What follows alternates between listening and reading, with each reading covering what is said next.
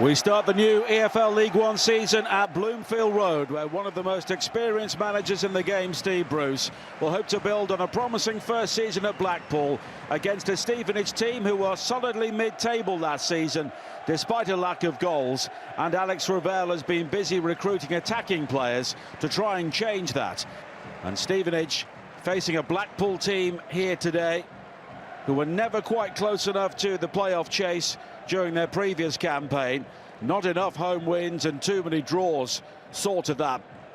They begin in the sunshine on the seaside at Bloomfield Road.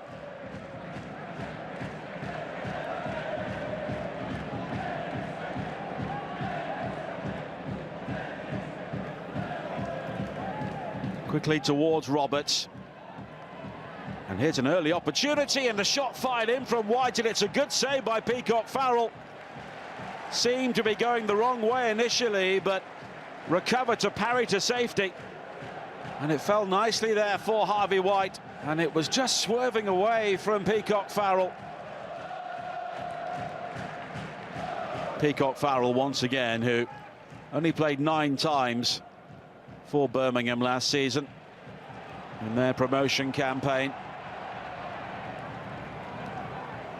But at 28, he's a good age for a goalkeeper, as Blackpool come forward here, and the shot across the face of goal and behind from Brown. And Blackpool's first opportunity, and it was nicely worked down the right-hand side. And I think that Marshall maybe had it covered. Jordan Brown, another of the new signings. Only 42 goals last season in League One for Stevenage, and they managed only 14 on the road. And it's remarkable they were able to earn as many points as they did, considering how few times they bulged the back of the net away from home, as Blackpool have a free kick for the challenge on Ennis.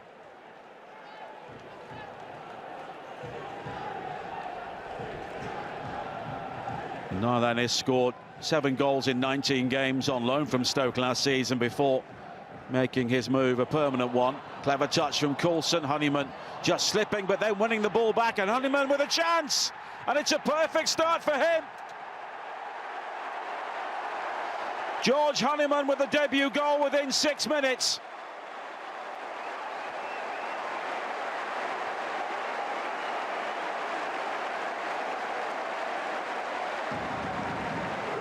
And a player with championship pedigree brings lift-off for Blackpool on the opening day of the League One season. And Honeyman seemed to have lost the opportunity initially when he slipped, but then he recovered well to quickly win the ball back from Houghton inside the area, who just overran it. And then he caught out Philip Marshall at the near post. Houghton there just losing his bearings, and Honeyman was able to settle himself. And Marshall may be disappointed to have been beaten from there.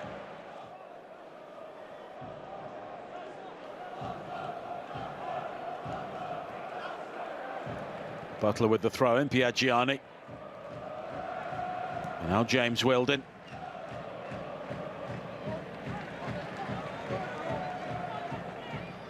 Honeyman, the goal scorer. On the back pass could be troublesome. Here is Reid, and it's 1-1. Jamie Reid with the response for Stevenage.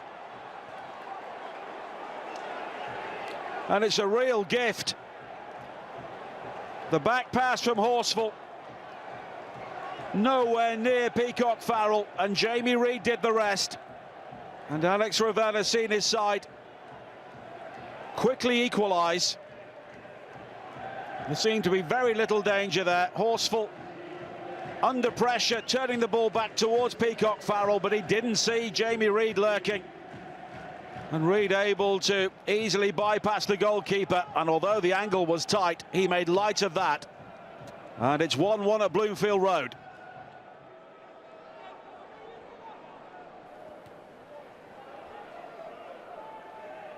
Campbell. It's quickly forward though, looking for Ennis. He's got support as well for Fletcher. But it's broken up, but then given back towards Ennis. And it's just over the top. It was Houghton who gifted the ball back to him on the edge of the penalty area. First sight of goal for Niall Ennis, and he blazed it just too high. Again, the high ball causing problems for Piergianni. Managed to get the ball away. Houghton then looking to deal with it, but it rather sat up kindly for Ennis as a result. And he did have players in support, but was maybe entitled to go for goal from there. But Marshall not tested. Butler. And help forward towards Reid. Campbell in support. And Campbell will get there first before Coulson. With a good challenge though from Honeyman. And it's a corner kick.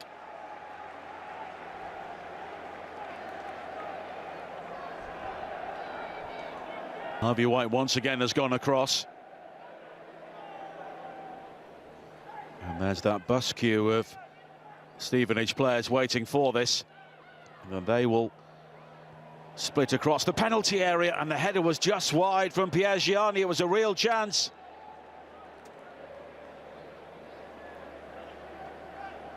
Good delivery from White. And Piergianni with a really good leap. Just planting that header beyond the near post.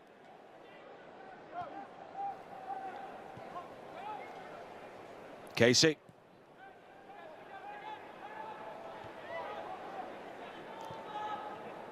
Honeyman losing out. Now Roberts, who's done well there to ride a couple of challenges. Then he was caught by Hickway, and Stevenage have the free kick.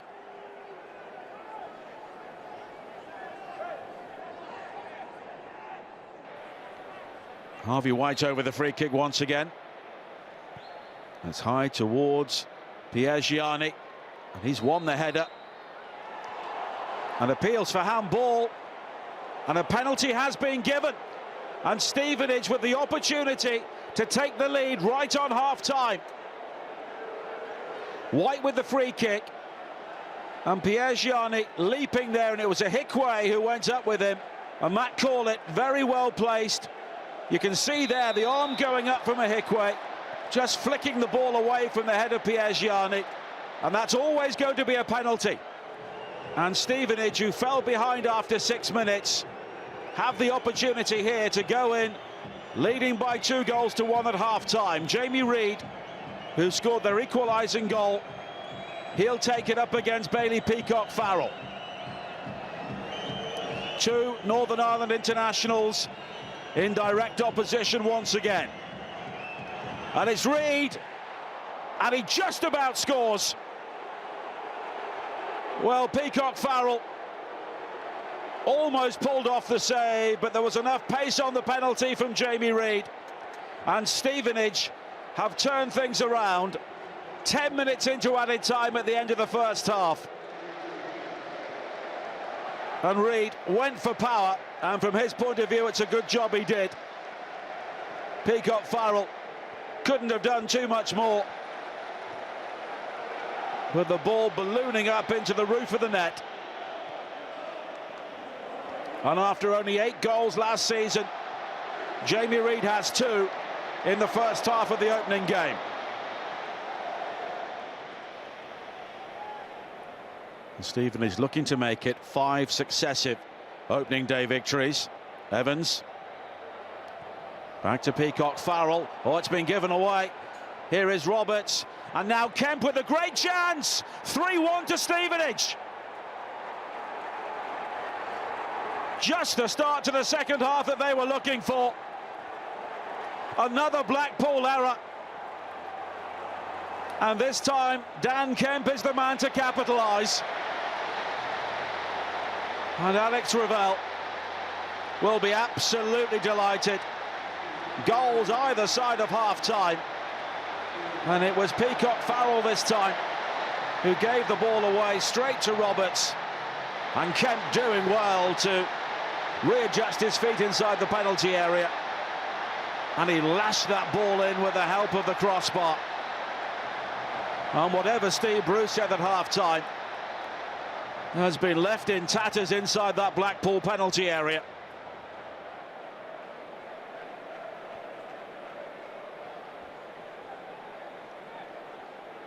James Wilden will take the throw in. Labala.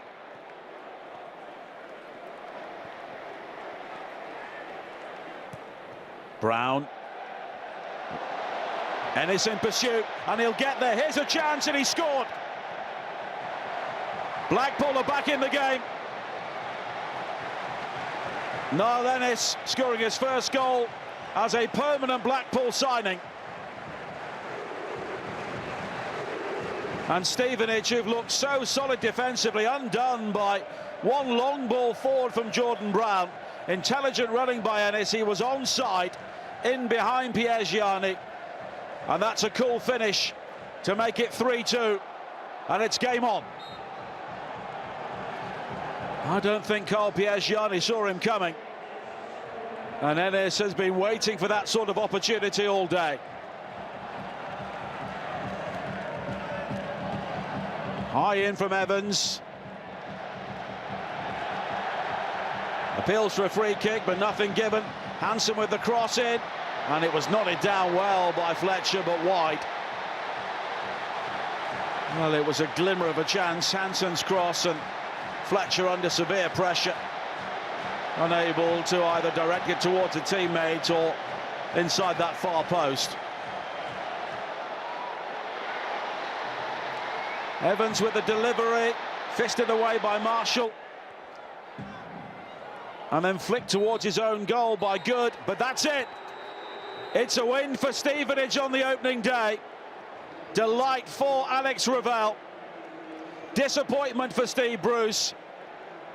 And for the 5th successive season, Stevenage are victorious on the opening day. Dan Kemp, ultimately the match winner. And for Blackpool, after a summer of rebuilding in the transfer market, it's defeat at home on the opening day. Full-time at Bloomfield Road. Blackpool 2, Stevenage 3.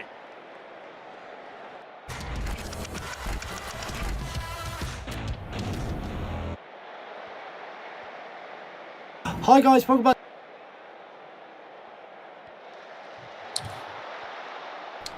Hello everybody, good evening and welcome to the United Stand. I'm Mark Goldbridge and this is your latest Manchester United news and transfer news. Welcome to Edwin and DJ, who are our newest members. They've got their badge in. I'll be gifting some of those in a little bit. But we've got a big show for you tonight for a Saturday night show. I mean, Saturday night for me is a bit of a chill out night and get into your comments. But we've got an update on Sesko. I mean, what a surprise. We've got more updates on Sesko. But we've also got, and the reason I'm a little bit late is Amorim, I didn't know, has done an interview with MUTV this afternoon and basically was just picking out the best bits that we could react to because this is big. We haven't had that many interviews from Amorim this season, and that big question mark is in year 2, will he become Ten Hag? Where in year 1, you're quite on the front foot, you're quite aggressive, you're calling out the issues, and then in year 2, you sort of get into line and back the board. Well, he's definitely backed Ineos in this meeting. Apparently Ineos are backing him. I'll give you the exact quote from that, but Amorim, very confident, very positive, and very grateful to Ineos for backing him this summer. So are we about to see a new Amorim that we saw with Ten Hag? I mean, look, my message to Amorim would be, you spoke sense in year 1. If you're now going to back the board, well, we've seen people do this before and it's gone really, really wrong. So I hope that's not the case.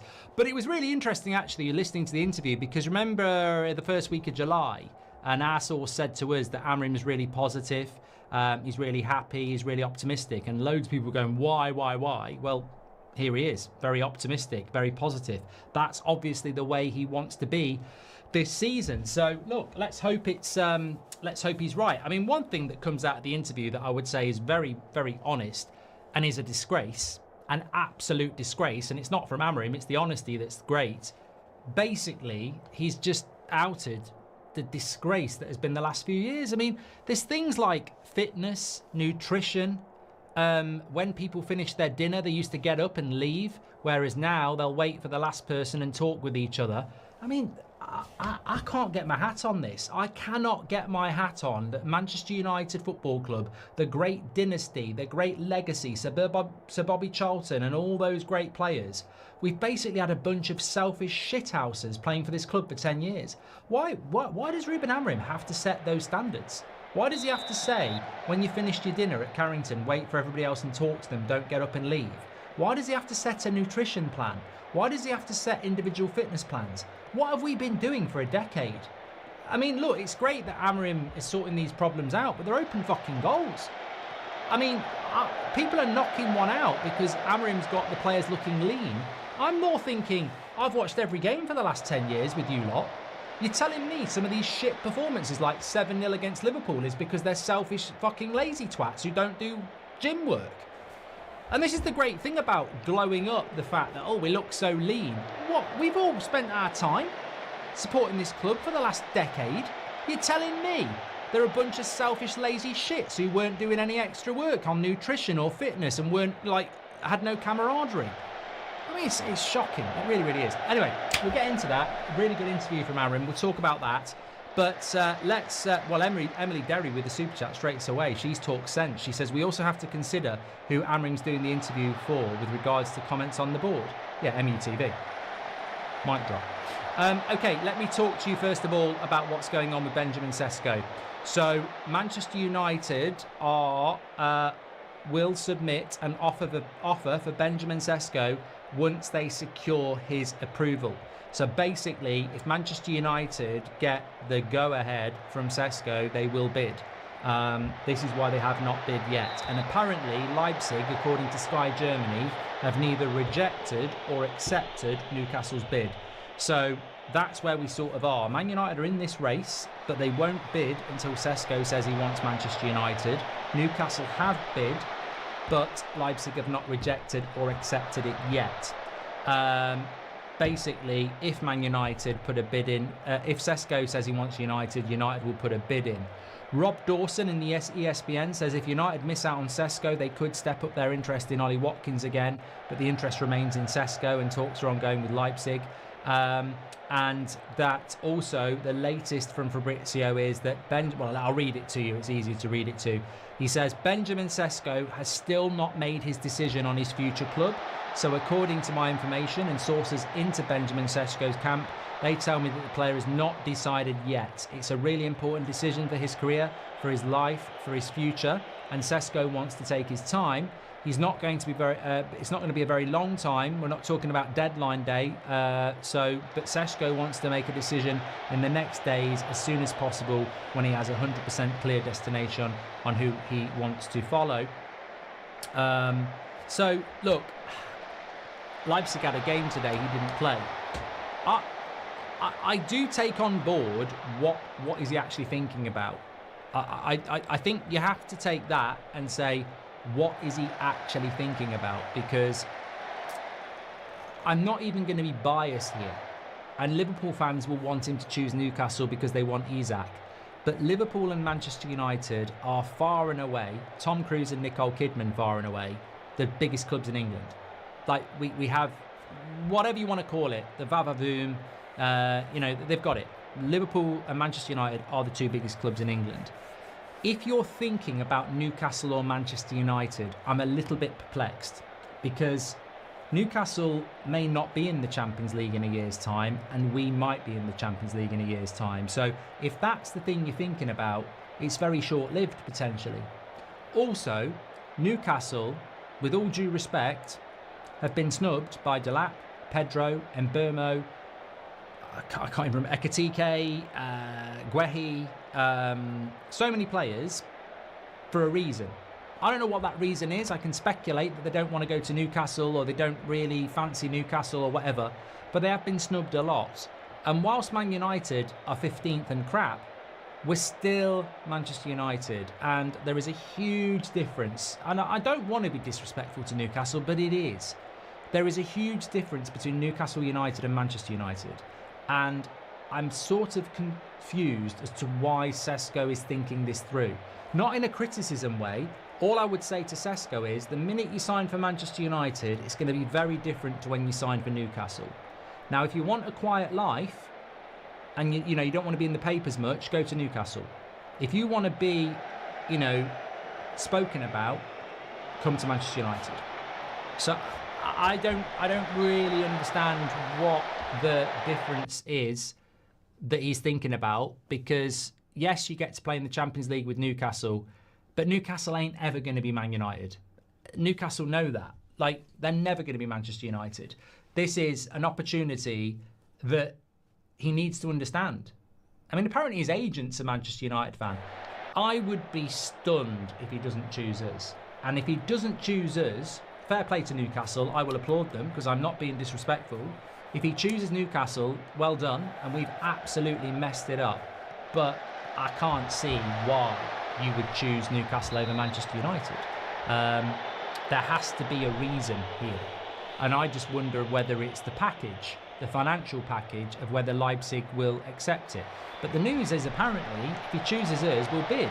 So it can't be that. So I don't really know what he's thinking about, because he's only just 22. If you're worried about not being in the Champions League for a year, you're going to be the starting striker for Manchester United. And we're at rock bottom. The only way is up. Back yourself. Take the challenge. That's what I would say. Manchester United are continuing talks on Sesko, who is yet to make a decision. That call could come in the next few days, with Newcastle forcing the issue by making a bid.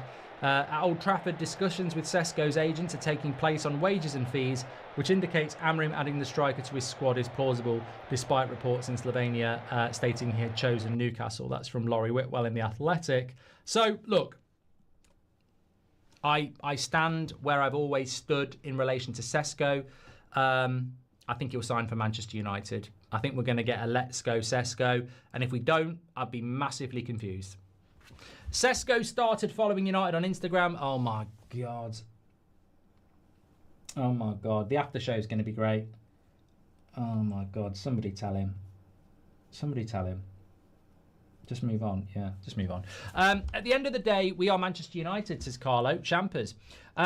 Carlo, thank you very much. Amorim's the first manager with the bottle to flog these lazy prats and demand professionalism. What the hell has been going on with this club, says Corey. Well, I want to get into Amorim's comments, of course. The problem is, if Sesko says he wants United, Newcastle back off and United try their luck with lower bids than asking price, Brentford all over again, says Ghost92. Look, I like that Newcastle are involved. It speeds the process up. I like it. From all Man United managers after Sir Alex Ferguson, who did you think was the best, or you wish he was backed by the owners? Mourinho. Sesko is thinking because Manchester United hasn't made a bid, says Andre. Isak to Liverpool, Sesko to Man United. Newcastle with no obvious striker is a chess move, increasing our chances of securing fifth in the Champions League, says Mystic Recipe. Lucas says, breaking, Sir Jim Radcliffe, Ineos is the new manager, partial owner. Ibrahim, he's there again with another brilliant shot. Sesko holding out for Man United but won't commit until he's confident it will happen. If he commits and it doesn't happen, he may lose his move, says Chris. It's basically a game of chicken and I see us losing, says Barry. Uncle Mark, Delilah says hello, says Cufflin. There we go. Hi Mark, do you think Sesko's decision would have been finite if we had European football, or are we not that club anymore, says Spin? Mate, if we had European football and loads of money, of course he'd choose us. Kaya says, United has been a career killer for 10 years. Sesko should go to Newcastle. Their striker has doubled in value, while United give away their players on loan. Swaney says, Bet365 and many other bookmakers have United as favourites to sign Sesko as of this afternoon. Champers, says Swaney. Yeah, well, I can't wait to give it to Keith Cheggers. Sesko saga is like the sequel to the Gyökeres saga with the same predictable ending, sadly. Should have stuck with Watkins or Mateta, says Mickey. We've never bloody been in for Mateta. I like Mateta, but we've never been in for Mateta. Let me get this right. Onana and Rasmus, who were statistically the two worst Man United players in this shit side, have been asked to leave but both want to stay and fight for their place. It's an absolute disgrace, says Abraham. Sesko have done that, one from Hypochondriac. Thoughts on Broha to Burnley, says Bob. No thoughts. Hitchy, welcome to the Members Club. Thank you very much. And if we get Donnarumma, will you get oiled up? I think that sounds like a fantasy, Alex, on a Saturday night that I don't want to be part of. You must be thinking we've been a graveyard for the last 10 years, players not fulfilled potential. I don't agree with this. I don't agree with this. If Benjamin Sesko is worried about scoring goals at Manchester United, we're not that team anymore. We've got rid of the selfish players. We haven't got Rashford, Antony, Sancho or Garnacho anymore. We've got rid of the people that shoot and don't pass. Cunha and Mbeumo have got assists pouring out of their veins. Go up front for Manchester United, get chances, score goals. We're going to the moon. Get on board because we're called NASA. If we want players that want to come and he takes too long to think about it, let's get Watkins, says Aidan. And he must be thinking we've been a graveyard. I've done that one from Eamon McAllister as well.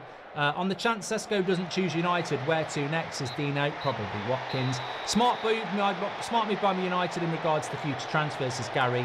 Newcastle have had the same manager for 4 seasons, whereas we haven't had a manager last more than 3. Development and stability, that's the difference in my mind, says Brandon. Gabriel's gifted 5 memberships, absolute legend. Thank you very much. Right, let's get into some of these Ruben Amorim comments, because this is the stuff. This is the champers tonight. And look, give a shout out to the new light line.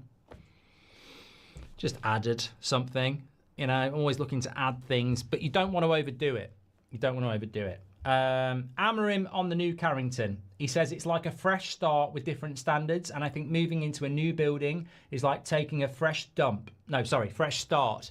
I think the timing is completely perfect to do everything. Everyone agrees on what we need to do, which is to win matches, try to win every match, one by one, and performances are also important. What are you talking about, Ruben? I don't really get that one. Let's move on to a better one. He says the good days are coming. Yes, we will have bad days and good days, but for everything I've told you about the club's organisation, the idea of signing players with a certain character, that's the whole club, not the coach. Even without Europe, this club has various revenue streams and all the tools needed to return to the top. Can I ask a question? Oh, I forgot it was an MUTV interview because it's bloody propaganda. I want to ask a question here. The good days are coming. What is classed as a good day? Look, I get it. Ruben Amorim sat down with MUTV. It's like, it's beige. It's like, it's PR. It's a political statement. There is no comeback. There is no good questions that can be asked to probe. But the good days are coming. What are the good days, Ruben? I'm not being critical here. I'm a Man United fan, like many of you, who wants a little bit more detail. What are the good days? The good days are coming, yes. What is a good day? Is it beating Liverpool but finishing 10th? Is it winning the league? Is it winning the FA Cup and finishing 7th? Is it top 4? What is a good day? As the manager of Manchester United, what is a good day? What is a good standard? What is the standard we are going for? I want to know that. I also want to know, without Europe, this club has got various revenue streams and all the tools needed to return to the top. Could you please explain to me what these revenue streams are? Because I've seen them with Liverpool and I've seen them with Chelsea. What revenue streams do we have without Europe that can compete with Liverpool? Liverpool have just earned £300 million in one season. 100 from the Champions League, 200 from the Premier League. What revenue streams do we have? Ornstein Bomber! Ornstein Bomber! Ornstein Bomber! Ornstein Bomber! Ornstein Bomber! Ornstein Bomber! Ornstein Bomber! Ornstein Bomber! Leipzig view Newcastle offer as insufficient. Newcastle proposal after Leipzig asked interested clubs for 75 plus add-ons plus sell-on. Man United pursuit also continues, but no bid yet. Rejection. Bid rejected. Bid rejected. No deal. Bid rejected. Sit down, Keith. Bid rejected. Newcastle, RB Leipzig, offer. Yes, guys, how you doing? Welcome back to the Spurs Talk Show. I hope you're all happy and healthy, enjoying your Saturday night. I thought I'd squeeze this video in before I go to bed, because obviously tomorrow is a big day of streaming for the watch-along, so I won't have much time to be able to put out any transfer news, views, and clues. But there is a really interesting story out, which I've just seen, but it came out this morning, and it's relating to Ilya Zabani, the Bournemouth defender who's going to PSG. But the context of the sort of the rumor, that the noise that's coming out from Duncan Castles and ITK is quite important, I think, if we start to contextualize what that story means if true. And then when you factor that into the reality that Sonny's leaving and we're about to hear imminently, probably tomorrow or after tomorrow's game, the price point in which, if any, I'd assume there'll be some, hopefully a decent number, will be receiving from LAFC for Heung-min Son. Then you also factor in the reality that Tottenham are clearly looking for another forward as well. And we're still looking for someone who can play in the 8-10 role. I've said before, Lucas Paqueta or Paqueta, never know how you say his name. I've been told in the comment section it sounds just like an island in Brazil. Okay. Still don't know how that is said either. So we'll call him Lucas from now on. And a few other stories that are knocking around. And when you just sort of put the things that sort of joined up thinking here, it makes you go in a certain way, guys. So we're going to talk about that just now. Before we get into it, guys, please do smash the like button for me. Hit the subscribe if you haven't already. Hit the notification bell and drop a comment. Let me know your thoughts on today's topics. Really do appreciate all of your support over the last, well, forever really, but especially in the last few months. It's been insane. Guys, this is the story, right? It's just coming from footballtransfers.com, but it's referencing Duncan Castles that he confirmed on the Transfers podcast that Tottenham Hotspur, so Zabarnyi is set to join Paris Saint-Germain from Bournemouth, despite Tottenham having a 70 million euro bid accepted by their Premier League rivals.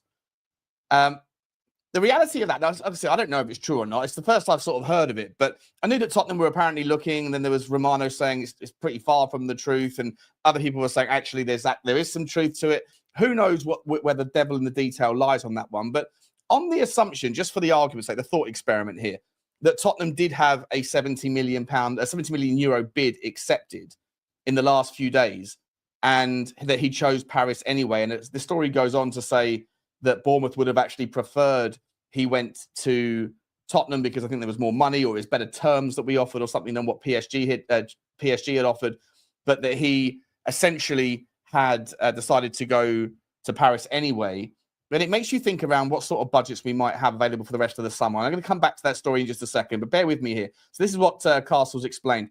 PSG are now confident of completing an agreement with Bournemouth for the transfer of the Ukraine centre-back. They had an agreement with the 22-year-old for several months. Bournemouth have accepted a proposal of 70 million euros from Tottenham, which would have been a club record fee. Damn it. I promised you a club record, and I promised you either that or a new club's highest earner, which, by the way, just a technicality here, I'm not in the mud, because if Sonny does leave, then technically, even if we don't sign anybody else, we still do have a club's new highest earner. It's just somebody already in the club who doesn't quite earn as much as Sonny does at the moment. I'm only joking. I'm not going to live on that or die on that hill. Anyway, would have been a club record fee. Owner Bill Foley has been pushing Bournemouth's technical staff to achieve a club record for Zabarnyi. Are they saying it's a club record fee for Bournemouth? Maybe. Okay, fair enough. My understanding is their efforts to persuade the player to move to Tottenham instead of PSG have failed, and the deal should go through now. He will join the European champions instead of the Europa League holders. They've lost Dean Huijsen, lost Kerkez, lost Zabarnyi. There's a big recruitment job to do there, although they have made a good signing at left back in the French defender, Adrien Traffeur. He is a very good player, actually, Traffeur. I'm looking forward to seeing him. They also lost their right back, whose name escapes me right now. So all four of their entire back four has gone, and their goalkeeper's gone as well, don't forget. I know they've replaced him with the guy from Chelsea, Petrovic, is it? But Bournemouth do have a lot of work to do. Anyway, that's not the point of the story. The point of the story is if Tottenham did a 70 million euro bid accepted but not agreed upon by the player, for a player that predominantly plays on the right side of defence, he's a right footer. He is two-footed. I would call him ambipedal, but he predominantly plays on the right side of defence. Now, does that lean you into this notion that maybe Tottenham Hotspur, first and foremost, are definitely looking for a new defender? Maybe they are looking at a player that can play as a centre-back for a back three, and if so, you need three top-draw centre-backs and then a couple behind them that are equally strong when one or two of those injuries happen. In a back three, obviously, you might be able to play Romero in the middle and let him draw the ball out with his amazing passing. You could play Mickey van der Ven on the left-hand side. There's obviously space then for Kevin Danso at the moment. But if you were to bring in a really big name in the defensive setup, then there's definitely room for all three. If you were of the understanding, like I have been, that Tottenham are looking for a fullback as well, then obviously it makes more sense to go down the path of logic that Tottenham would probably look for a left-sided fullback and a left-sided centre-back hybrid role, because ultimately we still need someone who can come in and do a really good job if Mickey van der Ven, or when Mickey van der Ven gets injured, which he always does and probably will this season, hopefully not. But you've got to plan for the, hope for the best and plan for the worst. But what we have seen in the preseason is that Kevin Danso has played over on the left-hand side quite a few minutes. And so I'm just wondering whether or not Tottenham are looking at the market and thinking, well, players like Jarell Hato have already gone that could have been the left back and the left side centre back. They haven't gone officially, but they're incredibly likely to. Players like Theo Hernandez that could have done that job have also gone. Players like Lucas Hernandez, who I threw up as an option. I think he's a really good player, but apparently there's a lot of sort of bad history with that guy in his private life, so maybe that's not likely. Players like Piero Hincapié of Leverkusen fame, well, apparently Erik ten Hag has come out and said that he's just not selling him. He can't afford to sell anymore. Obviously, there's still Tapsoba that can play on both sides of that centre-back pairing. But apart from that, it gets a little dry if you're looking for a left-back who can also play as a left-sided centre-back or vice versa. There's not that huge of a market for that left-sided space. Maybe you could go and get a Castello Luqueba from Leipzig, someone like that could come in and do that job as well. But if not, then Tottenham, if they are desperate to get a centre-back in this summer, will either have to grin and bear it and wait for a better opportunity, maybe in January or maybe next summer, or they might have to turn their attention to go and get someone that can do the centre-back role and also play as a fullback on the right-hand side, so that you make sure that you have 4 fullbacks that are of competence. We're not sure what's happening with Ben Davies. Will he stay? Will he be a part of the squad because needs must? Or will he be moved on maybe towards the end of the window? But in a world where Tottenham were to look into a different direction and maybe think, look, we'll get someone that's versatile, even if they have to be right-footed, it does open up a hell of a lot more in the way of opportunities. We spoke yesterday about Araujo from Barcelona, that is a right-sided centre-back or right-footed centre-back. I'm sure he's capable of playing both, but given his current confidence issues, I'm sure you would just ask him to play in his normal position, and he can play on the right-back role as well as a full-back.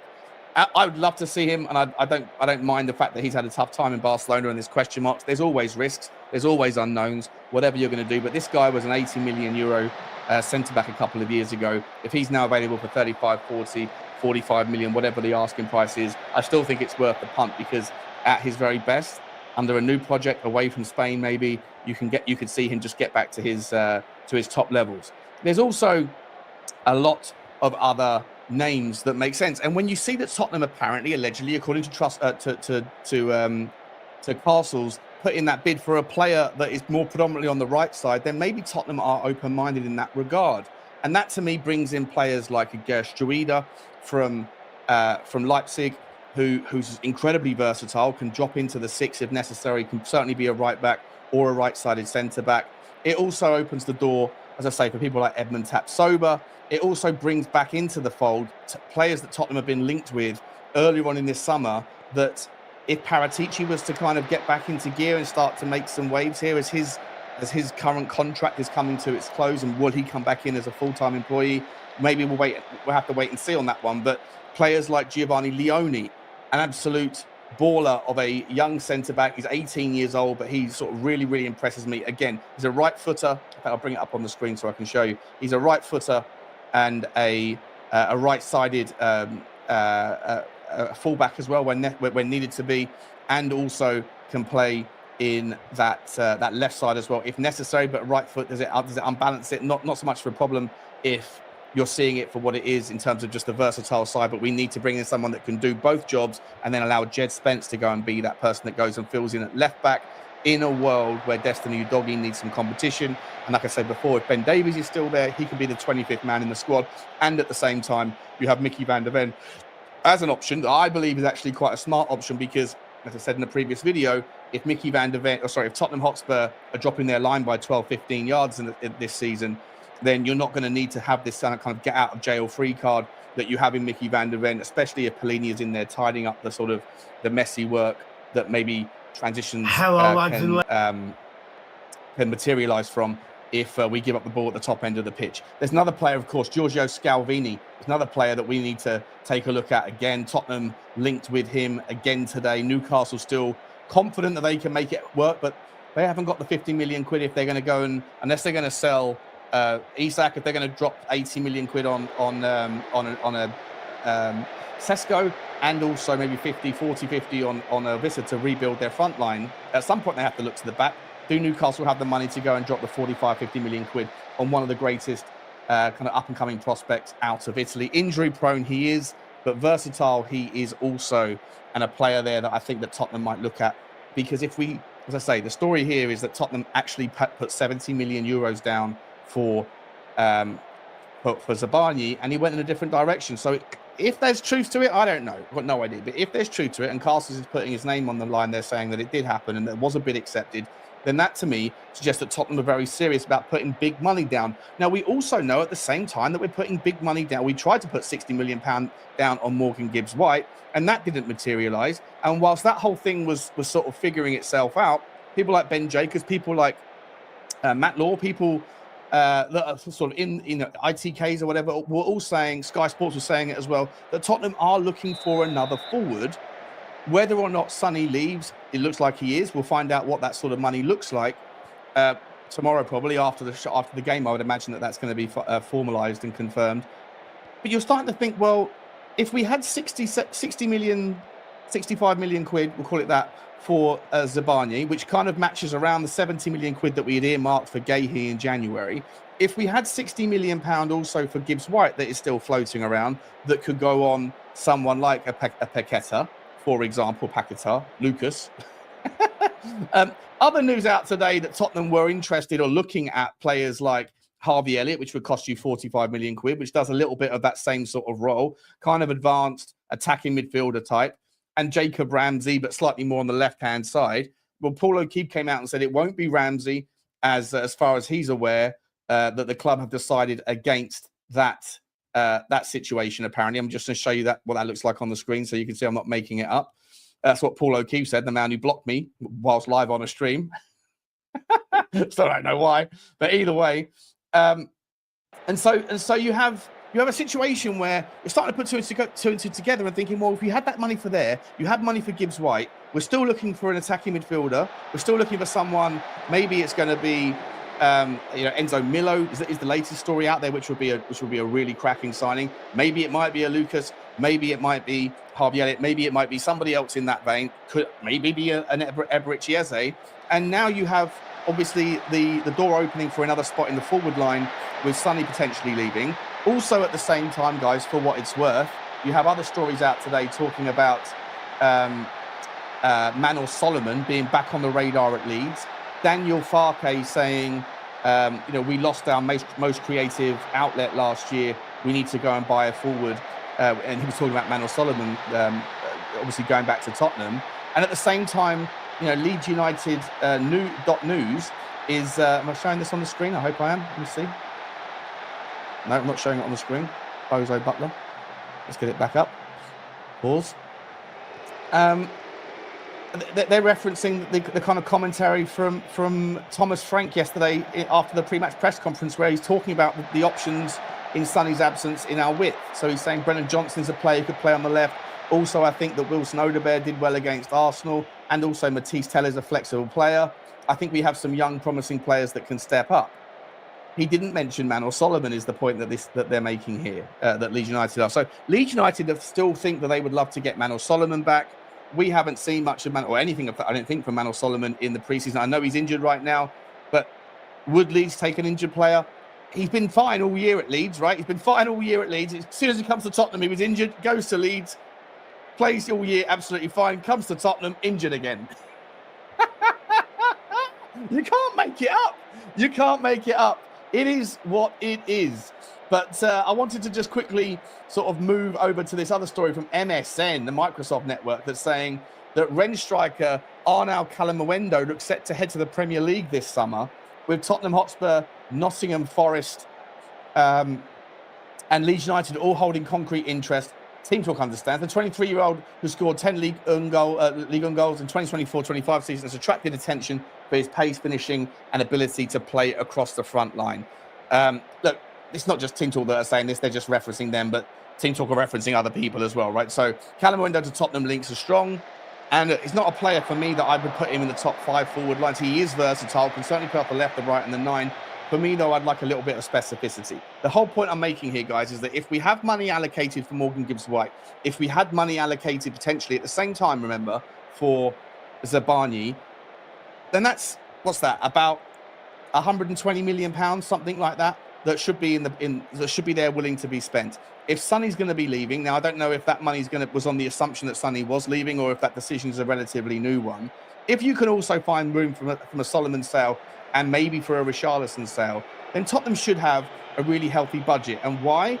Well, obviously we've got the Champions League revenue, but don't forget that there's rumours galore out everywhere right now that Tottenham Hotspur have signed. It's just not official yet, or it's not being sort of confirmed, but it's essentially somewhere in the region between 300 and 500 million, which I know is a really big spread, but let's just sit in the middle for argument's sake and say 400 million quid over either a 10 to 12 year naming rights deal or a 20-year naming rights deal at the higher end of value, or around 25 million pound a year. But all the rumours are saying that Tottenham are getting that money up front. So if it was a 500 million pound contract for a 20-year naming rights deal, I don't even have to ask you. I know what you guys are going to say. You'd rather it all up front now, give the 10%, early payment discount or whatever it'll be. Half of that money would go out. 300 million of the 500 million would go towards finishing whatever projects they're finishing. Remember that we've just apparently got that Kim lady from CMP Partners, I think it is, who's joined the Korean lady who was announced yesterday. I brought it to your attention this morning. She's all over property. She's brought deals into the Chelsea. She organised, it was part of the Newcastle takeover deal and the Chelsea takeover deal with Holly Valence's husband, Nick Candy. And so there's a lot of things percolating right now that suggest that there's a lot of money coming in. And so when you hear that Tottenham are at the same time as trying to get a Morgan Gibbs-White deal done and also trying to get a deal done for a centre-back, I'm left with the kind of assumption here that a couple of outgoings to create space rather than raising revenue, but the revenue itself will be important. If we can get a decent number for Sonny, say 25 million, something like that. If Basuma does feel like his time at the club is numbered, his days numbered, and he's better off going to a West Ham, he's better off going to a Brentford where he can stay in London, stay in the Premier League and try his hardest to keep those teams from going down, maybe with some sort of relegation release fee baked into his deal so he doesn't have to go down to the Championship if that's what would materialise, then you can start to find that you've got space in the squad and you have additional money to burn, but you already potentially have the money to go. We're just waiting for the right opportunity. I'm expecting a massive last 29, 30 days of this window. And I think that, to me, someone like a Calimundo, whilst, yes, he's a little bit flary, and I do like him, to be honest. When I see him, I think he's really good. When I've seen him on Wyscout, I've done the deep dive. He does remind me of someone who's just that kind of, he's got that snapshot, that low backflip, and he's always looking for that shot from distance, which I do think we don't have in our current forward line.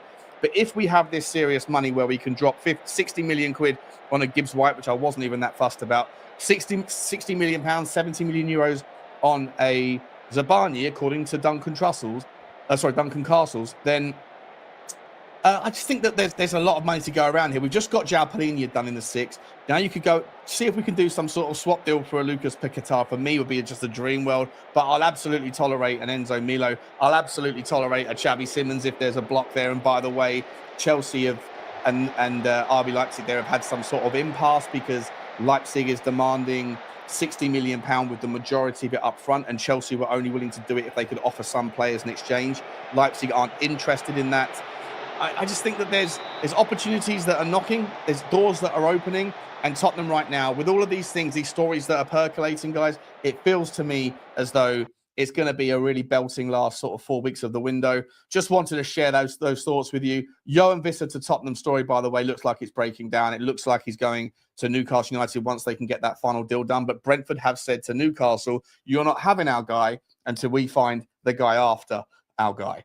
And so until they get that done, and who will that look like? Maybe it might be a Calimundo. Maybe it might be an Evan Gassan, who is a player that I think Tottenham should be looking at.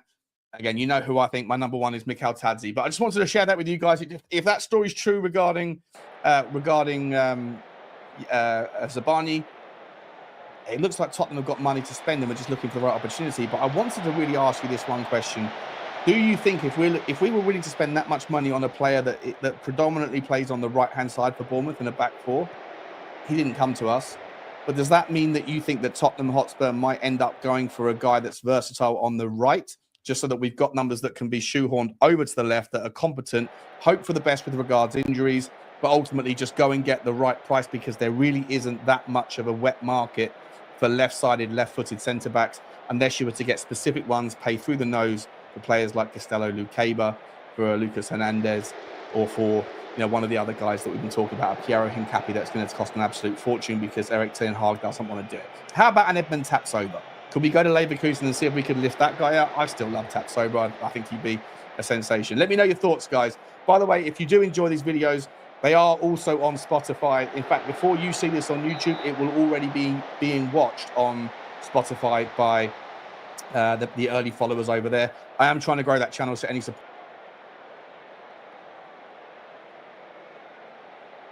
At the end of the day, we always win. Unless we're playing a pre-season friendly or bottling the Champions League to Chelsea. Welcome to the emergency stream.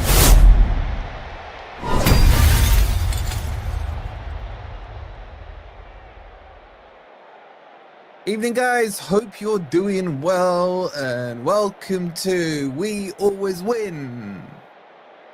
Kind of. When was the last time we won? Like, serious question. When was it? We lost to Chelsea. Was it West Ham? I can't remember. Guys, hope you're doing well. Make sure you've hit the like button. Make sure you've subscribed. You know the drill. Was it West Ham, Matt? Seriously. Evening, Paul. Evening, Mark. Evening, Matthew. Evening, Josh. It was West Ham. Hold on, I need to see this. That can't be right. You guys are lying. You guys have got to be lying. Forest last season fixtures. Red. 18th of May. It was West Ham. Oh my god. Anyway, we've got a lot to discuss. And let's get the usual prenups out the way.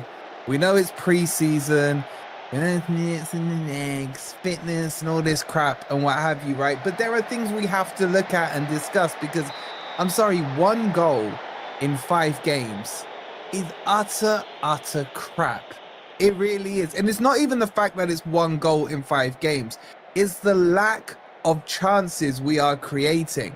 There's no creativity in this team whatsoever. Zip. We're not creating anything, and I just can see it, man. It's not going to be a good season. It's really not. By the way, shout out to Muhammad with the coffee, because this coffee is on me, bro. Love the channel. And let's get Nuno out. Wow, Muhammad is Nuno out, and I hear it. If some people are Nuno out, I hear that. I hear that because the style is right now not great. Big up, Paul. You guys, I'm here, Wolfie. I'm here to save the day with my expert advice on music, whiskey, and cigars. It'd be better than talking about Forest. This is where I do want to start off. Right, let's get some things going. I want to talk to you guys about Morgan Gibbs-White. I'm sorry, I'm not seeing it in this preseason. I've seen quite a few people saying, does he want to be here? Is he playing? Did he get held to ransom and all this? You say this team, when has this whole team played? Maybe 45 minutes. Cullis, that's not on me, man. That's on Nuno. It's up to him when he plays it. I didn't stop him playing a first 11 or something close to a first 11 or the youth team in the first half and everything like that.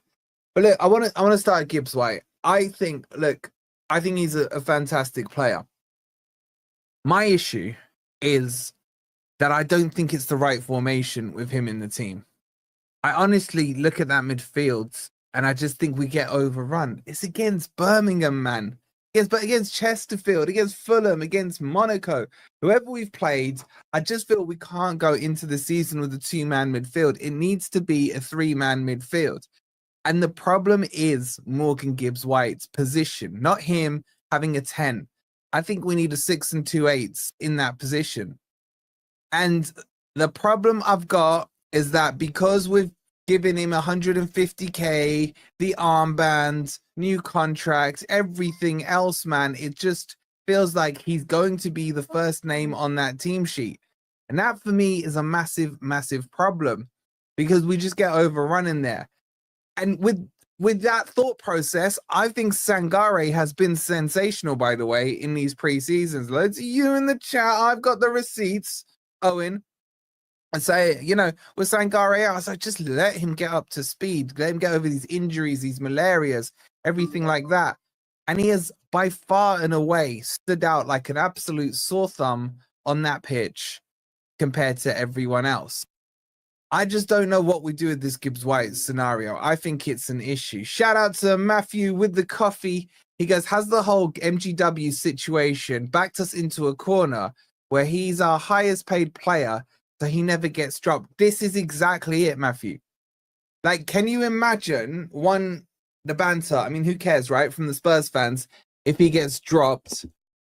And then secondly, could you imagine what Marinakis is saying to Nuno, for example? Now, I don't know if Marinakis gets involved in these kind of conversations, but I just get, you know, he could quite rightly turn around to Nuno and said, you wanted me to keep him at the club. I flew out to the Algarves to sort it out. I over doubled his wages. I got rid of the release fee clause. And you're going to tell me you're thinking about dropping him? No, you get the best out of him. His passing was so crap, man, today. So crap. And his touches were really, really poor. And his shooting, man, it's woeful. It really is. That shot with his weaker foot, it might as well have been his stronger foot. I don't think it would make a difference. That's one thing that we need to address. The other thing we got to talk about, we do have to talk about Nuno. Let me just catch the super chat. My guy Vic, 33 months. Shout out to you, Vic. You absolute legend. Appreciate it, bro. And Chris with the £5. He says, evening Wolfie, had a bad day at golf for years. Whoa, 99. Ooh, bro, that's not good. Net 86. Give me some good Forest news to cheer me up. Christopher, man, you might turn off, bro. I don't know how much positivity I can bring you, but we need to have a round, man. We've talked about it for a long time. I haven't played in over a year and a half, man. I miss it. I miss it. I get what you're saying here, Matty, right? It's pre-season. Here's the big thing for me. Like, I've seen Forest, I think didn't we have a good pre-season under Chris Hughton, you know, and then we all know what happened. We've had bad pre-seasons and then we've looked good on the pitch. We've had average pre-seasons and, you know what I'm saying? It doesn't necessitate what's going to happen in the season. I get that. Shout out to the beautiful Sharky with the 35 months. You absolute legend. I'm just saying, in pre-season, what I'm looking for isn't that we go and beat Birmingham 4-1, as I predicted. It's that I can see patterns of play.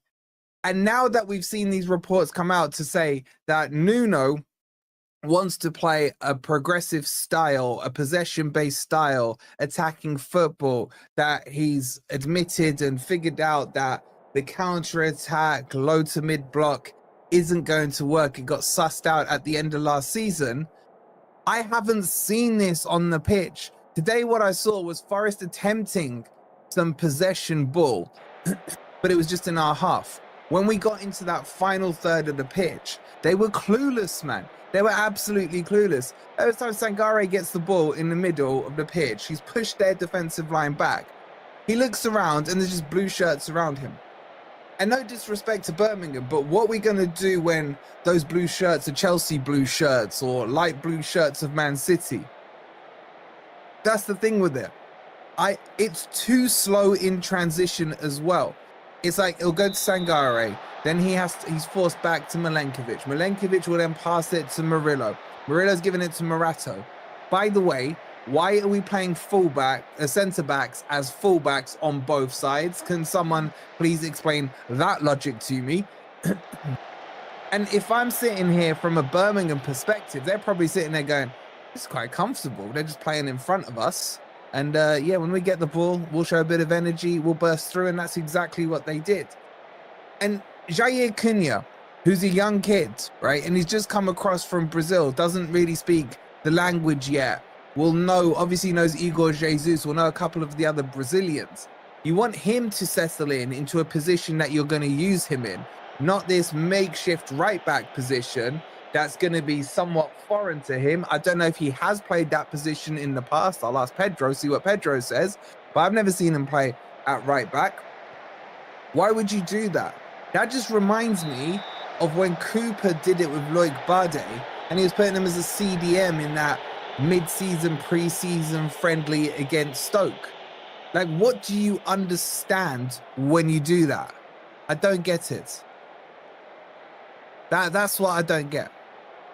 So like, and then he brought on Eric Da Silva.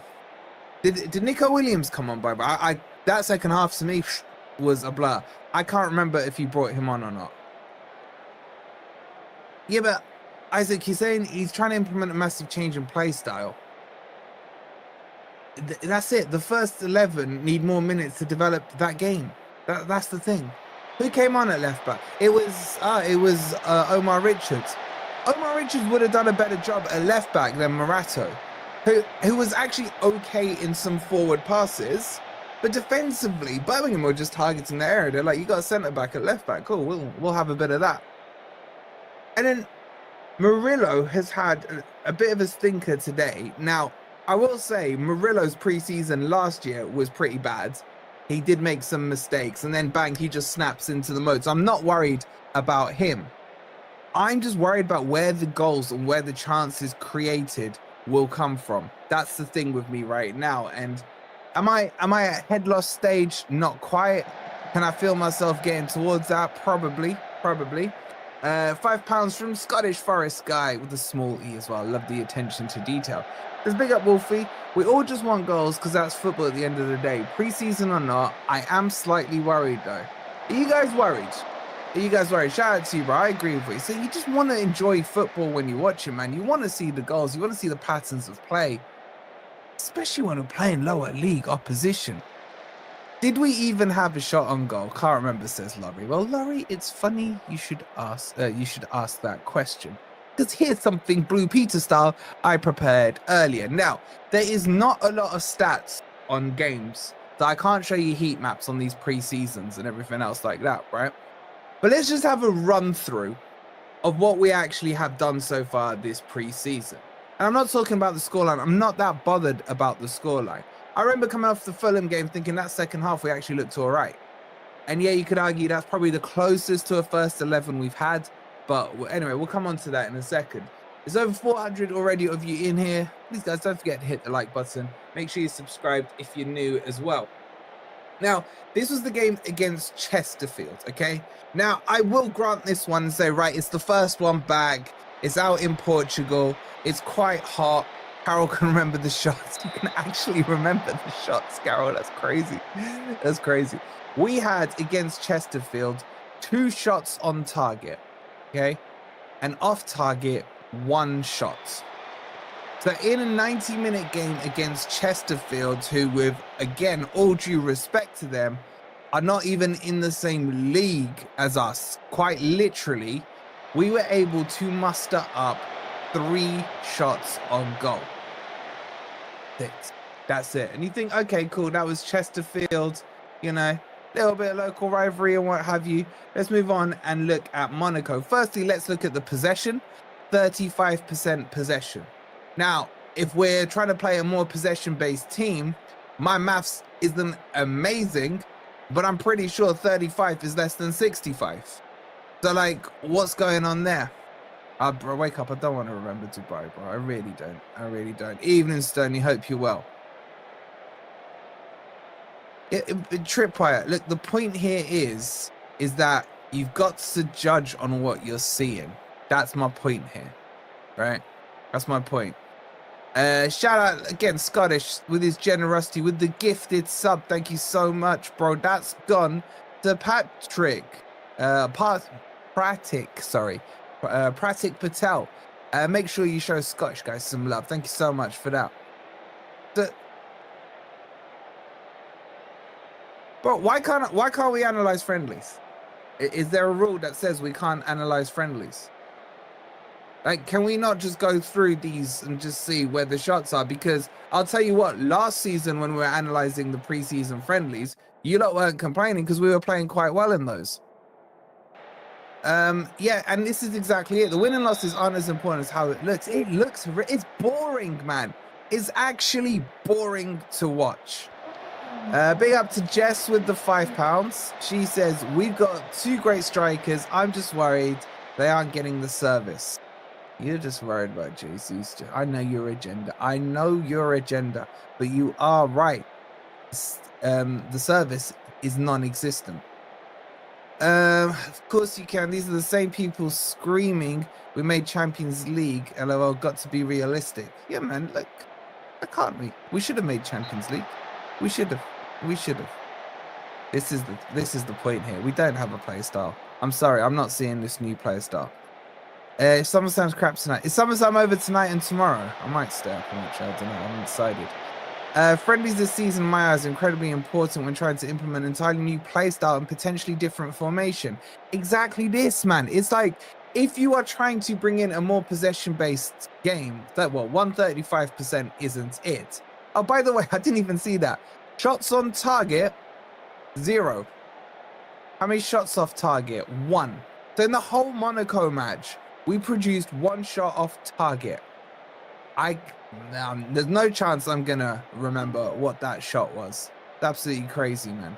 But 1 shot against Monaco. Okay. Big up to, is it Matthew again? It is the lovely Matthew. He says, I understand everyone is saying it's only pre-season, but I want to go into the first game of the season ready, which is only 2 weeks away. Exactly this, bro. Exactly this. I remember going into last season's, and thank you for the coffee again, bro.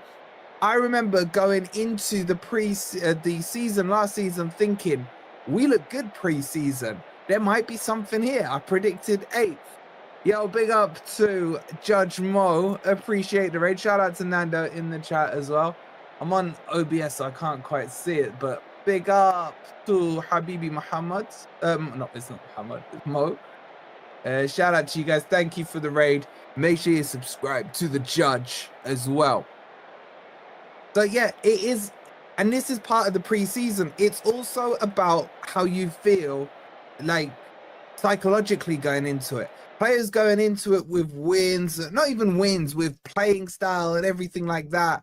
It's just gonna feel a lot nicer, a lot cleaner, and everything else. That's my point here. That's my point. Shout out to Ant with the 4 months. He says, isn't this the time to try things? Yes, it is. But what are they trying is my question. What are they trying is my question. But shout out to you. Wolfie, you worried Edu don't have the pool to get players you need? He's getting us, inshallah, he's getting us Douglas Luiz, bro. He's getting us Douglas Luiz. So anyway, so that was the Monaco game. Then we went into the Fulham game, which we took the L on. Now, again, possession-wise, 40%. Where's this possession-based football that we've read about? I'm not seeing it. Shots on target, we had 6, ladies and gents. 6 shots on target. That's more than we had in the previous 2 games. So I can't complain. I can't complain. I've been listening to other teams' channels. They're all moaning about pre-season. But we're just fitting the narrative then, aren't we? We're just fitting in with the narrative. So look, that was the Fulham game. Obviously, we scored our one and only goal in there. So fantastic. And then we go into Estoril, who are a very average team. Again, less possession, 48% possession. 8 shots on target. I don't remember any of those. Wow, we got 9 corners. We still had less shots than them, by the way. We had 16 shots in that game. I can't even remember 6 of them. And then finally today against Birmingham, we got to 50% possession, ladies and gents. Maybe that is the process. Trust the process and what have you. That maybe it's starting to cook. I don't know. We had 3 shots on target and 5 shots off target. Now, I actually think they're counting Callum Hudson-Odoi's shot as a shot on target. So it is what it is. Do what you guys are saying. So look, these are some kind of overlaying stats I just want to show you. I understand they are meaningless. I get that, okay? That's not the point I'm making here. It's exactly, I think, what Ant just said, or was it Ant that said it in the chat? No, it was Curtis, sorry. You want to be, it was Matt. It was one of you. You want to be able to see, I'm talking about the eye test now. You want to be able to see patterns of play. Like I was seeing passing going around the back line, the middle bit in the midfield, and then absolutely nothing in that final third. People turning on Nuno in the comments are crazy. We've just had the best season in 30 years. But they're entirely entitled to do it, bro. If they want to, they want to. You know what I'm saying? Like, let them have their say. Birmingham City have deleted their tweet. Have they really? I thought it was, I get it was funny, but the whole point of this game was about Trevor Francis. You know what I'm saying? So, like, it was a little bit, like, tasteless. I hope our next gaffer is like Glasner or Silva or Iriola. What tweet? They tweeted out saying something. What did they say, Matthew? They said something like, we've beaten Mr. Marinakis' Forest team or something like that. They put Mr. Marinakis in there. You can't argue it's stupid, to be fair. That's Mark. So, look, how am I feeling about where things are? Not happy, guys, is my honest answer. It's my honest answer. And Dan Doy made his debut today. Honestly, it's too early to judge. I mean, he literally got off the plane a day or two ago and was down in London. I didn't notice him today. And I'm surprised he wasn't used on the left-hand side. That was it, Murphy. Yeah, this is what they said. Victory over Mr. Marinakis. And obviously it's a reference. The result is that at the end of the day, we always win. Are we going to live to regret that line? It's honestly my worry now. It's honestly my worry. Trevor Francis was a great player for clubs and country. Yeah, he's a legend. He's a legend. What the fuck are they trying? It says Wolfie. I agree. Players out of position, chucking whoever on the pitch, and players that won't actually play together makes no sense.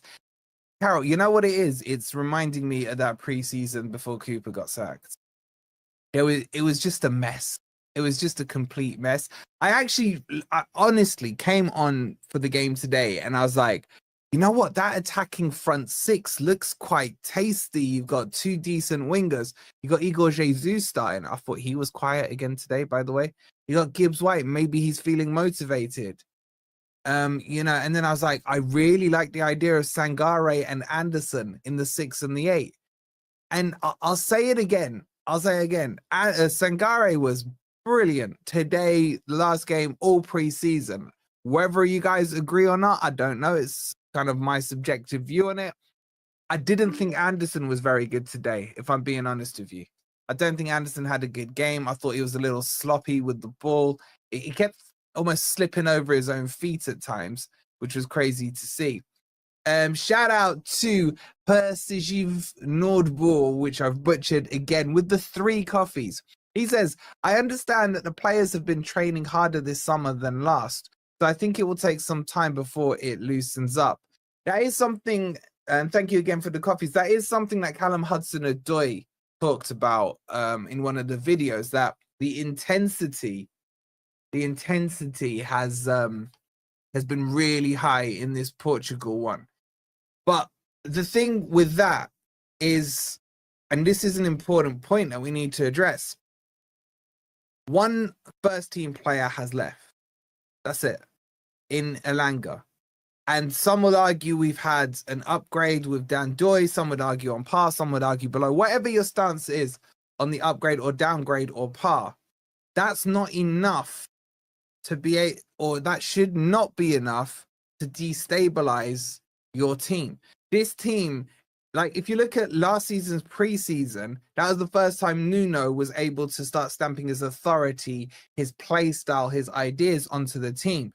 This preseason should be a flow-in from last season into this. I get there's going to be tweaks and changes in how he wants to approach the season, but one and I get it's a key change because he was pivotal to the style of counter-attack on the pace down the right-hand side. But it was too one-dimensional. I just don't think there should be too much of an issue about the way, the bonding of the team. They should all pretty much know each other. The new players that have come in is not that many when you think about it. You got Igor Jesus, Jair Cunha. Those two know each other, and then they know Murillo and a couple of the other Brazilians. So that's not a hard integration in terms of personality. And then obviously Dan Doy has just come in now, and that is what it is. He's going to be fresh. So the core of the team that was out in Portugal should have been used to training with the other players there as if they were training in March or back end of November or whatever it is. That's the thing. That's the issue for me here is like, why is it we've started from scratch and it feels more disjointed? Those players don't seem to have chemistry on the pitch. It's really strange at the moment.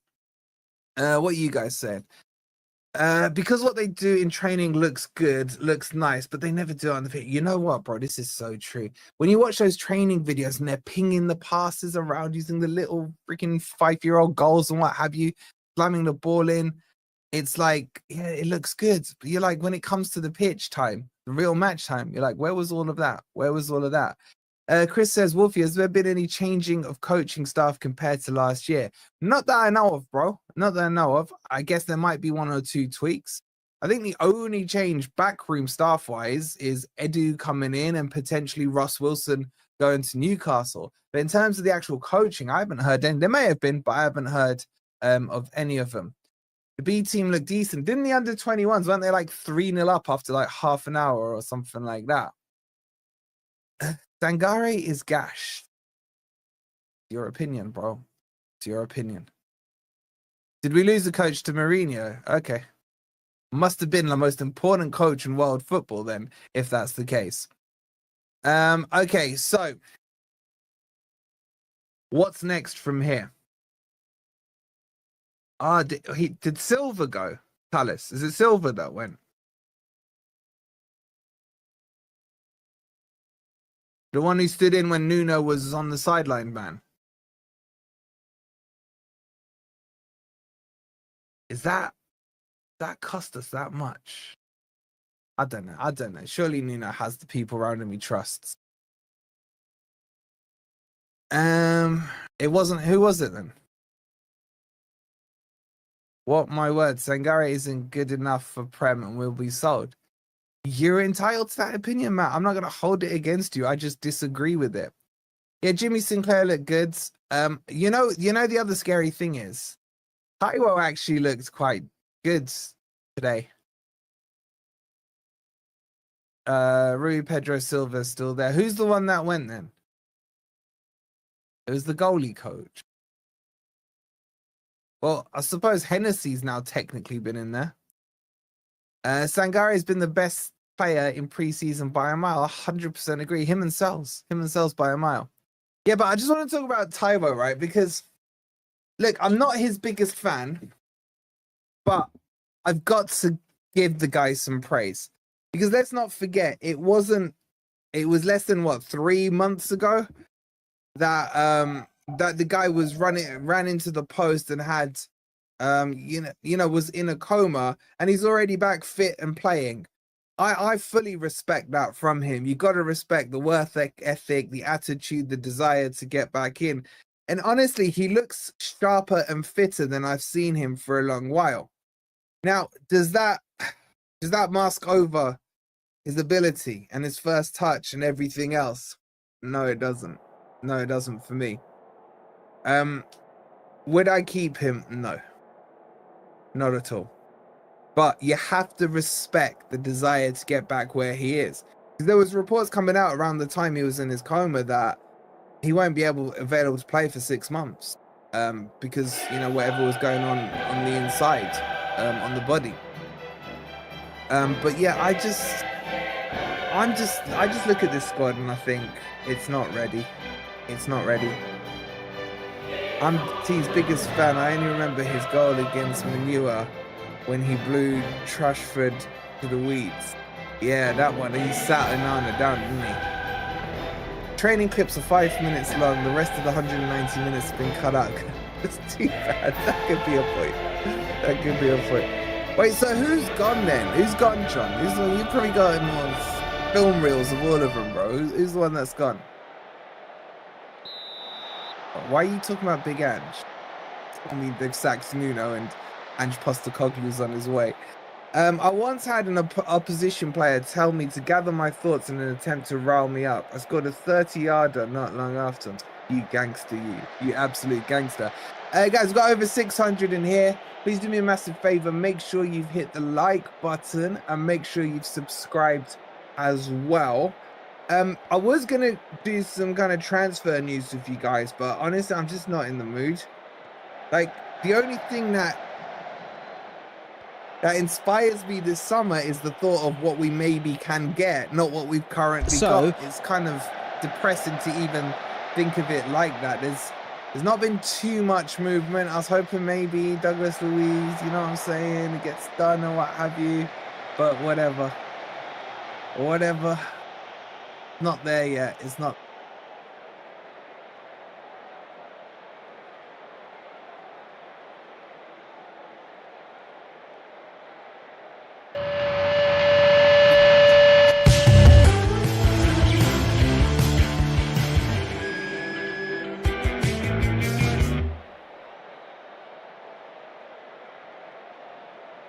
Who's ready for the best damn podcast in life? Welcome to the Local Pundit. I'm Josh Anthony. This is your Wrexham Daily News and Update Show, the Breakfast Club. You'd think we weren't going to get one today after a preseason match this morning? No.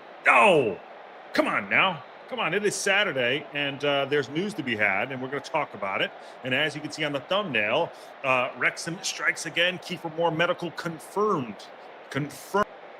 Well, who would bet against Wrexham in the Premier League? Ryan Reynolds there on the pitch after their latest promotion. That is Wrexham's latest promotion. 3 successive promotions now in a row. And Humphrey Kerr, one of the men who's masterminded this incredible ascent of Wrexham, is with us on the Sports In this one, we're going to be ranking the most expensive transfer that every Premier League team has brought into their club at the time of recording. 1.63 billion has been spent. Just over 1 billion of that has come from the traditional Big Six. So, as I say, we're going to work our way through. The tiers are as follows. We're having a bit of fun with it, and as I say, we're in a rusty position right now. So if you hate these, bleep this for me, Finn, go yourself. Okay? It's just a bit of fun. Season defining is the top tier. I like it. You have to say it like that. I don't know if you've got that in you. I like it. Good. I'm a bit more. Okay. Good, but is he good? Of course. The next tier. And not for me. Another staple. So let's get straight into it. Is there a club that you'd like to go to? Or do you want to go alphabetical? I always think, let's respect the alphabet. Yeah, let's do that. Let's kick off with Arsenal then. Victor Gyökeres has come through. And 64 million. It took a minute.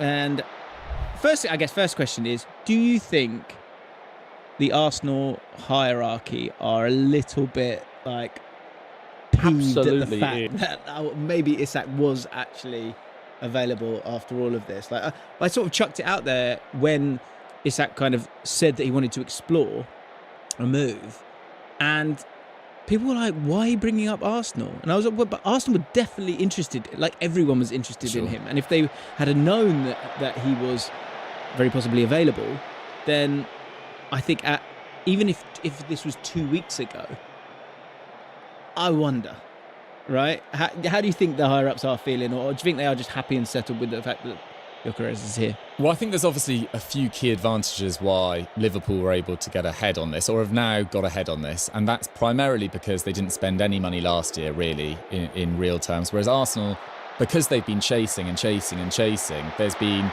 an accumulation of improving the squad and improving the first team for a number of years, and this first team is now littered with players that cost at least £50 million, sometimes even more, and whereas Liverpool have already reached the summit, and they are now offloading their squad players that they don't need anymore for vast sums as well. We haven't seen the final fee for Darwin Nunez, but Luis Diaz and Harvey Elliott, etc., which gives them a little bit more leeway. But yeah, I think if it came down to it, Arsenal would have wanted Alexander Isak to stay at the start of the summer.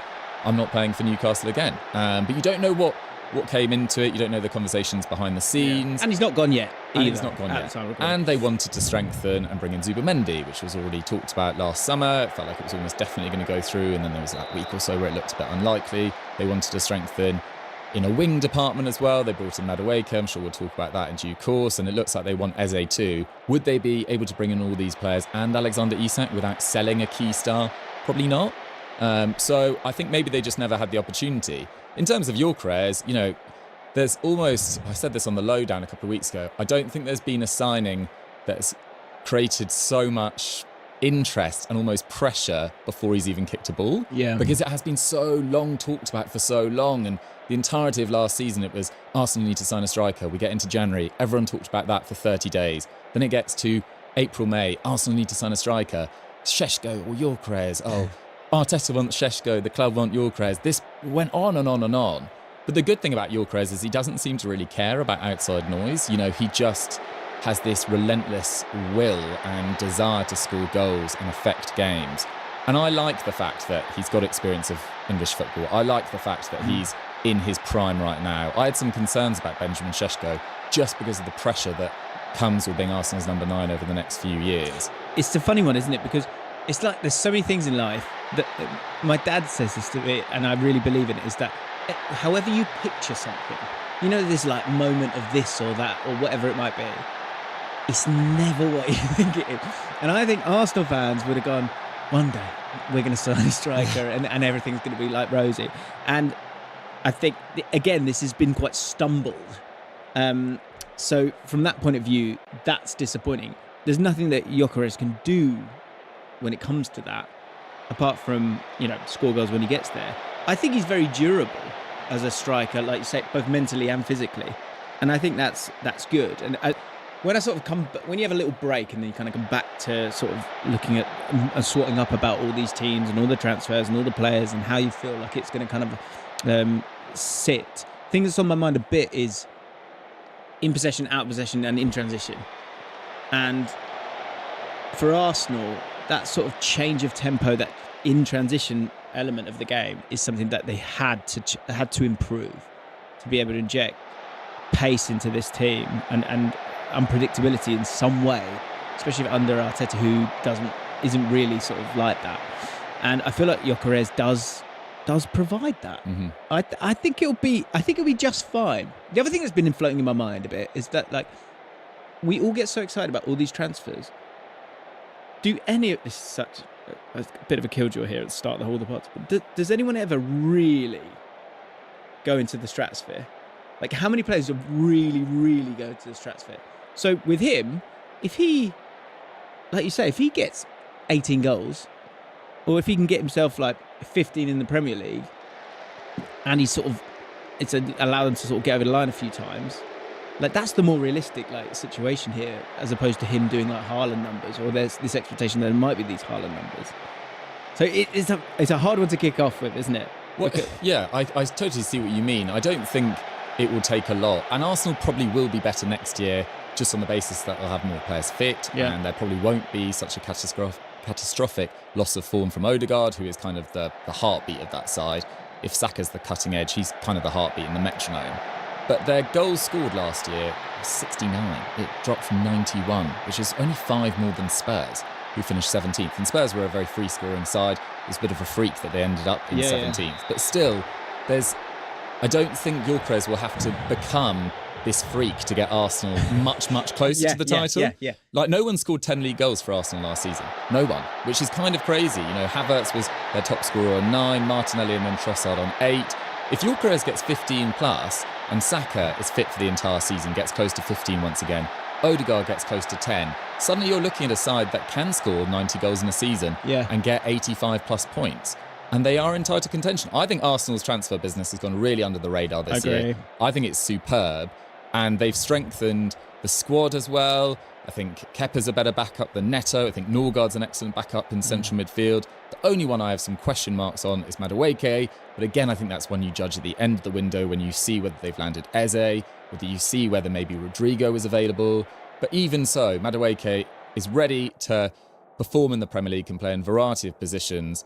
And as we were talking about yesterday as well, as you pointed out, has that kind of will to succeed. And there's something about being sold by Chelsea that must, and you're going to a side that finished higher and have played better than Chelsea over the last few years, you're pretty determined to stick 2 fingers up to them as well. Yeah, for sure. And I just think they're so close, Arsenal. So when you are so close, it just needs tipping over more than anything else.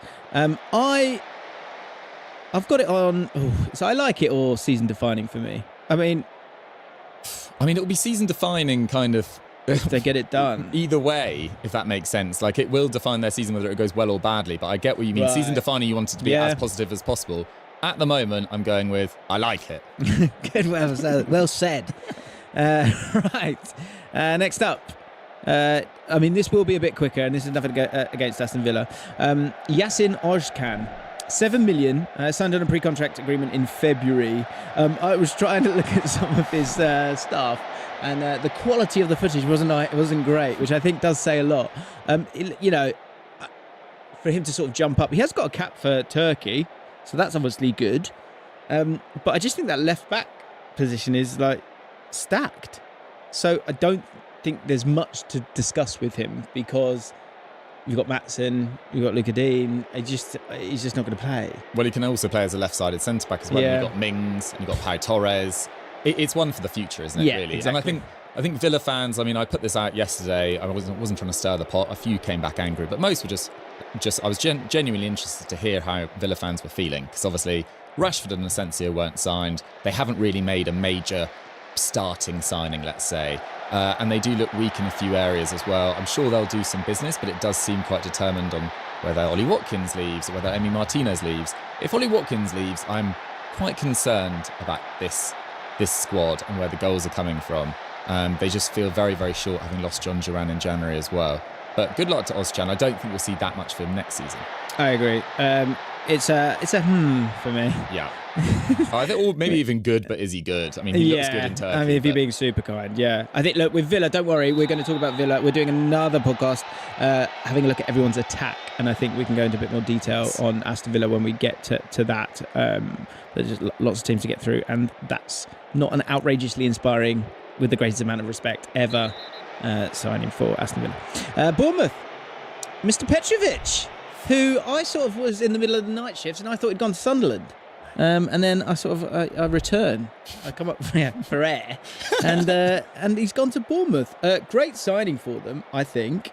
I've always been sort of broadly impressed with him, as much as I know about goalkeepers. I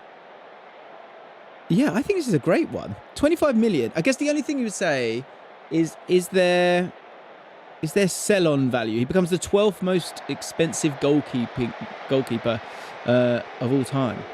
Missed out on the top 10 behind Neuer when he moved for Schalke. It's for 28 mil. And Trafford as well. So that's the only reason why he's not in that top 10. So for Bournemouth as a team that as a club that understandably buy kind of potential and then can sell that off, and that's a lovely thing that a lot of teams should be doing outside of, everyone should be doing broadly if they can. Are you buying someone for too much here? I wouldn't have thought so. They've brought in so much money with Huijsen and Kerkers, and they obviously didn't sign Kepa permanently, and Zabani looks like he's leaving as well. Bournemouth, Antonio Raiola, with a month to go, has a bit of a job on his hands to rebuild that defence, but I think Petrovic is a really good pillar to start that building off. Great point. I actually think at the moment, as it stands, in terms of Jorgensen, Robert Sanchez or Petrovic, I think he's Chelsea's best goalkeeper.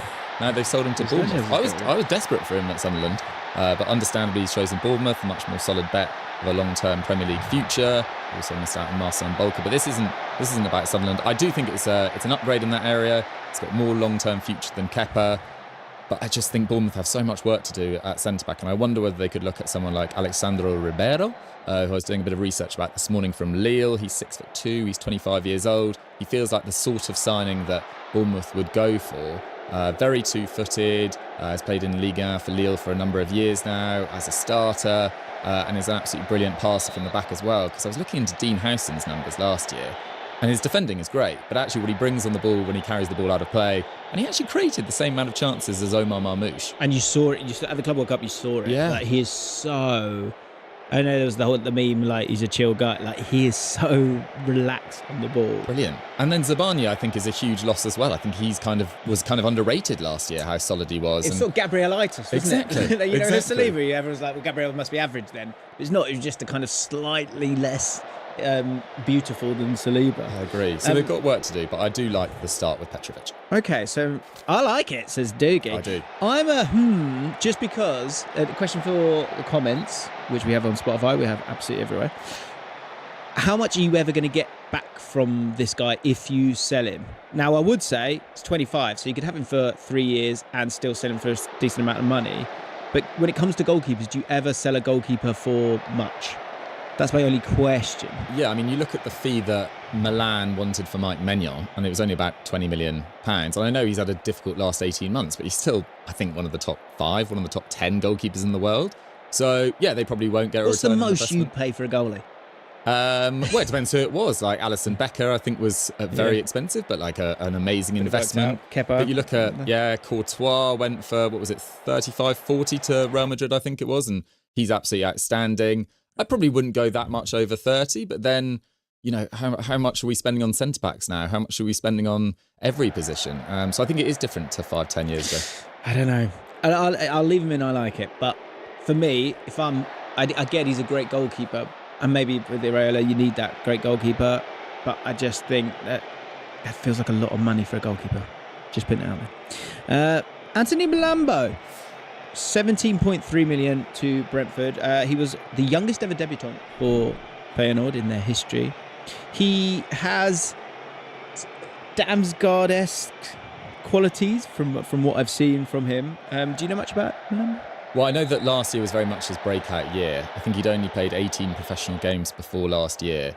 But Brentford would have known that there's a possibility that they would have players. But moving on, they always feel one step ahead in the transfer market.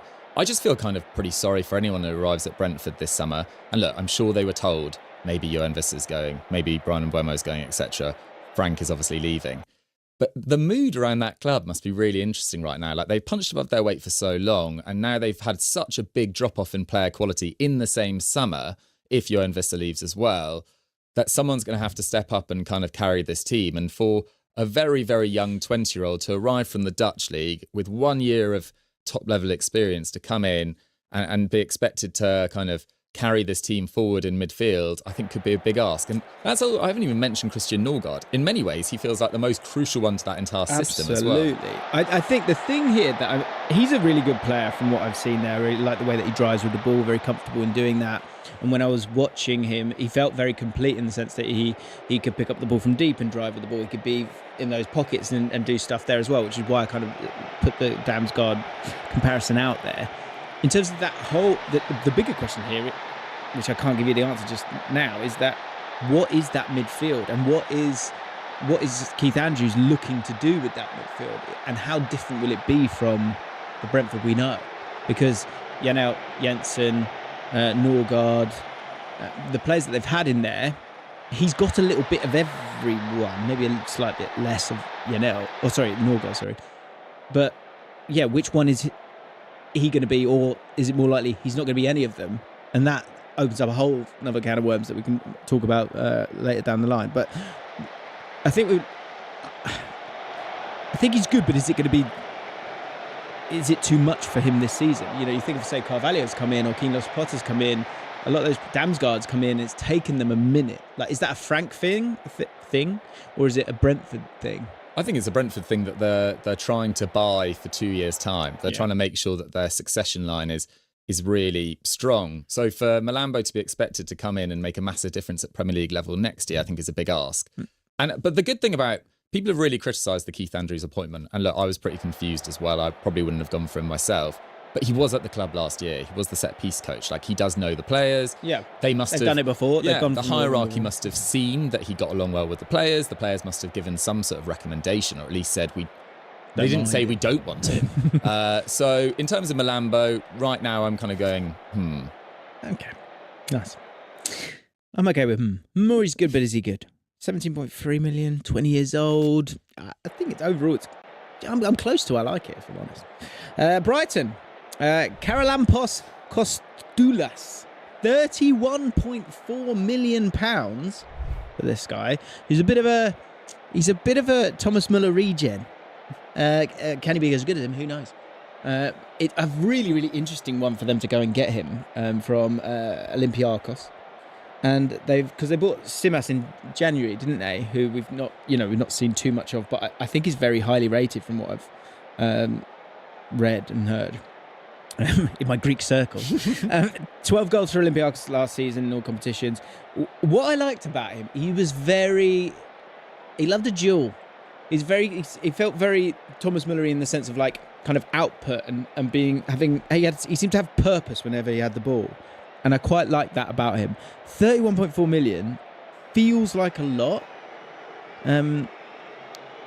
But, you always back Brighton, don't you? You do. I mean, you say it feels like a lot. It's more than double the Greek Super League record for a sale. Wow. Which was Daniel Prudence when he went to Wolves. And I think it was 16 million. So this Who did okay. But this guy does feel like he's in a kind of different stratosphere to Prudence from what I've seen of him. I was actually I put him in my 10 wonder kids that I think will explode this season on my new YouTube channel. They always explode, don't they? They always explode, yeah. There was some snarky comments being like, what do you mean by explode? Anyway, Koustalas looks really, really bright. So the season before last, he was playing in the UEFA Youth League, and Olympiacos beat Inter Milan, they beat Milan, they beat Bayern, and they won the entire thing. And he was one of the main guys. And he was one of the main guys. Then at the start of last season, he was with the under-19s again, I think. He scored 5 goals in 2 games. They were like, no, this guy's got to go to the senior squad. Right. And look, I've only done a few YouTube watches. Sure. I've talked to this guy called Stephen Contranu, I think he's called, on Twitter a bit. He's a big Olympiacos fan. And they all say he's really pretty special. And from the highlights you watch of him, like, he doesn't look his age. He's really physically developed. He can drop deep. His long-range passing looks good. He looks excellent in the air as well. It looks like Brighton have signed another gem. And I think the fact that they were willing to spend this much on him this early suggests that they know that in a couple of years' time, we're looking at a £50 million player. Yeah, Yes, really good point. I'm fascinated because the thing as well, but people go 12 goals, like, is that enough? Or 2 assists? He kind of played, he's not your normal out-and-out striker. That's why, I'm bringing the Muller thing in. And I'm interested to see, is he like the heir to Welbeck?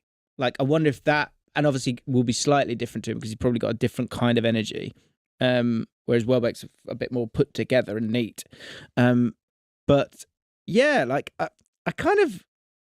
I'm sort of scared to say I like it. I think it's got to be as good, but is he good, isn't he? Because in terms of the jump up, it's a big step. And he's only played 35 professionable games. So it's nearly a £1 million per professional game played, which is kind of crazy. I'm going to say I like it. Okay. We're going to go with yours, I think. Overall. But we can do whatever. Yeah. I'm excited about Brighton's business. I think it's gone really under the radar. Oh, really? Yeah. I mean, I think De Kuyper's a really good addition at left back. They've signed Boscagli, who's one of the best passers in the Eredivisie last year. Feels like a really good Lewis Dunk replacement. People that have watched Coppola more than I have in Serie A are very bright about him as well. And they've got players coming back from injury that missed a lot of last year, like Kadioglu and Matt O'Reilly. Well, yeah. I think their squad could be really good. Burnley. Laum Chauner. 13 million. 21-year-old left-footed French winger, played at the under-21 Euros for France. Was doing well to get in a France squad. Losing in the semi-finals 3-0 against Germany. Played 37 times for Lazio last season. Scoring 2 goals, provided 1 assist, and totaled 1,364 minutes. Only 6 league starts. I think he will battle it out with a few of the attacking players. How much do you know about this lad? I was kind of watching him, and he felt very left-footed from what I was watching, and he didn't outrageously stand out, if I'm honest. Is that mean? I don't think it is particularly. I mean, he's contributed to Lazio in the last few years, but they do have some quality wingers there. You know, Sagagni and Pedro's still going at his age, but he's not had... Only 6 starts. Yeah, he's not had a kind of season where you're like, wow, you're kind of Lazio's main man now. And I think it's a fairly sizable fee for his level of experience. I think, if I'm being brutally honest, I think Burnley just kind of feel like nailed on for 20th, if I'm totally honest. Really? I'm sorry to say it. I just think James Trafford's a big departure as well. They've missed out on a few targets. I can't really see any higher than 20th. And I think Scott Parker's generally, his record in the Premier League versus in the Championship is really pretty different. that narrative will arrive pretty quick, I would imagine. Yeah, I get what you're saying. I guess it depends on... Someone has to be 20th as well. Yeah, and I think it depends on how those guys that failed before, if they can come back and impress. I think that's a big thing here. So for you, you're saying... I'm saying, Maybe even maybe not not for me. We need one. Yeah, you do need one. That feels cruel. Yeah. Sorry. I think, do you know what, when you're one of those promoted teams, you want players that you go, just to get that excitement going, that belief more crucially going. I'm not sure he does that. I'm not sure he moves the needle. So sadly, not for me. As well, I agree with you. Chelsea, João Pedro, 60 million squids. 23, has already scored some goals, some crucial goals for them in terms of winning the Club World Cup. Got 10 goals, 6 assists from 27 Premier League appearances last season. Yeah, how do we feel? Like, I mean, we're going to talk about the attack, as we said, but what about him? Like, do you like him there? Do you think 60 million's about right for a 23-year-old like João Pedro with the experience he's got? I think so. I think the fact he can play in a couple of different positions, the way he played in the Europa League the year before last, where I think he scored 10 goals in that competition, had some big games in the group stage where they were with, I think, Marseille and Ajax as well. I like João Pedro. I think he's got a lot of character. I think he's very technically gifted. He can pull players out of position.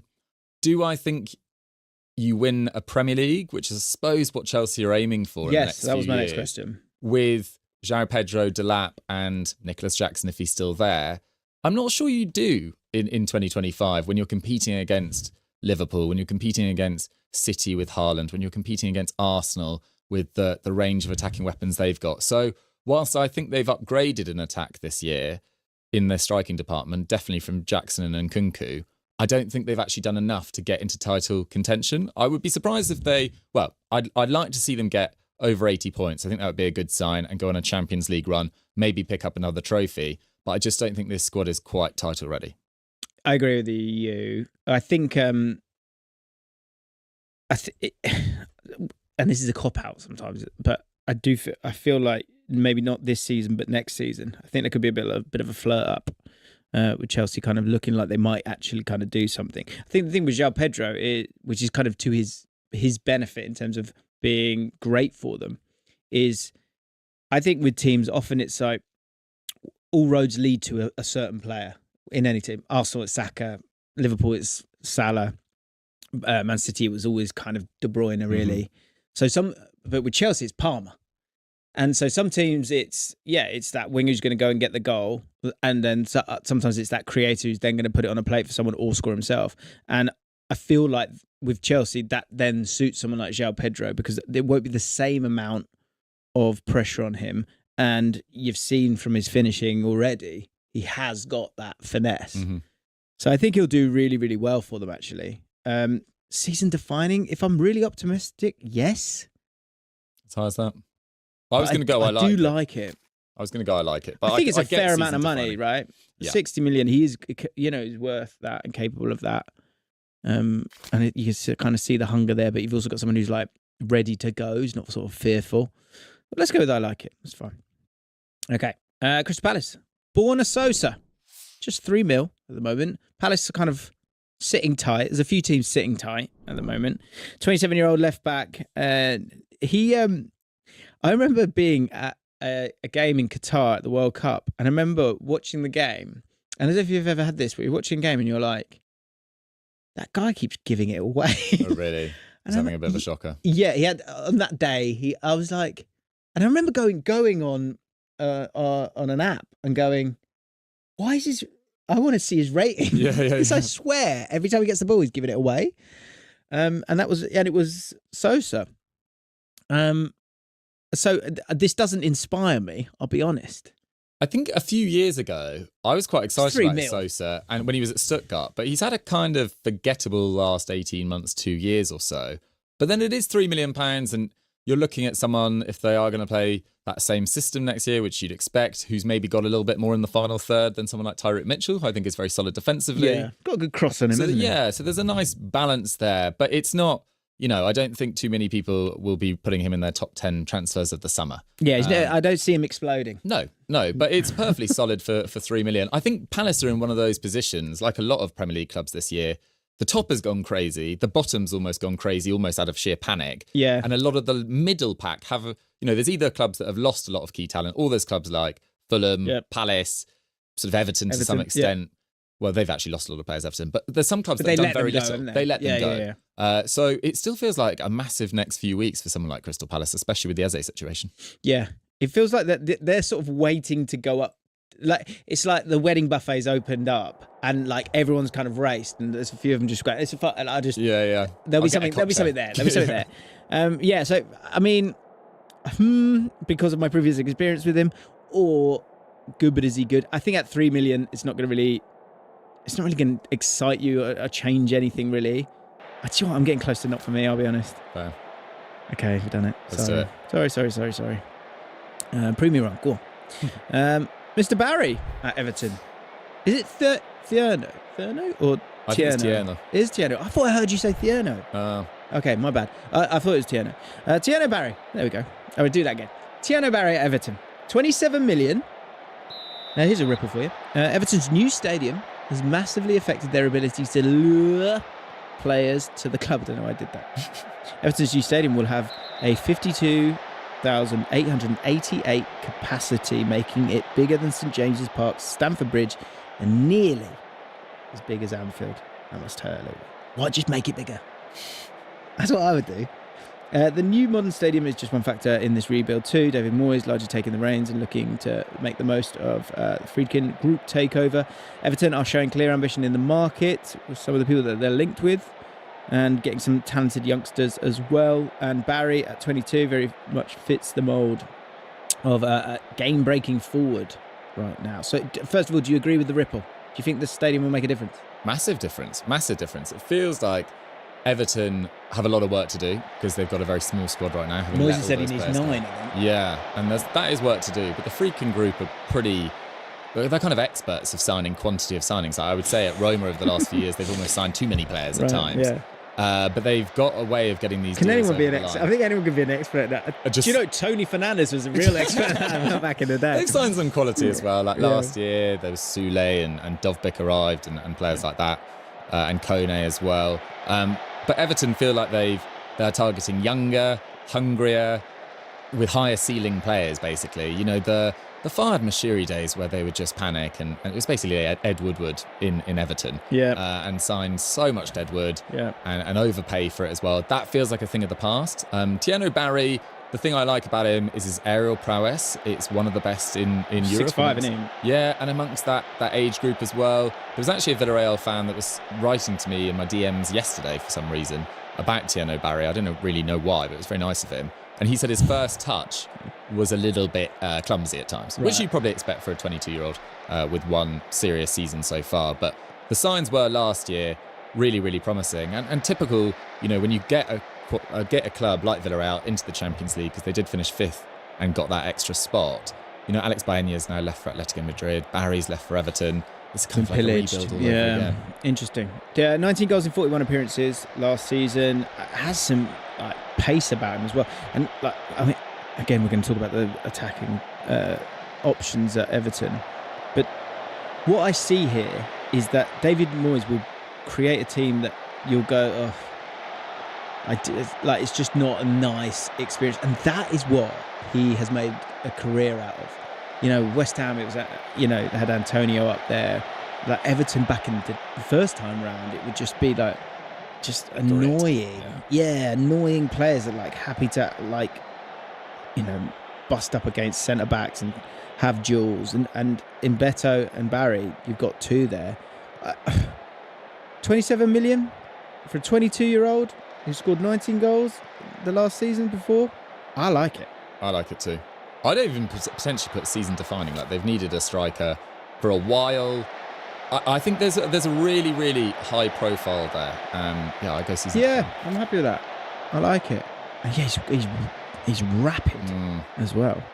So they're going to play. I think Everton fans are going to really, really enjoy it. Like sometimes you kind of go into a new stadium, and Like it's not. This isn't feel like like them. home, Yeah. I think they're just so gasping for it. They're going to love it. Okay, next up, Fulham, big one here. Benjamin Lecomte. He's a good-looking lad.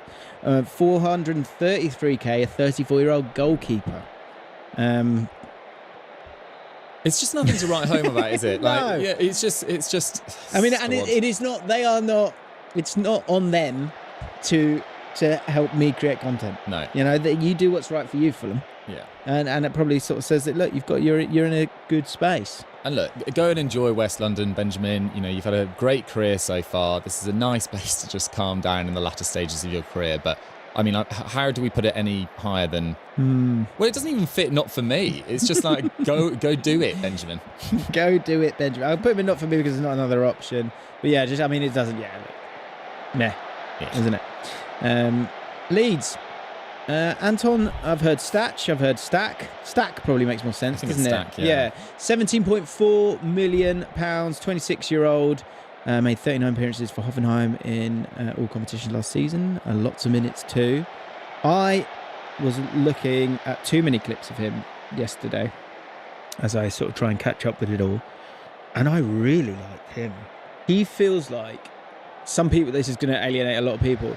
He reminds me of Bielik at Derby, who then I think went to Birmingham at some point. But at Derby, he was really, really good for them. And he was just this big thing in the centre of midfield, which kind of, it felt unfair, but also good on the ball as well at the same time. Like, he eats up the ground, 6'4". The other person I wanted to kind of compare him to a little bit was, or you'd hope that the impact would be this, is Palhinha for Fulham the year they went up and stayed up comfortably. That's what Leeds will be kind of hoping for. I like him a lot. I think so too. I mean, you look at even the sort of clubs slightly lower down the table. You look at Sander Berge at Fulham. You look at Amadou Onana at Aston Villa now. You know, the Declan Rice, the Rodris. Like, this physicality in the middle of the park has been a trend in the Premier League for a while, in a way that it's not really in the same extent around the rest of Europe. I think the Premier League is just, most managers like to have at least one unit in their side. And it feels like Daniel Farke has tried to really prioritise physicality. He's gone for giants, isn't he? He's gone for massive giants, because Bijol's huge as well. Bornau as well is he was really promising a few years ago at Wolfsburg. He's had some injury issues since. But that's really, really promising as well. I think Leeds have had a really, really good window. I would just want a little bit more of a guarantee of a goal scorer potentially at Premier League level. And it feels like they're moving on from Bamford. I think he's been told to leave the club or told he won't play. So maybe that is what they should be prioritising in the next 3 weeks of the window. But other than that, I still think they've got by far the best chance of any any newly promoted side to stay up. Fascinating. Okay. I think this could be season defining too. Yeah. I do. I like it. Right, Liverpool. Here we go.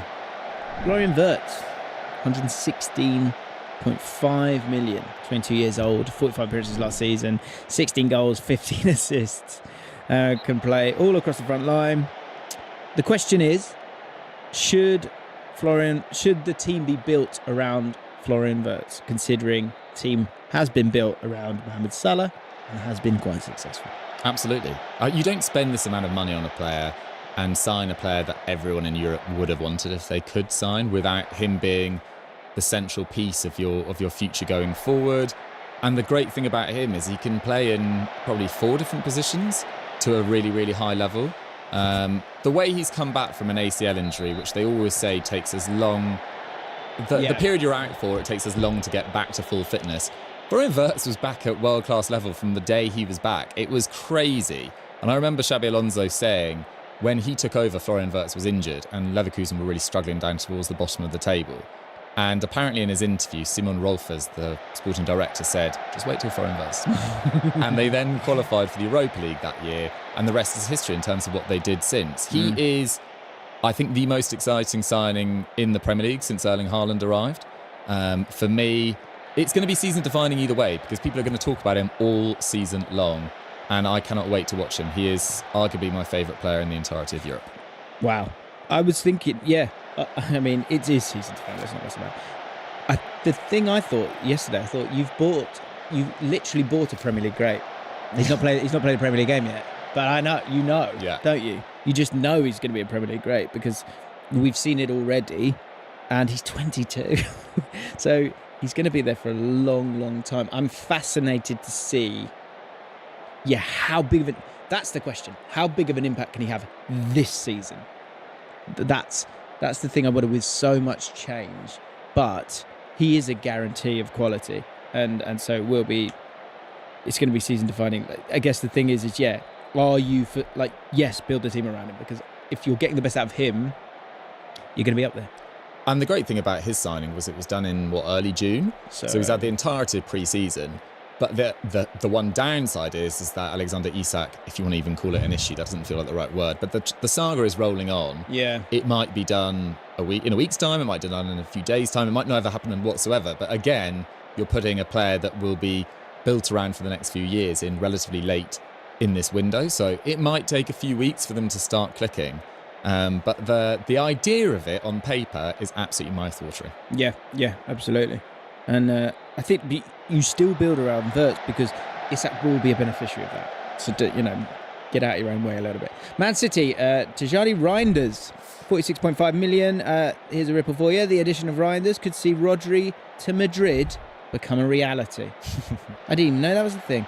Rodri has been linked to Real Madrid loosely in the past week for a fee of around 100 million.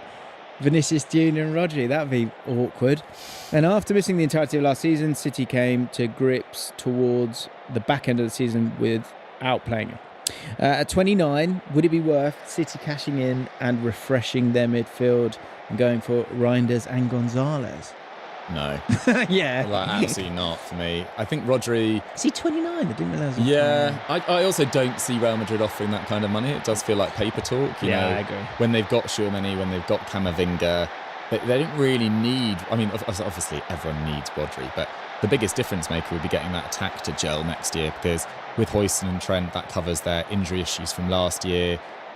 I think Kroos's, passing will eventually kind of fall to a different player, whether it's Arda Güler or someone like that, or the kind of Modric-esque sort of probing will go to Güler. So I wouldn't go for Rodri. In terms of Reinders, I think he'll be amazing in the Premier League. I think he stood out in Serie A for a number of years, looked like... And people always criticise the pace of Serie A or the pace of the rest of Europe, and it really frustrates me. Yeah, is that bollocks? I think it's exaggerated. I don't know if it's total bollocks, because every new signing does say, wow, it's quick here. Yeah. But Reinders does look like he's got the athletic ability to instantly kind of sweep into the Premier League and be absolutely fine. In terms of Nico Gonzalez, I didn't think it was the best purchase at the time for City, but he'll be fine for the bench going forward. But you don't want to base your midfield off the next few years when you're trying to get back to your best, when you've come off a really terrible season by your own standards, off Reinders and Nico Gonzalez, when you've got Reinders and Rodri. I'm excited. Yeah, Reinders will be fantastic. Like, you could see it really quickly. I thought what was really telling as well was when Rodri came on, Reinders went up and turned into one of those eights, and that shows just the. I nearly when you were chatting there, I was thinking I nearly wanted to compare him to Bernardo Silva, but he's not, because he can ish be the six.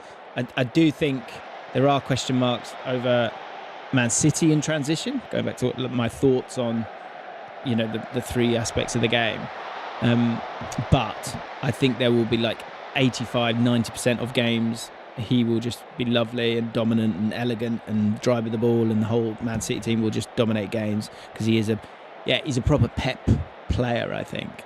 In terms of, I definitely like it. He's definitely good. Is it season defining, him coming through the door? I think there'll be other factors. It'll be, how does the attack gel around Cherki and Foden, and whether Rodri gets back to his best, and can Aït-Nouri be solid enough defensively. But in terms of the signing, I like it. Agreed. Okay. Man United, Bryan Mbeumo, £71 million. Is that right? I think, maybe rising to that. Rising to 71. 25 years old, 42 appearances for Brentford last season, scored 20 goals. 9 assists in all competitions. Man United clearly looking to recruit Premier League proven players this time round. The thing that is thrown at him a lot, he had the highest XG over performance in the Premier League last season, scored 20 goals from an XG of 12.3. Can't bloody win, can you? Some people would say that's like, if Harry Kane did that, you go, wow. What a finisher. Context matters. And so it's good that kind of people are touching on it a little bit. Thoughts on Bryan Mbeumo? I think there's almost more pressure on this one than Cunha because it felt like the right-hand side of Man United's attack could have been Amad Diallo. It could have been. And maybe they used the Bryan Mbeumo money to sign the striker that they're now chasing. And does that striker make a bigger difference than the difference between Amad Diallo and Bryan Mbeumo? Quite possibly. Or maybe they use that money to sign a natural right wing back. Now it feels like Amad Diallo might play there. Is that a good idea in the Premier League in 2025 to play Amad Diallo as a right wing back? I'm not quite sure. Maybe that money could have been used to sign the sort of all-round midfielder that they need with a bit more physicality than a Nagate or a Mainu. Someone, a past 5 years ago, Casemiro, maybe. So I think there is pressure on this signing. But in terms of, on paper, Man United have signed two of the best Premier League attackers from last season that were achievable to sign. It's just left them quite tight in other areas, and they did need to strengthen in other areas. So again, it's one that I'd rather judge in a few weeks' time, but obviously that doesn't make sense for this video. So at the moment, I'm going good, but is he good for Man United? Correct. The reason that's correct is because it's not even about Bryan Mbeumo, really. We know he's good, but can he be good at Man United? Because it is it's a different lens. We've seen it so many times. Mason Mount's a good player. Anthony's a good player. Like, there's loads. Harry Maguire, we've seen be a great player for England. These are all good players. But, good at Man United, it's a different beast. Mm-hmm. Because I think you have to be so durable mentally. That is my question to any signing, not just Bryan Mbeumo. So I think he's he's good, but is he good enough for Man United? Which is too much right in there. Good stuff. Anthony Elanga, 55 million. I mean, 23 years old, 43 appearances. I think if he's one where like they've kept Isak and they've got this guy and they've got Trafford and they've got all these guys that they wanted, I think we're looking at this slightly differently. But him on his own, a bit like say like Madueke, where people are going, if they bring Eze as well and they bring all the other guys, everyone's quite sweet with it. But if it's just Madueke, then people are going, oh, that's not getting me excited enough. Is that a similar feeling here? I always think that clubs are at their best when they've got different options, quite different stylistic options in their squad. And I said it a few years ago that I maybe thought Newcastle could do with a bit more creativity in their midfield when that pure physicality and that pressing's not working. And it feels like they've gone down the same route with their right winger this year. Again, a bit like Arsenal and a striker. Right wing in Newcastle has been talked about for years now. And they've gone for Anthony Elanga, who I think had a brilliant season last year for Forest, playing in a primarily counter-attacking system. Is he a big stylistic difference, or a big enough stylistic difference from someone like Jacob Murphy to make the difference in Champions League games or change the way you want to play? I don't necessarily think so. And I would rather have seen this money be spent on someone like Takefusa Kubo from Real Sociedad, or even Johan Bakayoko, who is a left-footed right winger, both of them are, and they feel very different to an outside-to-in winger like a Jacob Murphy. And I don't have anything against Anthony Elanga or Jacob Murphy, but they just feel quite similar. Yeah. So that's why I'm slightly underwhelmed by the signing for Newcastle, even though I think he's a good player. I get what you're saying. Someone like, I said this earlier in the summer, and I'm not saying he's better than him right now, but in terms of like where you're trying to get to, and also the sort of dynamics maybe within the squad, Jacob Murphy had the best season he's ever had last season. So you kind of don't want to completely throw that away. I was putting forward the idea of someone like Tyler Dibbling, who's got an incredibly high ceiling and is different. You could have had him and Jacob, if you could have got him, of course. Him and Jacob Murphy, allow Tyler Dibbling to learn from someone like Jacob Murphy, who's clearly learnt himself because of how much he's developed. Whereas Anthony Elanga, I think he's a really, really, really good Premier League player. Is he the difference? Is his ceiling like crazy high that's going to get Newcastle where they're dreaming of? I'm not sure. Like, and I look forward to being proven wrong. You kind of, I don't want to sort of put a ceiling on anyone, but yeah, I think in a good window that's an okay signing. I think in a bad window, I think it's putting pressure on him a little bit that he doesn't need, and I agree with you on the profiles as well. So, yeah, I maybe even would go not for me, but maybe that's my Sunderland side coming out. It's definitely or not for me. Do you know what though? I'm not He's a very solid player. He's a very solid attacker. So I think not for me. He's maybe a touch too much. Let's hum it. Let's hum it. Yeah, nice. Igor Jesus, who I watched quite a lot of. Yeah, what did you make of him in the club market? I like him. He's a bit of a battering ram. Botafogo weren't fantastic in possession. Got a great win against PSG, which was crazy, and the way they won it was very Nottingham Forest. So I think this is a really good move.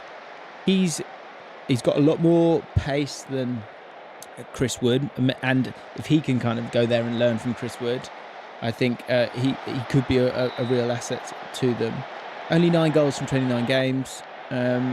He's all right, but he's only cost 10 million. He's very physical. Your proper, your normal sort of, I guess, power forward that we're seeing more and more of. And so as a backup, I like him. And if you need to chuck him on, and if you're willing to put crosses in, that's what Botafogo like to do. They just put crosses in as much as they could, and then sort of flooded the box. But if you want to bring him in to do that with Chris Wood, I think that's nice. And adds a little bit of depth. I think the question might be over the course of a Premier League season, and I don't know what's happened with Awani. Is he still there? Or is he gone? I think he's still there, but he's coming off that horrendous injury. Yeah, so you've kind of got 3 of those similar kind of guys. So you know how you're going to have your striker, but if you think of Espirito Santo, Raul Jimenez back at Wolves, that's how he plays anyway. So that's fine. But over the course of a Premier League season, if for some reason Awani's on his way out and Chris Wood got injured and he's your guy, I don't know if he's good enough. But I would chuck him in. He's good, but is he good?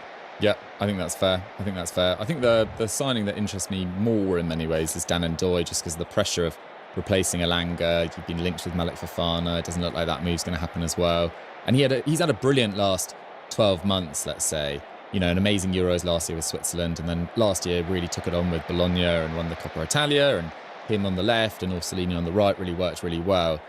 But there are some doubts about the fact that I think he's 24 and that was his first real big campaign. Right. The thing is, you're going from Bologna to Forest. That's quite a nice transition. Yeah. In terms of not too much pressure on you as well. I think most Forest fans would probably be delighted with the top 10 finish this year, having lost Elanga with all the stuff going on with Gibbs White as well, although he is now staying. So I think just more of the same from Forest. Okay. Sunderland. Here we go.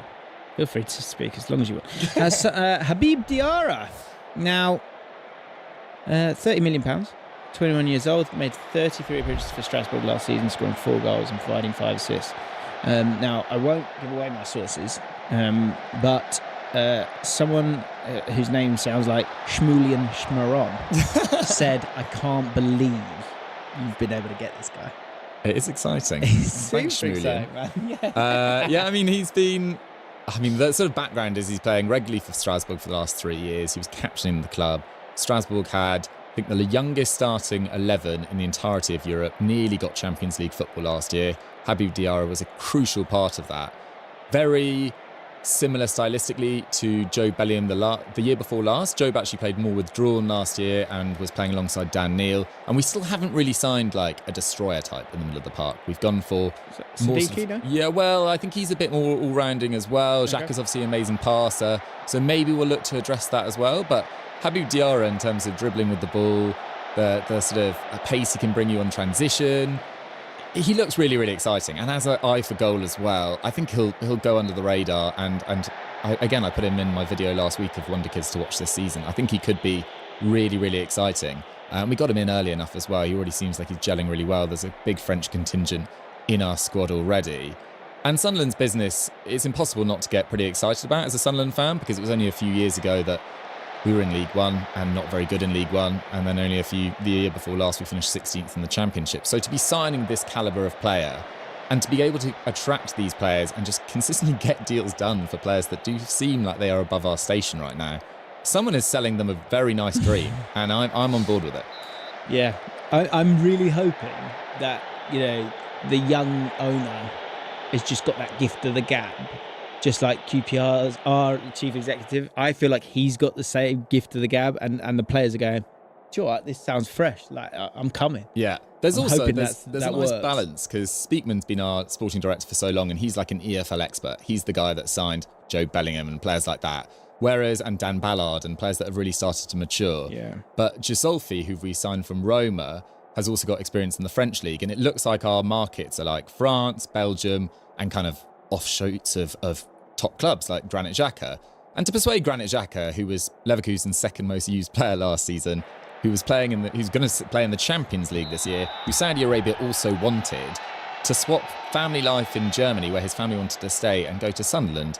I don't think a newly promoted side could have made a better signing this summer. And maybe that's just bars coming through, but I am genuinely so excited. Having said all that, the aim is still 17th. The aim is still 17th. Let's just try and survive, because the gap is massive. Habib Diarra, is he season defining? Yeah. Yeah? He could, well, Okay. he could be that level. Yeah. And it's either I like it or season defining, and we need him to be exceptional to survive. Okay, fine, that works. Okay, next up, Mohamed Kudus.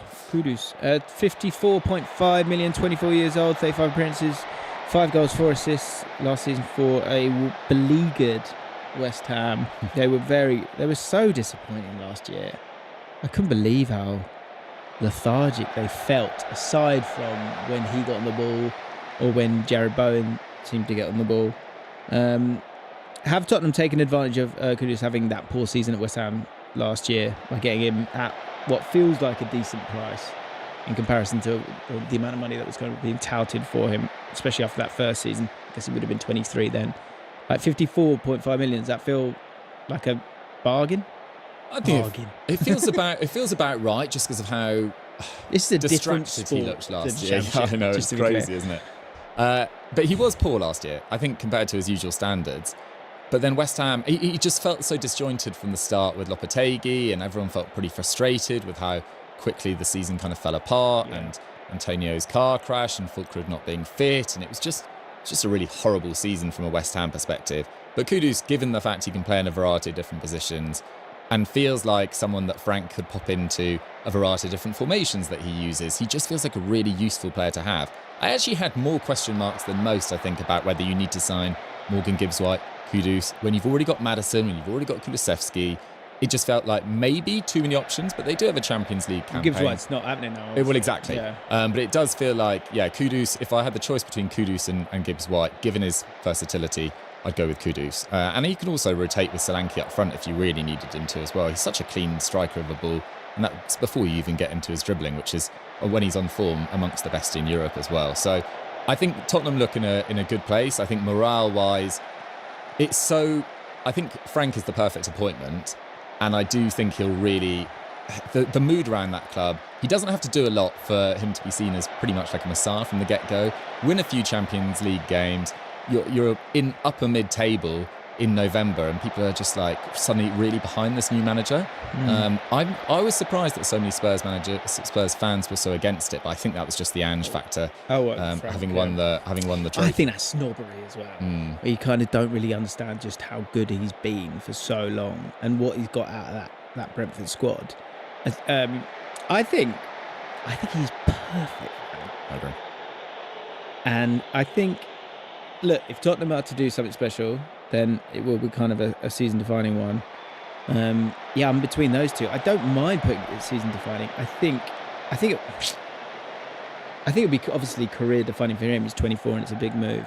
I think it will work. I think it will work really well. There's a lot of players that kind of need to, because it feels like Son might move on now as well. Yeah. So we need to see more from Odegaard. We need to see more from Richarlison. We need to see more from Tell. But if these players all step up and come out of Son's shadow, and Son didn't play well last year, that's not what I'm saying whatsoever, but in terms of your prestige and standing within a club, they need the next generation to really grab it. Even Kulusevski, I think, has shown in glimpses in the biggest games Totally agree. that he is one of the best players in the Premier League on his day, but it doesn't come around enough. But he needs The right pieces. quality around him, because he's not outrageously quick, so you can't totally do it on his own, and I think it's hard to do it anyway. I'm going to go season defining. I think it could be big. I think it could be really big. Where are we going? El Hadj Malik Diouf, 20 years old, 41 appearances last season for Slavia Prague, scored 7 goals, got 4 assists and loads of minutes, 3,000 of them. more of a wing-back profile, which feels like that's what they're going to continue to do under Graham Potter. 19 million. Thoughts? Emotions? I mean, I haven't seen a lot of him, to be totally honest, as well. I mean, you've got to see a serious upturn in form under Potter this year. I think it went under the radar and he almost went criticism-free at points. Like, they were... I thought they were really terrible, to be honest. Agreed. And quite unwatchable. Really. Yeah, and I think a squad with at least that foundation that they've got in Mavropanos and Todibo and Kilman at the back, like that feels like a really strong set of centre-backs for a club of their stature. And I want West Ham to take a step forward this year. There's no excuses. I think Lucas Paqueta, again, we talk about Kudus' downturn, really wasn't at it last year whatsoever. Jarrod Bowen's there until he dies by the looks of thing as well. And let's just, seriously, top half has to be an aim. But at the moment, I'm quite concerned about them, given the way clubs are strengthening above them. And the fact that United and Spurs just won't be as bad this year. Yeah, and I'm fascinated to see, if you're making it about the wing-backs a little bit, you've got him on one side, you've got Wan-Bissaka on the other side, who was fantastic last season, but can he do that again? Or was that, just a real refresher for him, like in terms of getting away from Man United? And also, sometimes players look good when the team's doing bad. I was one of those. So that makes me kind of slightly nervous. I think it's good, but is he good for me? I think good, but is he good? Yeah, I agree. I feel harsh because I just haven't seen that much from him. Yeah, and from what I saw of him, I enjoyed watching him. And scored like a couple of screamers as well. So he does have an eye for goal. But and he's 20, he's young, so I think there's an opportunity there. And last up, Wolves. Fer Lopez, 19 million, 21 years old, made 37 appearances for Celta Vigo last campaign, 8 goals, 3 assists. He's your proper, he's a proper 10. The highlights all look good. I think this is one of those ones where, like, forgive me, people, I haven't watched hours and hours of Fer Lopez, and I'm sort of suspicious of the clips because the clips look good. Is the consistency and the efficiency there for him to kind of come in? Because I think the fear is that he's got to come in and replace us in some way, Mateus Cunha. That said, Wolves played more as a team in the second half of the season, so that might kind of take a bit of the pressure off him. But I think it's a big jump for him. Yeah. I like parts of where Wolves are at. I think Strand Larsen actually had a really underrated year last year. Massively. I think he was really, really good. Yeah. And he's signed permanently. I really like the midfield base they've got with Andre and João Gomez as well. Aït-Nouri's also a big loss in the final third as well, because he was such like the kind of third man runner so often, and he'd really pick up great positions. He was almost better as a 10 than he was as a left wing back at times. He was just so free at points. Fer Lopez, from what I've seen of him as well, looks really, really bright. It's just a big ask. I wonder whether Wolves can make more interesting loans from La Liga in the next few weeks, like someone like Brahim Diaz. Is he going to get much game time at Real Madrid? Could he get at Wolves? Imagine. Wow. Like, I mean, I'd love to see you're that. Advertising, you're getting regular Premier League football, you're basing a team around him, or someone like Fermin Lopez at Barcelona as well. Like, are these players going to get that much game time at these top clubs? And I do think the likes of Everton, Palace, Wolves can look at these top clubs and think, we can offer something quite attractive for a season. Get your career back on track. There's no obligation to join us permanently, but if you enjoy it, you're playing Premier League football week in here. Yeah, I think it's, like I say, I think he's a very technical player, looks neat. Like, he's good, but is he good at best for me? Like, I think that's it with these Wolves players when they kind of come in. Sometimes you're waiting to see, can they actually hit the ground running in the Premier League? So time will tell. Yeah. I don't know about Wolves. I need to sort of dive into it. So you're going, I'm clicking close to I'm going, Yeah. I've gone, It's a Is that solid okay? Wolves fans, please talk to me in the comments. I'm fascinated to know how you feel about Fer Lopez, how you feel about the team this year, because you did finish the season well last season. And there you go. Every team's most expensive transfer. Come on, Fulham. Pull your finger out. Get your wallet out. Get in the mixer. Doogie, thank you so much. What's crucial to say is that you have a YouTube channel now. I do. I've gone my Banging own way. views. Have you not watched any of the videos yet? Everyone else has. Yeah, please go check it out. Doogie Critchley, just simply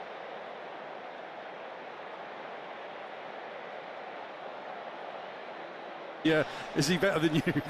You've just answered it for me. There will be some Palace fans thinking, hang on a minute, did he have a better chance of first-team football at Crystal Palace? So was that a factor in it? Is he likely to go out on loan sooner rather than later? Yeah, I'm sure the loan opportunity will come for Jesse, maybe in January or maybe in a year's time, but he's got to find his feet at Chelsea. That's a big question, and I have to answer that honestly and say, in my opinion, and the advisors, and we're at Global Sports who represent Jesse, we looked at it and we really delved deep into how Crystal Palace develop their young players, and ultimately we come up with the decision that Jesse, it would be right for him to leave, and we've made the call. That doesn't stop my relationship with Crystal Palace or the time that he spent there. He's had a good time at Crystal Palace, but look, you have to make big calls in your career, and this was a massive one. It was, and really appreciate you speaking openly about it, and wish him all the very best, of course. Listen, if he goes on and plays for England and does all sorts, we'll all be extremely happy. So we'll follow his career with interest. Let's check in on the cricket. Again, England, India, Georgie Heath. Yeah, England still toiling away. India currently 246 for 5, so that means that India lead by 223 runs, and they've still got 5 wickets in hand, and Jaiswal is still out there in the middle. He's been dropped twice. He's now 109 from 142, so this is looking very difficult for England at the moment. They're toiling away, but they're working hard. It's currently drinks at the Oval. India 246 for 5, and they currently lead by 223. Already in League One, Cardiff have come from behind to beat Peterborough by 2-1. That was live on TalkSport 2. Bradford Wickham is coming up on TalkSport 2, but here on TalkSport, 10 to kick off as we take you around the grounds with all the goals as they go in. Standard. Johnson! A new signings, Sonny Bradley and Riley Towler make their Lincoln debut in a new look back line, whilst further forward Rob Street is still awaiting his first goal for the club. He did do well on loan at Doncaster, and he'll look to team up with James Collins. For Reading, Finley Burns is in from Manchester City and Mark Omani from Portsmouth. They both start, but Pordy O'Connor doesn't against his former club. Recent rival Paddy Lane is amongst the subs. At the LNER, it's Lincoln against Reading. Plymouth take on Barnsley at Home Park. TalkSport's Lawrence Mora. Plymouth's new boss Tom Cleverley names 5 players who make their debuts as he rebuilds this squad after relegation from the Championship. Ashby Hammond, Wiradu, Amici, Watts and Ibrahim, the new starters. Barnsley manager Conor Hourihane returns to Home Park, where his career really kicked off, playing more than 140 times, captaining the club. And he gives a debut to his old international teammate David McGoldrick, who apparently persuaded Hourihane to sign him while the pair were at a wedding evening do earlier this summer. In sunny Devon, it's Plymouth against Barnsley. TalkSport taking you into League 2. New Boys Barnet take on Fleetwood at the Hive. Ian Abrahams. The Bees' first game in the EFL for 7 years against Fleetwood. They're unbeaten here, by the way, since February 2024 in league competition. Senior Kensdale, Galvin and Hugo make their Barnet debuts. Denver Hume, Will Davis and Toby Malarkey for Fleetwood make their debuts. Barnet getting used to the EFL again. It'll take some time. With the Oasis down the road, will they win today? Definitely, maybe. It's Barnet against Fleetwood at the Hive. See what he's done there. Teams are out here at Stadium MK, where it's Milton Keynes Dons against Oldham. Ian Stringer. And the teams follow Dons manager Paul Warne, who's just done a lap of honour to appreciate the fans. 1,800 travelling from Oldham with Pyro already in the corner. New signings starting aplenty. That's Collins, Hepburn, Murphy and Mendes Lang for the Dons. Drummond, Stevens and Morris all starting for the outsiders. This afternoon, the visitors. MK Dons versus Oldham. Also in League 2, Walsall take on Swindon. Here's Jeff Peters. Yeah, only Jamie Jellis remains from Walsall's starting lineup at Wembley. 5 new signings in: Roberts, Flint, Hancock and Presley and Stuttle, who are up front. 4 new faces for Swindon, who finished 12th last season. Loney's, Wilson, Brown and Monroe, plus Snowden and Oldacre. Striker Harry Smith looked to be struggling a bit in the warm-up, so perhaps one to watch here at the Bescot. Jeff, thanks very much. A couple of notes on keepers in League 1. Mansfield Town having goal for them at Burton this afternoon on day 1. Liam Roberts, remember him, the Millwall keeper sent off for wiping out JP Mateta in the cup tie with Palace last season.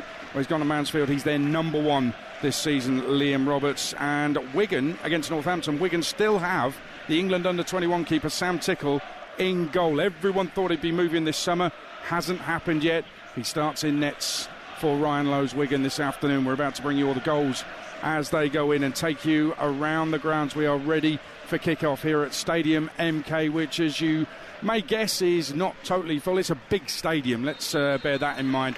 And MK get us underway here at Stadium MK this afternoon as they take on Oldham, freshly promoted via the playoffs from the National League. Let me tell you what's coming up tomorrow lunchtime on TalkSport 2. It's live and exclusive from League One. It's a Manchester derby as Stockport take on Bolton Wanderers, underachievers.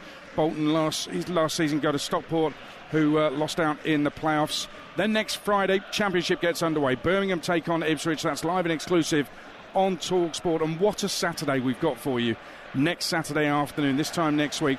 Well, lunchtime, Southampton Wrexham is live and exclusive on TalkSport.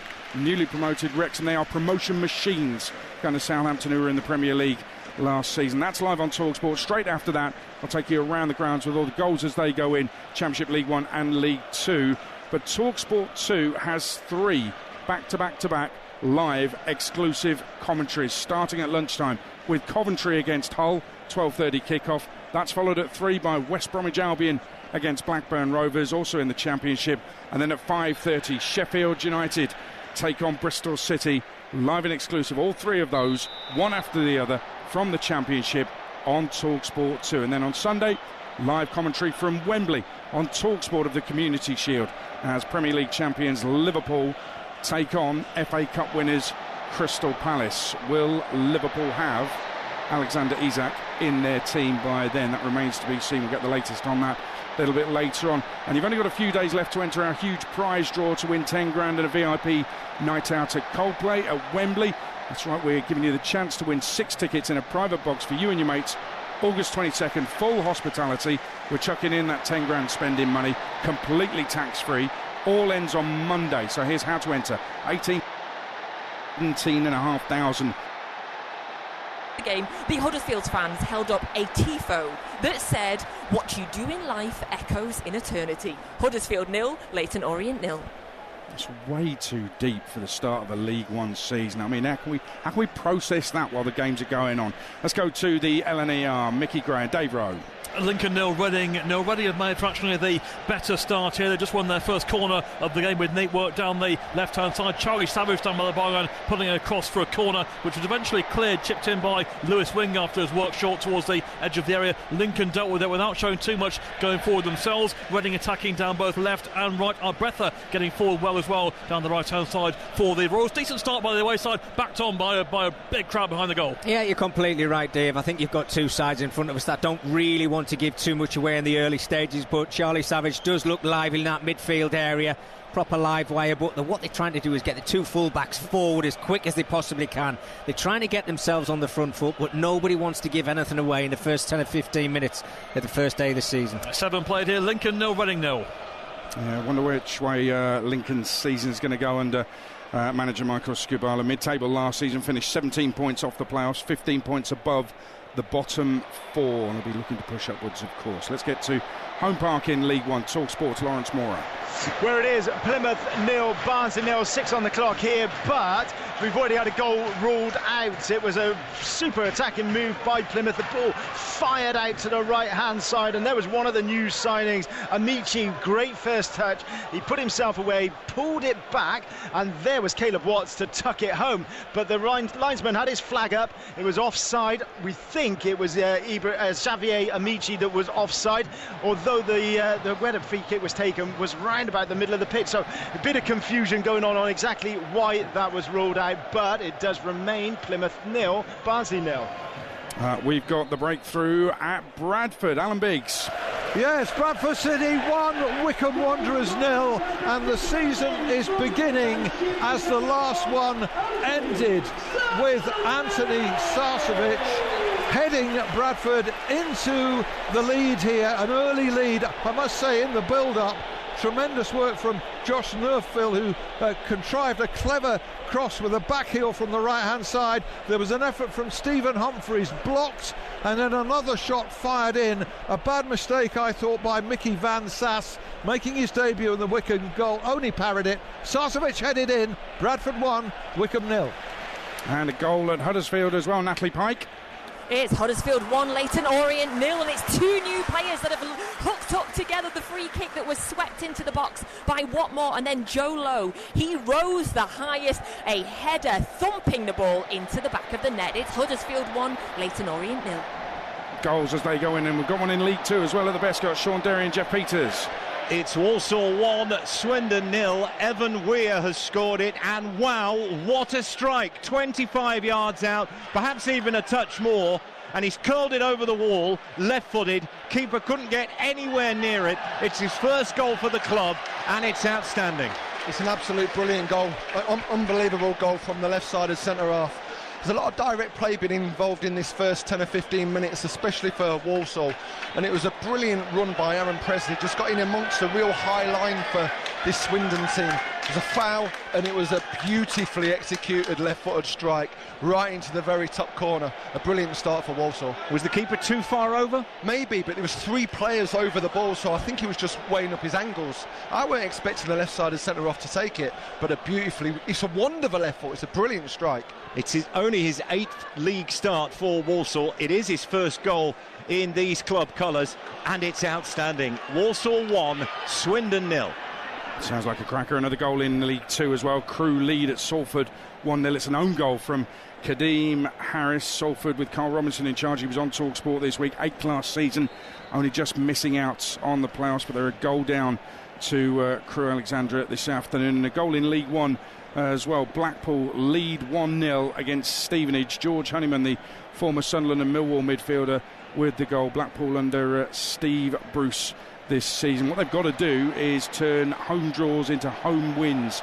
Last season they drew 11 of their 23 games at Bloomfield Road. Blackpool, they lead 1-0 so far this afternoon. Let's get into League Two. Head to the Hive. What's happening there? TalkSport's Ian Abrams.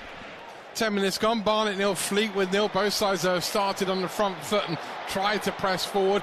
Fleetwood nearly got some joy when Will Davis, their debutant, almost robbed the Barnet goalkeeper Owen Evans. Meanwhile, at the other end, Idris Kanu has had a shot well saved by Jay Lynch in the Fleetwood goal. The only 2 saves the goalkeepers had to make so far. It's fair to say the trains on the Jubilee line behind the away stand have been more busy this afternoon so far. 11 gone, Barnet 0, Fleetwood 0. And let's update you on what's happened here at Stadium MK so far. Ian Stringer. Into the 12th minute it remains. MK Dons 0, Oldham 0. The only chance on goal came in the 10th minute for the visitors. Oldham, good header from Fundop. Drummond with the effort.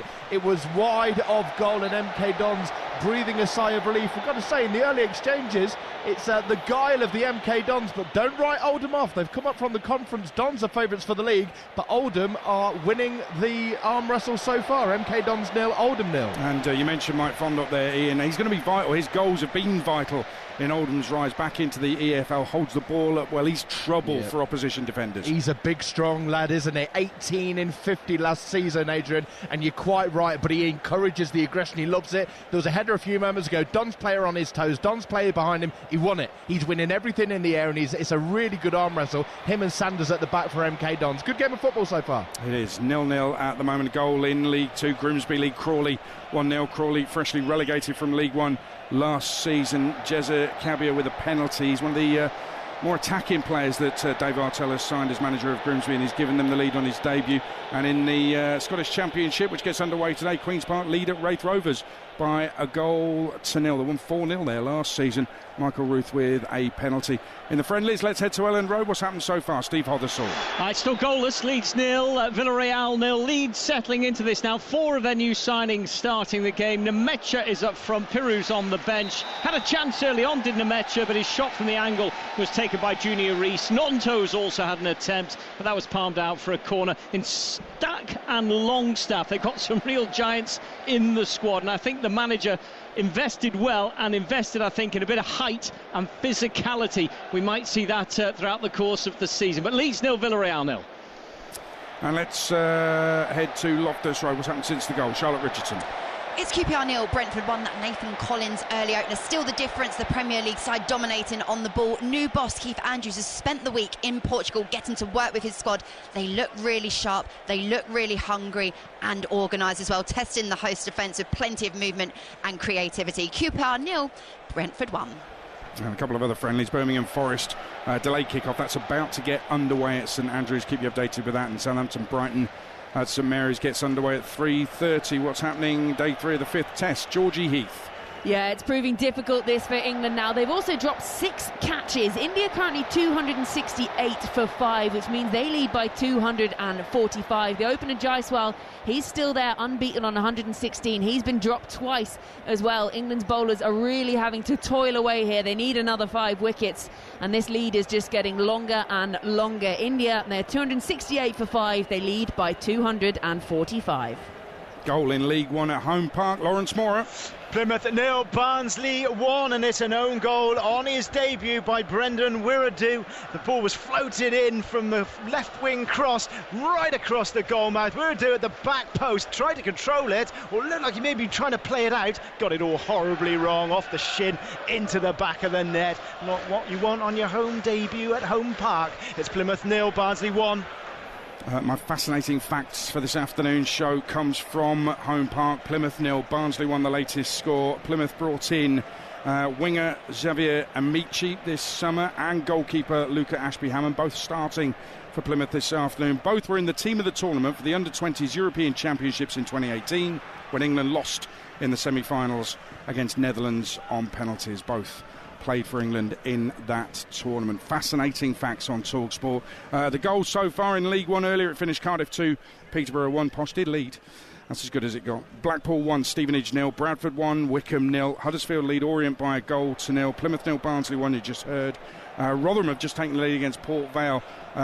Any possible chance of Rotherham hitting top 6 under Matt Hamshaw, his first full season in charge, could well depend on the goals of Sam Nombe, and he's scored after 13 minutes. Rotherham lead Port Vale 1-0. Port Vale promoted last season. We've got a goal, another goal of Bradford. Alan Biggs. Bradford City 2, Wickham Wanderers 0. Bobby Poynton with the second goal. What a start this is to life, a league higher for the Bantams, promoted dramatically at the end of last season. Have scored 2 excellent goals. This one very different. Poynton from the edge of the box, 25 yards, drilling it left-footed into the bottom corner following that earlier goal scored by Anthony Sarcevic. It's a flying start. Wickham, who plummeted towards the end of last season and eventually missed promotion, having a really rocky start here to this season at Valley Parade. There's live commentary of this over on TalkSport 2. You can join Adam Bridge and Adrian Clark there. The score: Bradford City 2, Wickham Wanderers 0. I've already had a message from a Wickham fan who is very concerned. That was at 1-0, they're now 2-0 down. Remember, Wickham last season started the campaign under Matt Bloomfield, who's now the Luton manager. When he left, Mike Dodds, who'd been caretaker at Sunderland, came in. They were challenging for automatic until the last few weeks of the season, then fell into the playoffs, lost the playoff semi-final to Charlton, and now it's a case of which way the season's going to go. Well, if top scorer and arguably League One's Player of the Year last year, Richard Kone, is on his way, he's not playing today, Wickham could well find themselves in a few problems this season. League 2 goals so far: Grimsby lead Crawley 1-0, Salford 0, Crewe 1, and Walsall 1, Swindon 0. Remember, Bradford Wickham, Bradford 2-0 up. That's live on TalkSport 2 right now.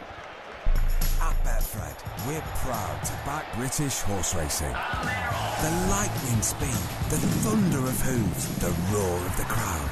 This flat season, Betfred are making history as the first bookmaker to sponsor all 5 British Classics.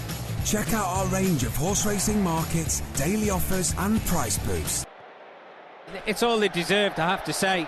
Lincoln, they've been a better side, they've been more direct, they want to try and get in behind this back line of Reading, who just want to come out and try and play football, but you have to do the hard work. You've got to do your job defensively. Brilliant play from Street down the right-hand side. He just got on his bike, used his pace, great little ball into the air. Right, there was a big deflection that went behind the goalkeeper. Keeper had absolutely no chance, Pereira, in that Reading goal, but super start for the home side. Yeah, just once again, and I'm pretty sure that Finley Burns on his debut will have an OG against him for that effort by Rob Street. Whatever, Lincoln in front here, Lincoln 1, Reading 0. Let's get into League 2. Red card already this season at Walsall. Sean Derry and Jeff Peters.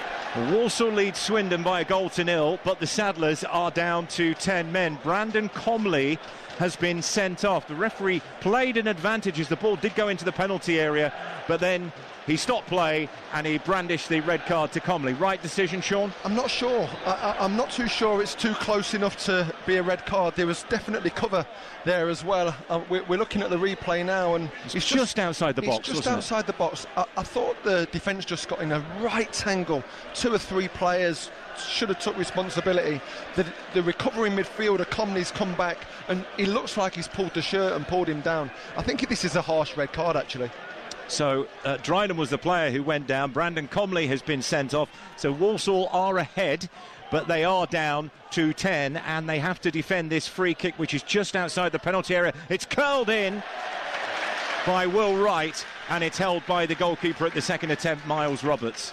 Yeah, going back to the red card, Jeff, I just think, there's some big decisions that have already been made in this game. The referee's dealt with this opening 22 minutes well, but I think he's got that wrong. I mean, you're looking at recovery runs from midfielders, and you get close. It was more of a pull than a kind of an out-and-out tug on a shirt, and I just think the centre-forward, Drinning's come across, and he's just gone down really easy.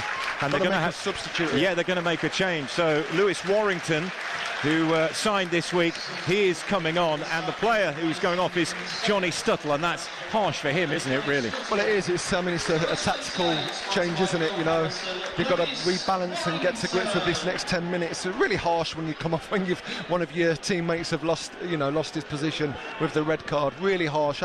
Not for me a red card, definitely not. Evan Weir's goal separates the sides, but Brandon Comley sent off. Walsall 1, Swindon 0.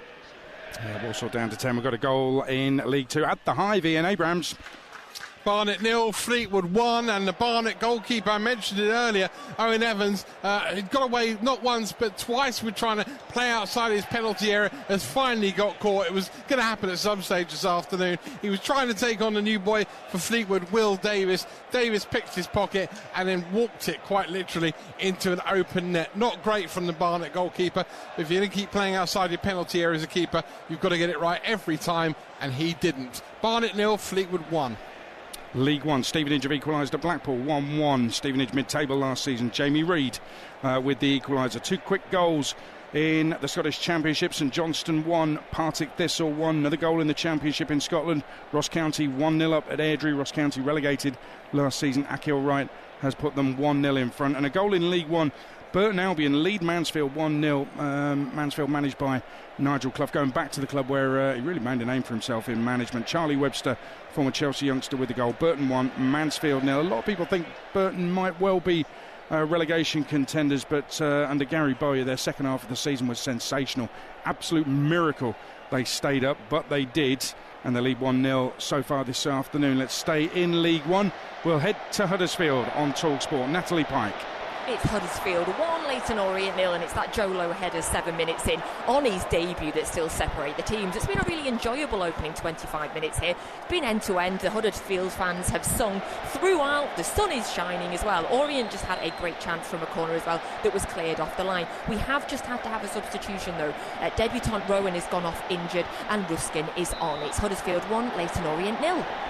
Callum Wilson to West Ham has moved on apace. We'll get more on that later on in the show. Let's head back to the League 1 game at Bradford. TalkSport's Alan Biggs. Yeah, still Bradford City 2, Wycombe Wanderers 0. It's been a torrid start in the Wycombe goal, making his debut, Mickey Van Sass, who in my view was at fault for the opening goal. I say a torrid start because a couple of minutes ago he failed to claim a cross, but in fairness he was pretty heavily buffeted, and we have the rarity of a goalkeeper being treated for what I thought was genuine reasons. Obviously with game stops and everybody took a break and came for one of those unscheduled stops, having a drink, but I thought that was genuine, and I think he needed the breather as well.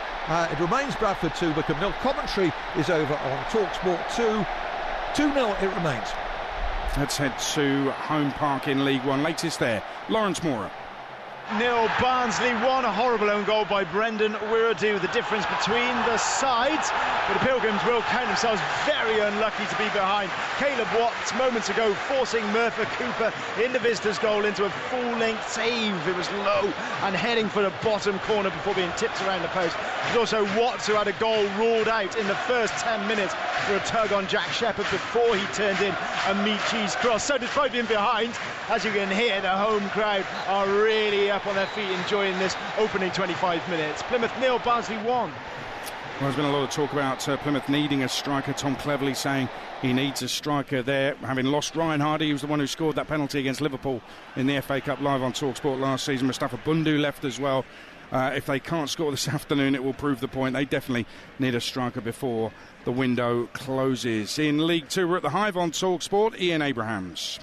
Barnet 0, Fleetwood 1. The goal by Will Davis after that horrific error, really, by Owen Evans, who straight afterwards came outside his penalty area again to clear the ball. So he's not going to be deterred despite that goalkeeping howler. At the other end, Barnet could have had a goal as well. A Ryan Glover deflected shot tapped in by Danny Collins, but unfortunately for him and for Barnet, he was offside, or the goal was ruled out for offside. Barnet 0, Fleetwood 1.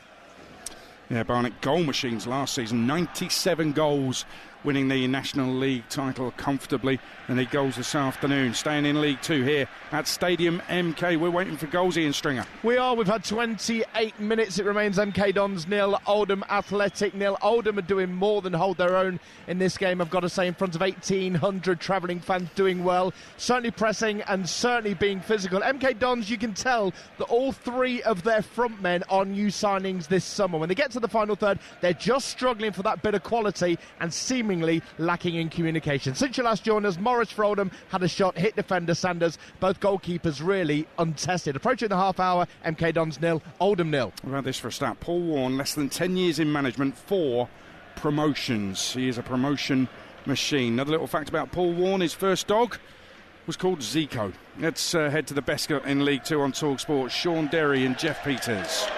Walsall 1, Swindon 0. The Saddlers, though, down to 10 men after that red card for Brandon Comley for pulling back Drynan just outside the penalty area. They've made the change. Lewis Warrington signed this week.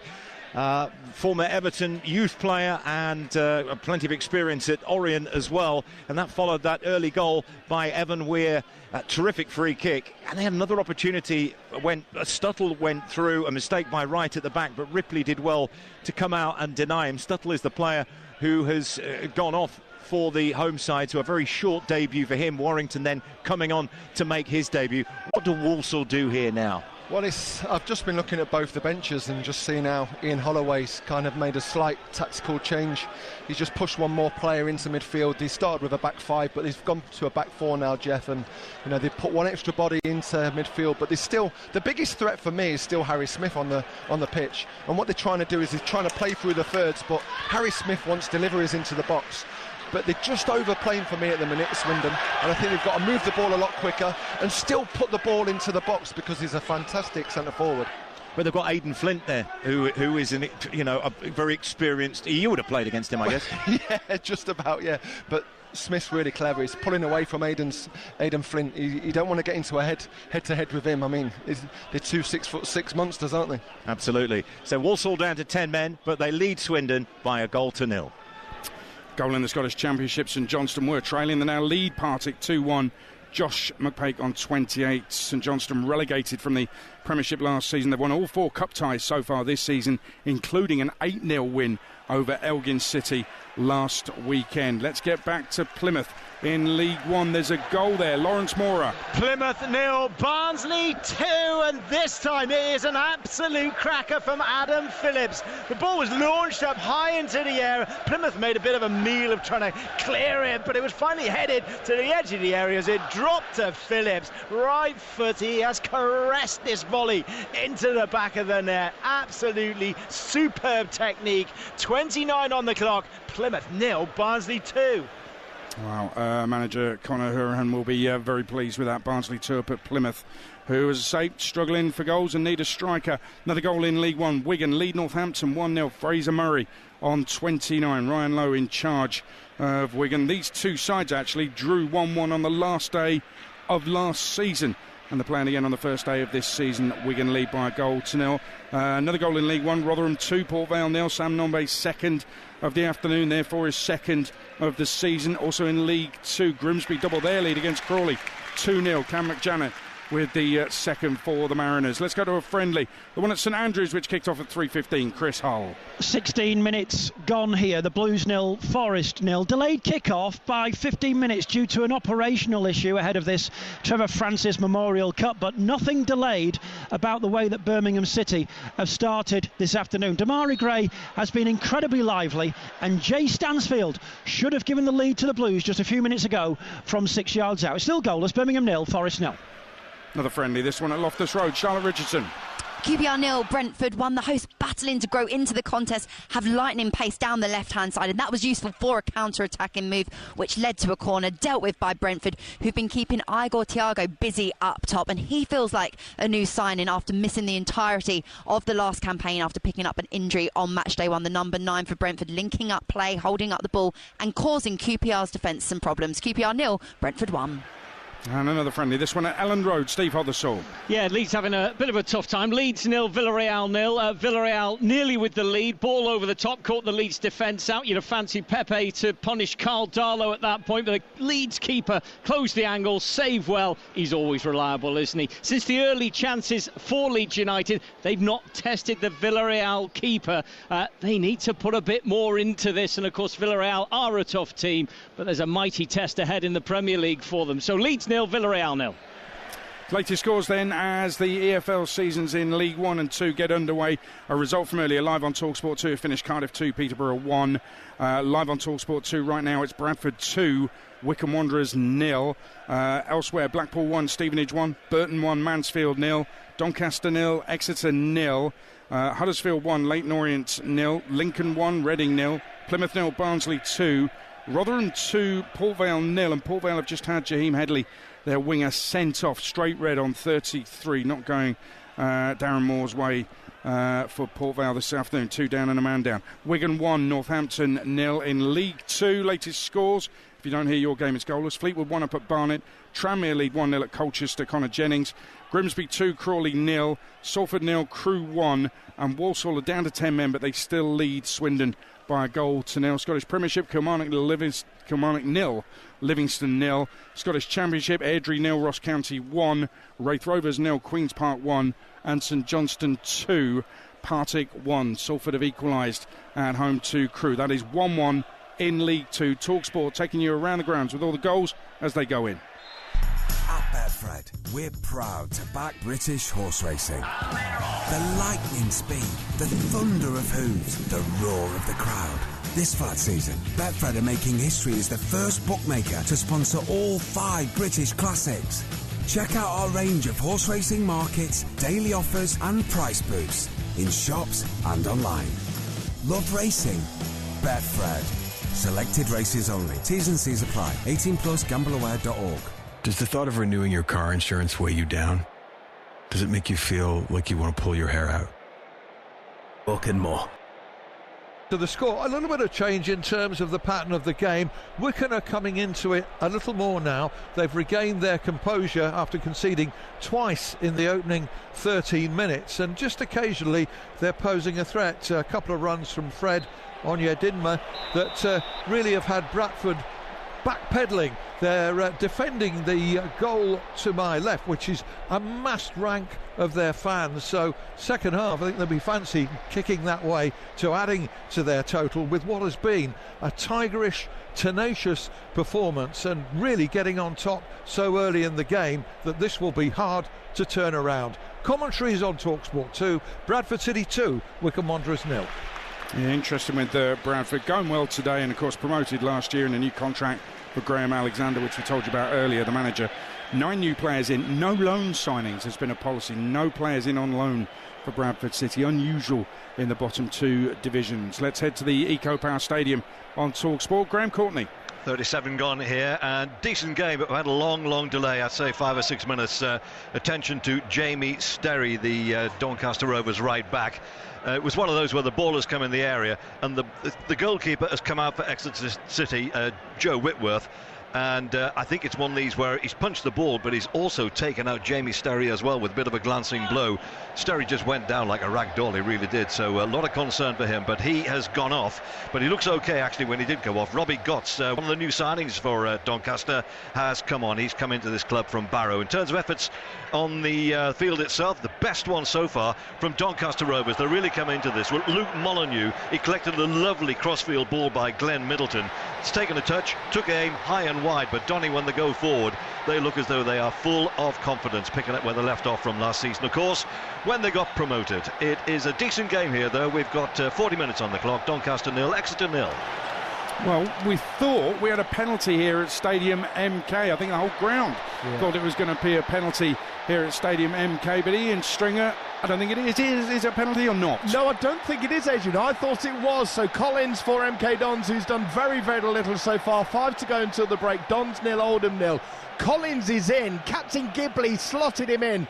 Collins is away. He's gone goal side of the defender, and it looked to me as though Collins was hacked down from behind. Referee, who changed his mind on a corner 2 minutes ago, by the way, gave a corner and then took the corner away without any interference from his linesman, has then seemingly given a corner, which means it's a perfectly timed challenge by, I think, Daniels, meaning it's a corner to the MK Dons. At last, a bit of excitement for the home fans, because the Dons have been rather flat, and Collins has been feeding on scraps. 5 minutes to go.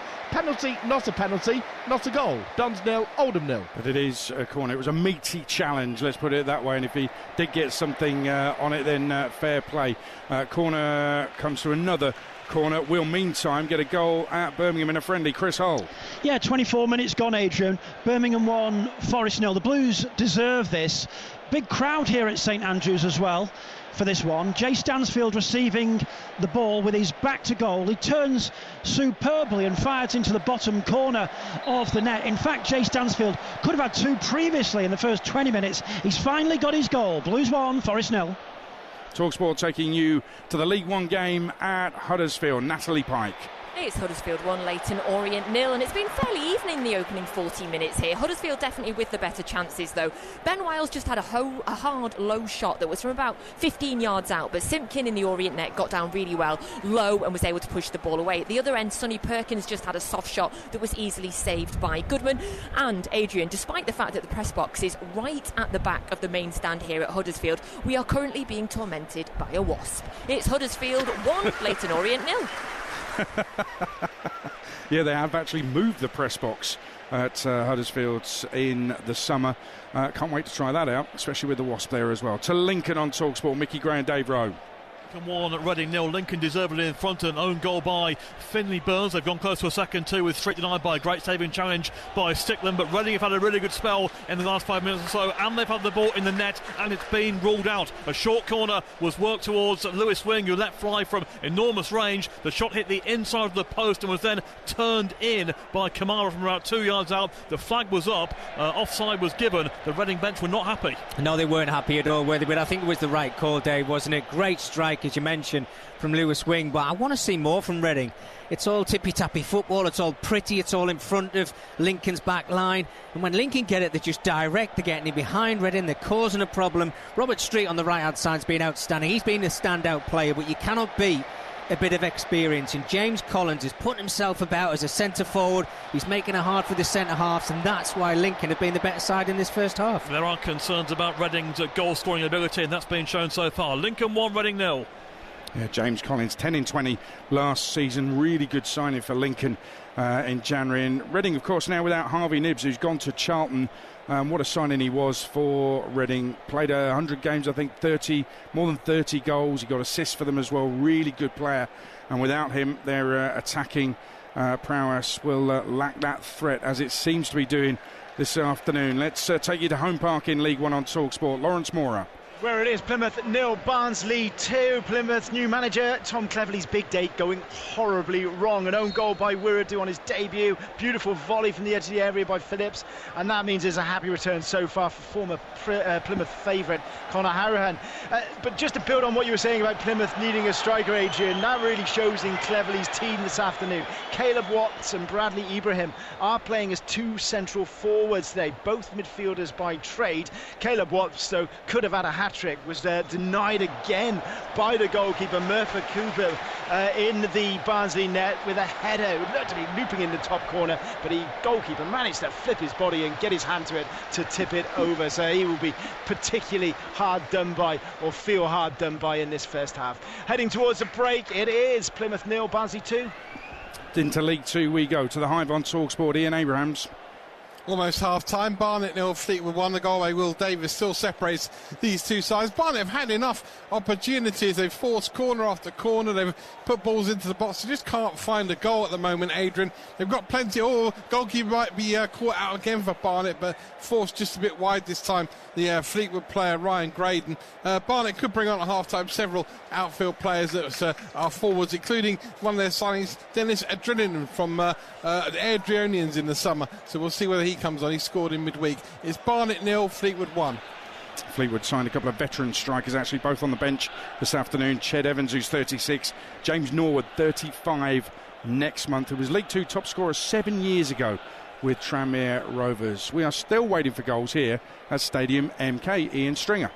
We are. We've got 30 seconds until the half-time whistle is due. It remains MK Dons 0, Oldham Athletic 0. I think I'll probably give the visitors and the outsiders and last season's conference playoff winners the half, quite frankly. I think they've battled well. I think they've created chances. They haven't particularly tested the MK Dons goalkeeper. Dons with that one chance with Gilby's ball into Collins a couple of minutes ago. Hacked down, I thought, questionable from the referee. He opted to give the decision a corner rather than a penalty as Oldham throw a ball into the box. It goes wide. Quick note on life without Dean Lewington. Adrian, he's a stalwart here, over 900 appearances. The first time he's not been in a Don shirt since Chloe Kelly was a couple of years into primary school and the iPhone was still 3 years away. Dons 0, Oldham 0. Yeah, it just doesn't seem the same without Dean Lewington. And you're right about Oldham throwing the ball into the box. They're about to do it again with a corner. I mean, it's needs must, but it's agricultural from Oldham. It seems to be working, though. It is, and I can see it paying off. Dons, in fairness, have defended well. I've got to say, they have defended well in numbers. Sanders has been quite strong at the back for the home side, but I've got to credit Oldham, who, you know, Mickey Mellon said in the build-up to the game, we're not coming up here to make numbers up. We're coming here to win the game, and they've come out with that intent. Dons look nice, they look pretty. They're popping it around and passing it around. They've not carved a great deal out. There's a whistle for half-time. Dons 0, Oldham 0. Yeah, and we'll give you time to recap on the first half shortly. I'll just remind everybody, 1 goal for MK Dons in the last 7 games of last season, and that included 3 0-0 draws. It's 0-0 at the break at the moment. Let's go to the best get on TalkSport. Sean Derry and Jeff Peters. It's Walsall 1, Swindon 0. Walsall down to 10 men through that straight red card for Brandon Comley. They made a change with Warrington replacing Stuttle to try and change things tactically, and Botan Amin has come on for Kilkenny for the visitors. Why has Ian Holloway done that? I think he's just tried to put an extra body on the top line as well. He's made a slight change after the red card, putting another midfielder on, but he's on the ball now. Yeah, he's an exciting player. He's played it out to the left-hand side. They've got bodies in the box, and it is headed and cleared away by Walsall. And then a shot goes high over the bar from Will Wright. But in terms of that tactical move, yeah, absolutely. You know, this is a young player. He's playing just off the left. He had a great end of the season last year, scored 2 or 3 goals, set a few up, and I think he's got a little dispute behind the scenes that I was expecting him to play today. I've watched him 3 or 4 times, this young player, Botan Amin, and he's bright, he gets at the full back, and that's what I think Ian Holloway's looking at now. They're a little bit predictable at the minute with the extra men, Swindon are, and I think just that creativity, individuality that this young player brings might just help them this afternoon. Evan Weir with the goal as we approach half-time. It's 10-man Walsall 1, Swindon 0. Right, loads of goals flying in just before half-time. St Johnstone go 3-1 up on Partick in the Scottish Championship. Josh McPake with his second of the afternoon. Also in Scotland, 2 quick goals for Kilmarnock in the Scottish Premiership. The only game in that division kicking off at 3. Kilmarnock 2, Livingston 0. Daniels and Watson with the goals. Elsewhere, Wigan go 2 up against Northampton. Jensen Weir, son of David Weir, with that second goal for the Latics. Chesterfield lead 1-0 in League 2 against Barrow. Dylan Markande, possibly the signing of the summer in League 2, signed permanently from Blackburn. Big signing. Winger got 6 in 22 in the first half of last season on loan at Chesterfield. He's now there permanently, and he scored the opener on 45. Chesterfield 1, Barrow 0 is the latest score there. Half-time in League 1 at Lincoln, Mickey Gray and Dave Rowe. Lincoln 1, Reading 0. Fair reflection really of the first half. The goal created by keeper George Wickens with a well-judged ball forward, and Rob Street's effort deflected in by Finley Burns at the near post for an own goal. Lincoln also went close with Moylan and McGrandles both having efforts wide, and a saving challenge by Stickland denied Street from making it 2. Reading really have not offered enough so far, save for a 5-minute spell late in the half, which featured a disallowed goal, a long-range strike by Lewis Wing from a short corner coming back off the inside of the post. Kamara turned the rebound in, but that was ruled offside, and Lincoln deservedly in front here. Yeah, I mean, they've dominated possession, Reading, haven't they? But Dave, and they haven't really done too much with it apart from that opportunity from Lewis Wing. It was a great strike from 20-25 yards out, and Cameron knocked the ball into the back of the net, but rightly so, he was offside. But I think Lincoln have just approached the game. They were a little bit tight at the beginning of the game, but they were being direct, and I think James Collins has been absolutely outstanding, using that experience that he's got, holding the ball up, making a nuisance of himself. And also Robert Street on the right hand side, a proper live wire, and he was involved in the goal. Eventually went to the back of the net off Finley Burns, but I think the home side will be really, really pleased with that 45 minutes. Michael Skubala will be walking down the tunnel, you know, saying to his players, look, more of the same. I want to see more of that in the second half, whereas I think Noel Hunt needs to find something more from his players. Yeah, Rob Street back from Doncaster helped them up last season, now really trying to make an impact in League One himself, and he's played a big part in the goal, which has been going on, an own goal by Finley Burns in the end. At the break, Lincoln 1, Reading 0. Half-time in League 2 at the Hive for TalkSport's Ian Abrahams. Barnet 0, Fleetwood 1, and Fleetwood have led since midway through the first half when Owen Evans, the Barnet goalkeeper, on 2 occasions prior to the goal, played the ball outside his penalty area, taking a bit of a risk but got away with it. Didn't a third time. He saw his pocket picked by Will Davis, who literally walked the ball in for a debut goal for Fleetwood. It didn't deter the Barnet goalkeeper, who twice after the goal as well tried to play outside his penalty area. Somebody's telling him he's a goalkeeper and not an outfield player. Barnet have had their moments, most notably with Danny Collins had the ball in the back of the net. That was disallowed though for offside. They have been threatening, they just have had the sting taken out of the game by Fleetwood's goal, which is a howler by the goalkeeper. It's Barnet 0, Fleetwood 1 at half-time. We've got half-times coming in all over the place. Half-time in League One at Doncaster. Graham Courtney. Yeah, Doncaster Rovers 0, Exeter 0. Exeter having the best of the early chances. Only 5 on the clock. New signing Jaden Wareham. Lovely low hard cross from him, and his strike partner Sonny Cox. Well, he met it perfectly. I don't know how he's done it though. He put it wide. After that though, well, certainly Donny have had the best of the chances. George Broadbent with a shot that was through a crowd after 90 minutes. Could have gone absolutely anywhere. Deflected wide. 25 on the clock. Luke Molyneux with a hit and hope. He's put it over the bar, but you know what? The ball he received was an absolute peach from Glenn Middleton. He's a left winger, side from Dundee, and he looks like a right old handful. He's always keen to cut inside. Terrific eye for a cross. Certainly impressed.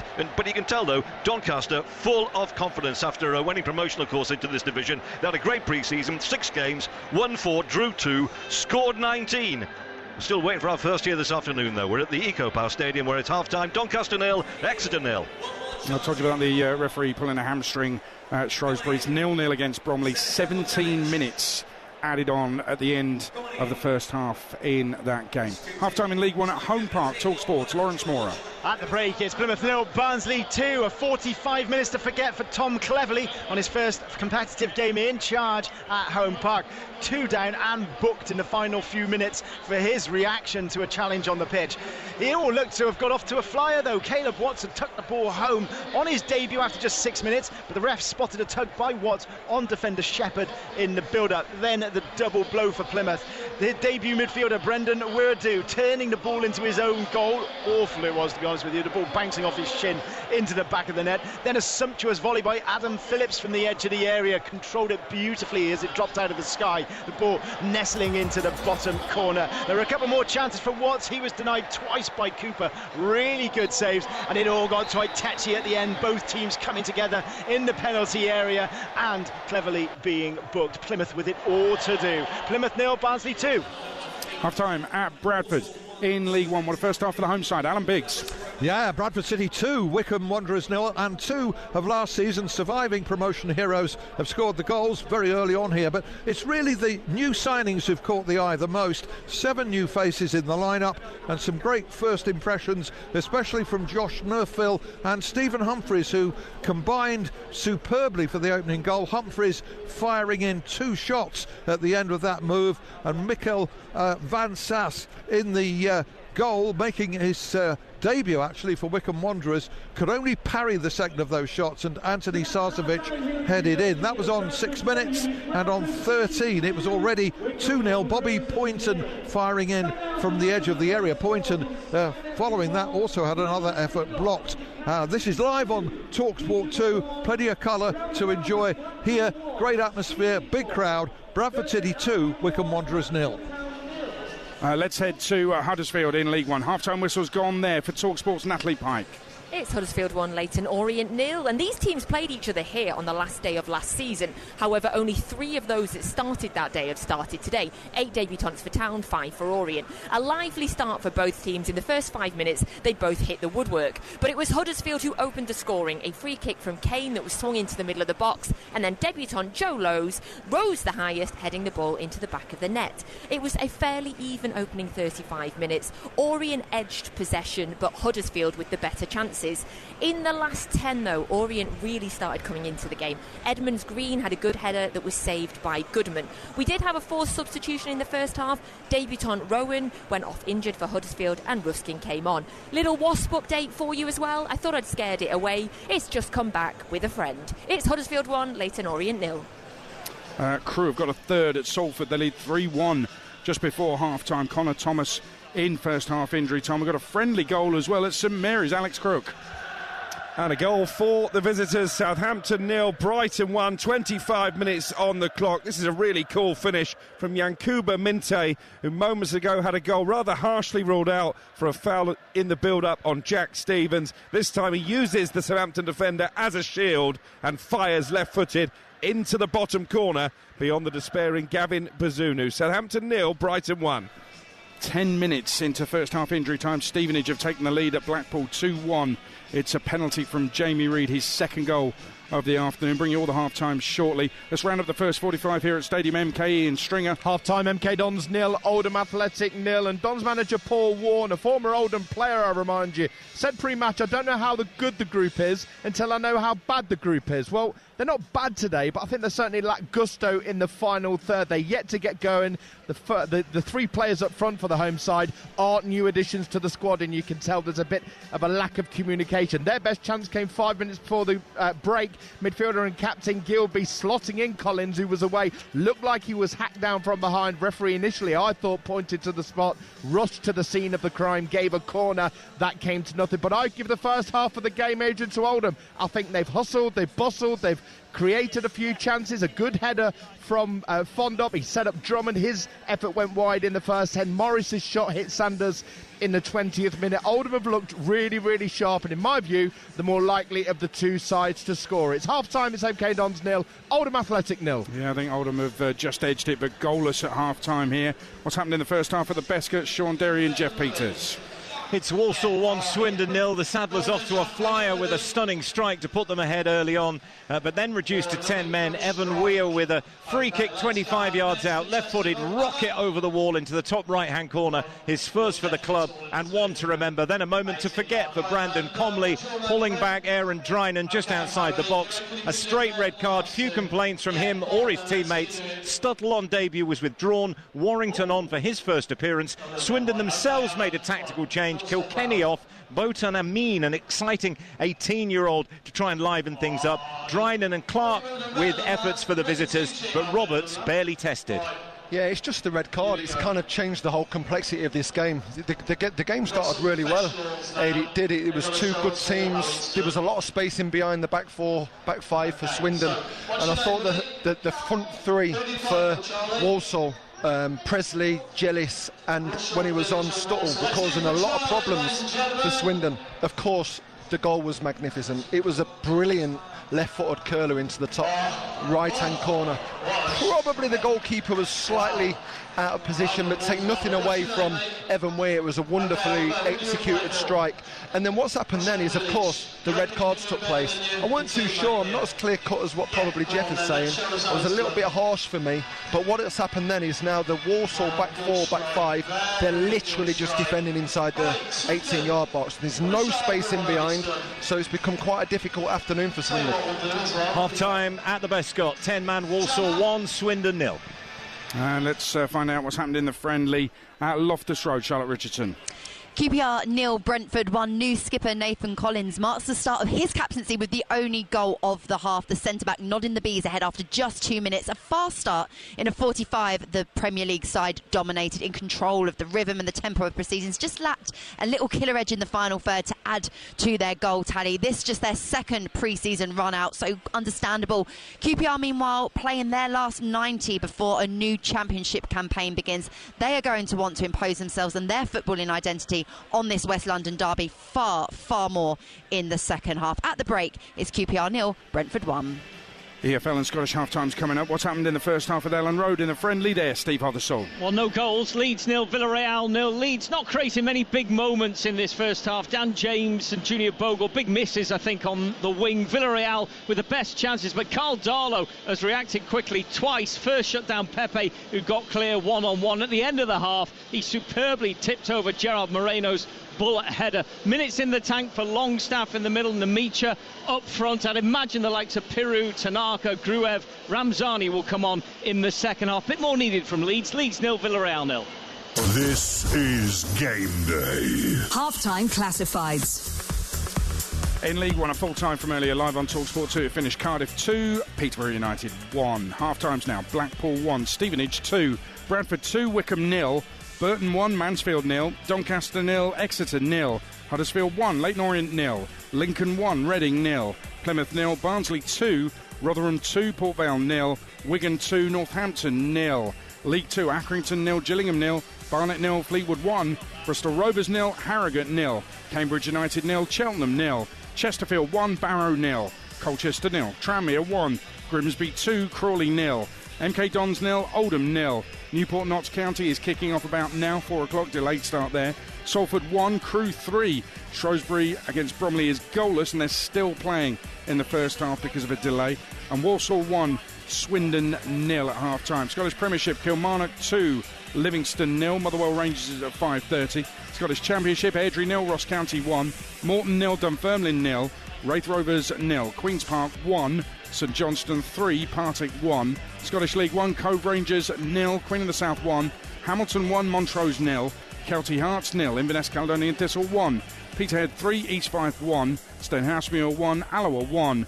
Scottish League 2, Annan Athletic 0, Elgin 1, Dumbarton 2, Clyde 1, East Kilbride 1, the Spartans 3, Edinburgh City 0, Stirling 2, and Forfar 1, Stranraer 0. At Betfred, we want to support all our customers in keeping their gambling fun. I just had my £5 bet on a Saturday. 2 o'clock, I'll go into the shop and just put it on. I like to keep it maximum £10. I just put my 20 quid deposit limit on, started the move.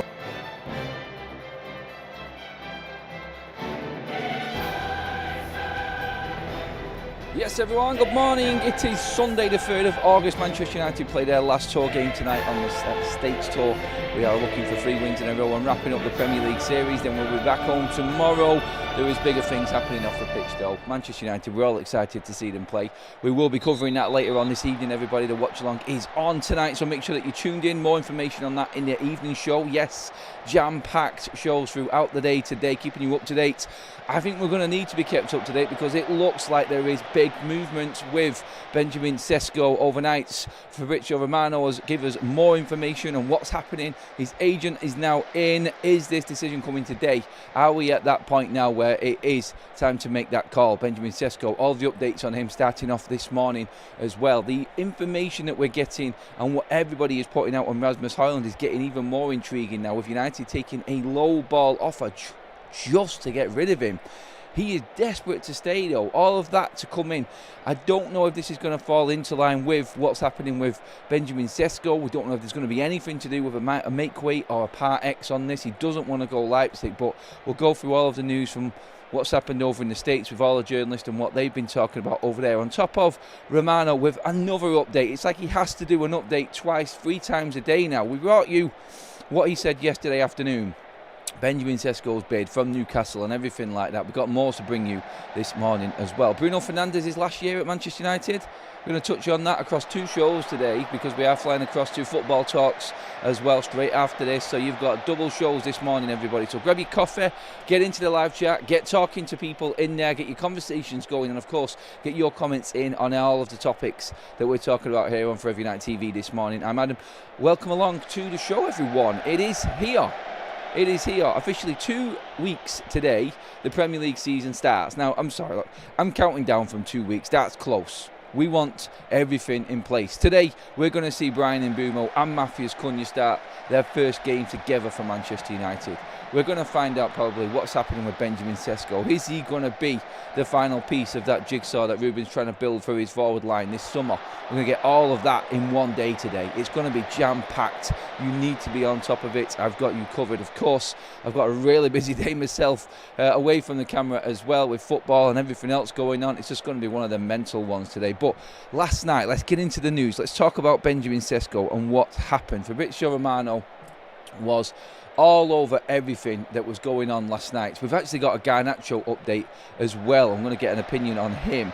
I think that one right now, I think it's getting to a point where it's riling fans. But an update from Fabrizio Romano when it came to Garnacho. We're going to bring you that as well. But Romano did another video last night. I know it's another video because in his first one, it was light outside. You could see out of his window. The second one, it was nighttime. So yeah, second video. And he is constantly updating everybody on what's happening with Benjamin Sesko. He talked about everything that had happened yesterday like he did in his previous video. He went through all of the information from the Newcastle side of things, but he said he had 2 more points to make that have changed on the Benjamin Sesko from yesterday afternoon to where we are this morning. Them 2 points are key because he has now said that his agent, that being Benjamin Sesko's agent, first of all, is now in place and he's ready to go with talks on Benjamin Sesko. He has just finalised the deal. He's now in Leipzig in Germany to go over everything that's, well, decision-wise, everything that Benjamin Sesko wants to do. We've been waiting for his agent to arrive and now we're in place. We know exactly what's going to happen. It's going to be like Romano said over the coming days. Is this now Sunday? Is it today that we find out everything we need to know about Benjamin Sesko? That decision, that all-important one, because in this video as well, Fabrizio Romano has actually said that obviously it is still down to Benjamin Sesko. And when you look at it, everything that's been said before from Romano, he said it in his video. He said, I said it's not going to be today. It's not going to be the day after today. He keeps on moving it along, obviously. But I think he's been waiting in knowledge and speaking to Sesko's agent. I'm guessing is what he's been doing. And knowing that the agent is actually coming into town today, yesterday in fact, to make these decisions. I think this is what we've been waiting for. And I think that's kind of been covered up by Benjamin Sesko taking his time and what he actually wants to do.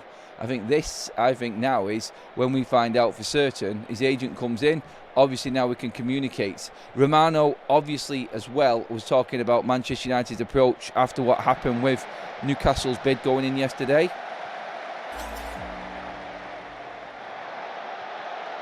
Hello and welcome to the Going to Talk back again with you guys and girls for another episode of what is the Arsenal Transfer Show, joining you every single morning at 8 a.m. UK time. Thank you so much as always for tuning in and making this a part of your morning routines. It is greatly appreciated. I hope that you had a fantastic Saturday. I hope the start to your weekend's been really good and you're looking forward, of course, to now a relaxing Sunday.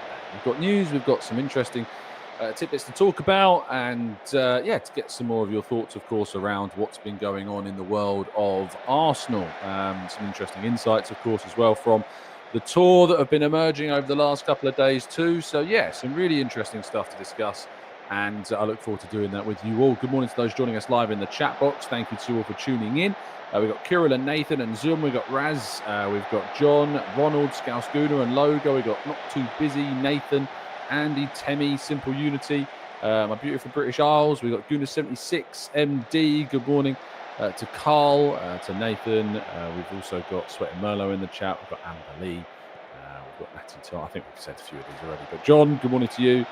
Matt G, Luke, Balatu, good morning to you all. Thank you so much, everyone, for tuning in. Greatly appreciate you listening, turning up. And if you could drop a like on the video, help us reach that 1K every single day challenge, of course, as well.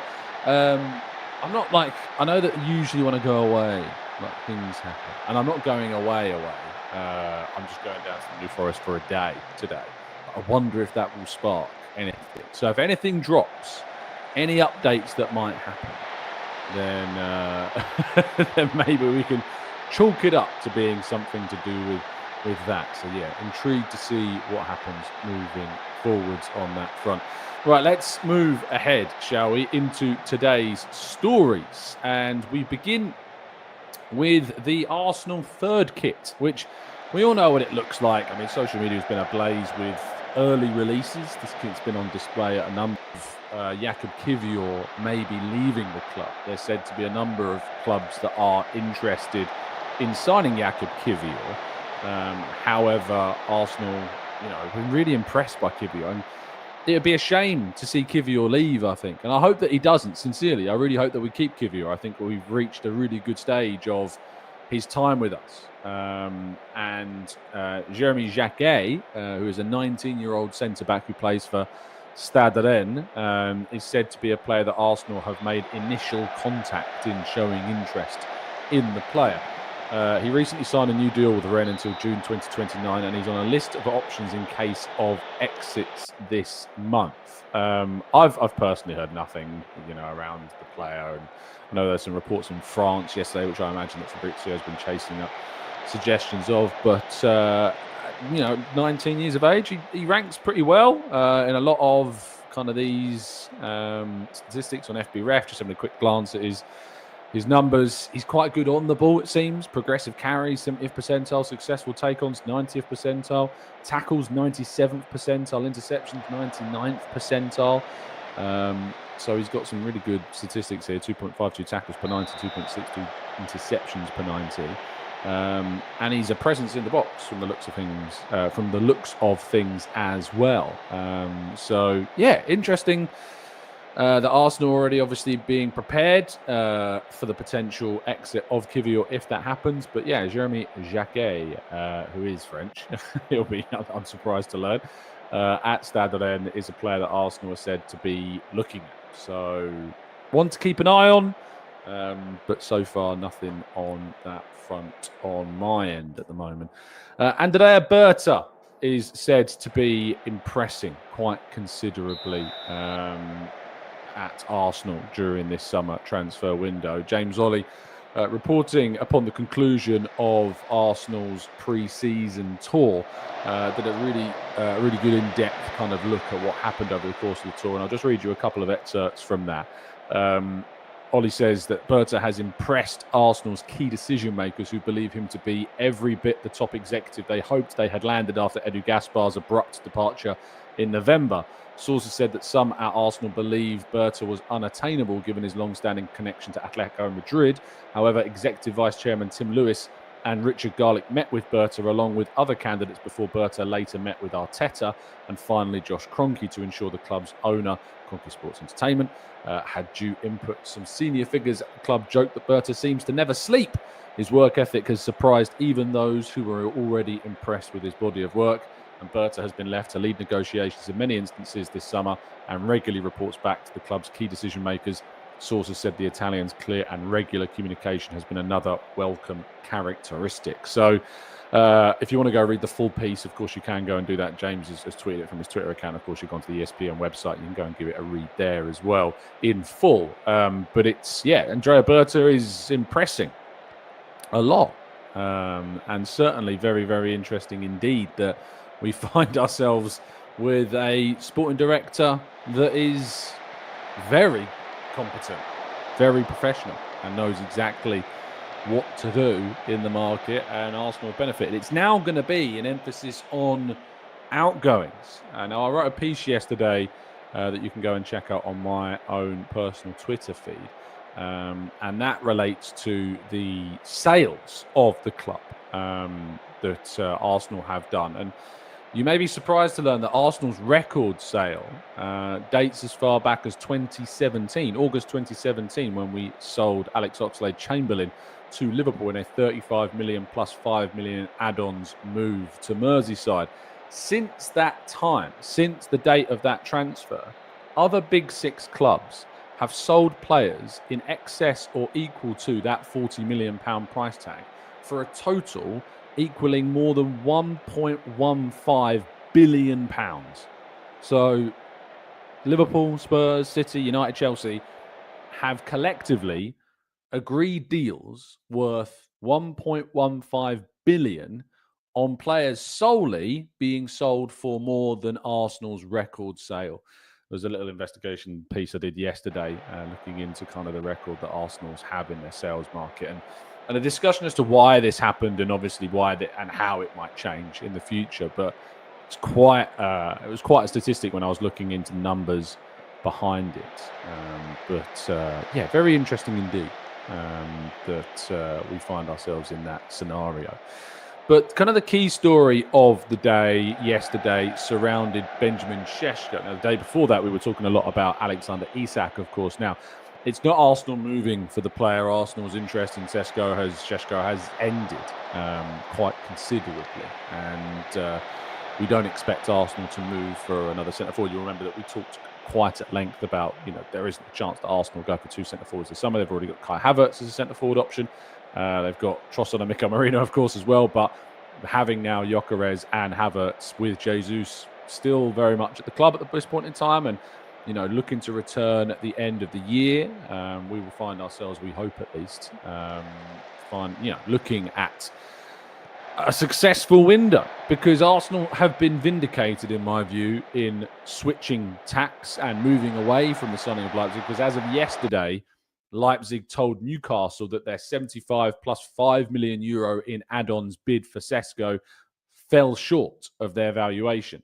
Now, you'll remember that Arsenal agreed a deal with Sporting in the end for €63.5 million plus €10 million in add-ons. Significantly less, of course, therefore, than what the offer from Newcastle was for Šeško. They want €80 million with 10 million in add-ons. A €90 million deal for a player who is 22 and there's a lot of potential, but as I've said and had been saying from the start of even the time where I was very keen on the idea of Šeško, I wasn't keen on paying that price. Very, very consistent on that front. €90 million is far and away more than what he is worth. And they are looking to take advantage of Newcastle's desperation, if you like, regarding their centre-forward scenario and the drama associated with Isak, and they're going to stand firm on this price tag. And they know, of course, that Newcastle could come into a lot of money for a centre forward if they are able to sell, or if they choose to sell or allow the sale of Isak to Liverpool for a lot. What it tells you, though, is that despite the fact that Isak has seen an opening offer rejected as Liverpool approached Newcastle, is that if Newcastle have made a bid for Šeško, that's quite a big indication that they are potentially open to the sale of Isak. You're not going to see Isak stay and Šeško sign. That would put Newcastle, I think, in a lot of financial peril regarding financial fair play and profit and sustainability, of course, as well. So it's a difficult scenario, this striker kind of chaos that we find ourselves in at the moment with Arsenal. But what I would say is that Arsenal have been very much vindicated in their swift action. It didn't feel like we were swift in what we were doing, but to get the Gyökeres deal wrapped up in less than 3 weeks ended up being very, very, very positive indeed. Right, let's go to part 2 now. Your questions and more right after this.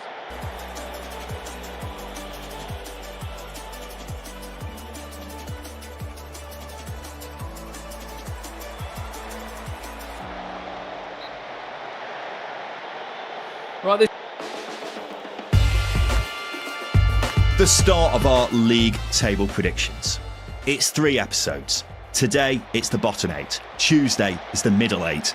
Thursday is the top 8. We do it over 3 episodes so we can give you as much detailed analysis of each team as we possibly can. As always, the way we make these predictions is Justin and I make our separate league tables. We merge them together into one. We'll reveal each of our individual tables at the end of Thursday's episode on our YouTube channel. But I'll give everyone a good idea as we go through which ones we disagreed on most. There's going to be some contrasting opinion along the way. But without further ado, let's get into it. And we begin with one which we definitely agreed on. Justin, who have we, unsurprisingly, got bottom of our league table predictions for the 25-26 season. No guesses needed. It's Sheffield Wednesday. This was the easiest team to plot ever. You are absolutely bang on. I mean, look, the Rafa problems that are occurring at Hillsborough were the main motivator here. Do you want me to do a roundup of everything, Justin, so we can just catch everyone up, just in case they've not been listening over the summer? Yeah. So, I mean, where do we start? You've had 3 months in a row of players not getting paid on time. There's talk of strike action happening now, so it's getting very messier, somehow even messier than it already was. You've got players refusing to play in a friendly, which happened yesterday. More players are expected to walk away from their contracts because of the unpaid wages. Been reported Max Lowe's doing just that. You've currently got just 10 players on the books who are over the age of 21. Of the 11 players who played the most minutes last season, only 3 remain. Their 4 top goal scorers have gone. They got 34 goals between them. Only 11 were scored by those who remain. There's also a registration embargo banning them from paying any fees for players. You've got a manager who walked out on the club just 10 days before the season started. One of the stands has been closed due to safety concerns. And a takeover doesn't appear to be happening anytime soon because the owner is asking for way too much money. It's a complete and utter omni-shambles. It's without a doubt the worst summer a championship club has ever had. And it's led to Wednesday fans writing off this season already. And that's totally understandable because it's not going to be saved. We're too far gone now for that to happen. And the best case scenario is a takeover gets done as soon as possible. And I don't think Wednesday fans care about anything else right now, Justin. And I think that's, as you mentioned, totally fair. You know, this reminds me of, can you remember Bolton when they were down in League One in the 2019-2020 season? Yeah. The circumstances are remarkably similar. Obviously, ownership problems, unpaid wages, first team literally refusing to play friendlies as a result of that. And the club had to recruit a raft of players, typically unfancied by everyone else, while also propping the squad up with youngsters. And unfortunately, it did go down to League Two. It's a desperate and frustrating and ultimately sad situation, isn't it, for any football club? And we don't want to be doing these previews and talking about problems off the pitch. We want to be talking about football on the pitch and ultimately get ribbed for our opinions on each squad. But it's impossible with Sheffield Wednesday. You know, there's no debate to be had, and I think that's a crying shame, and that's all down to obviously an owner who, I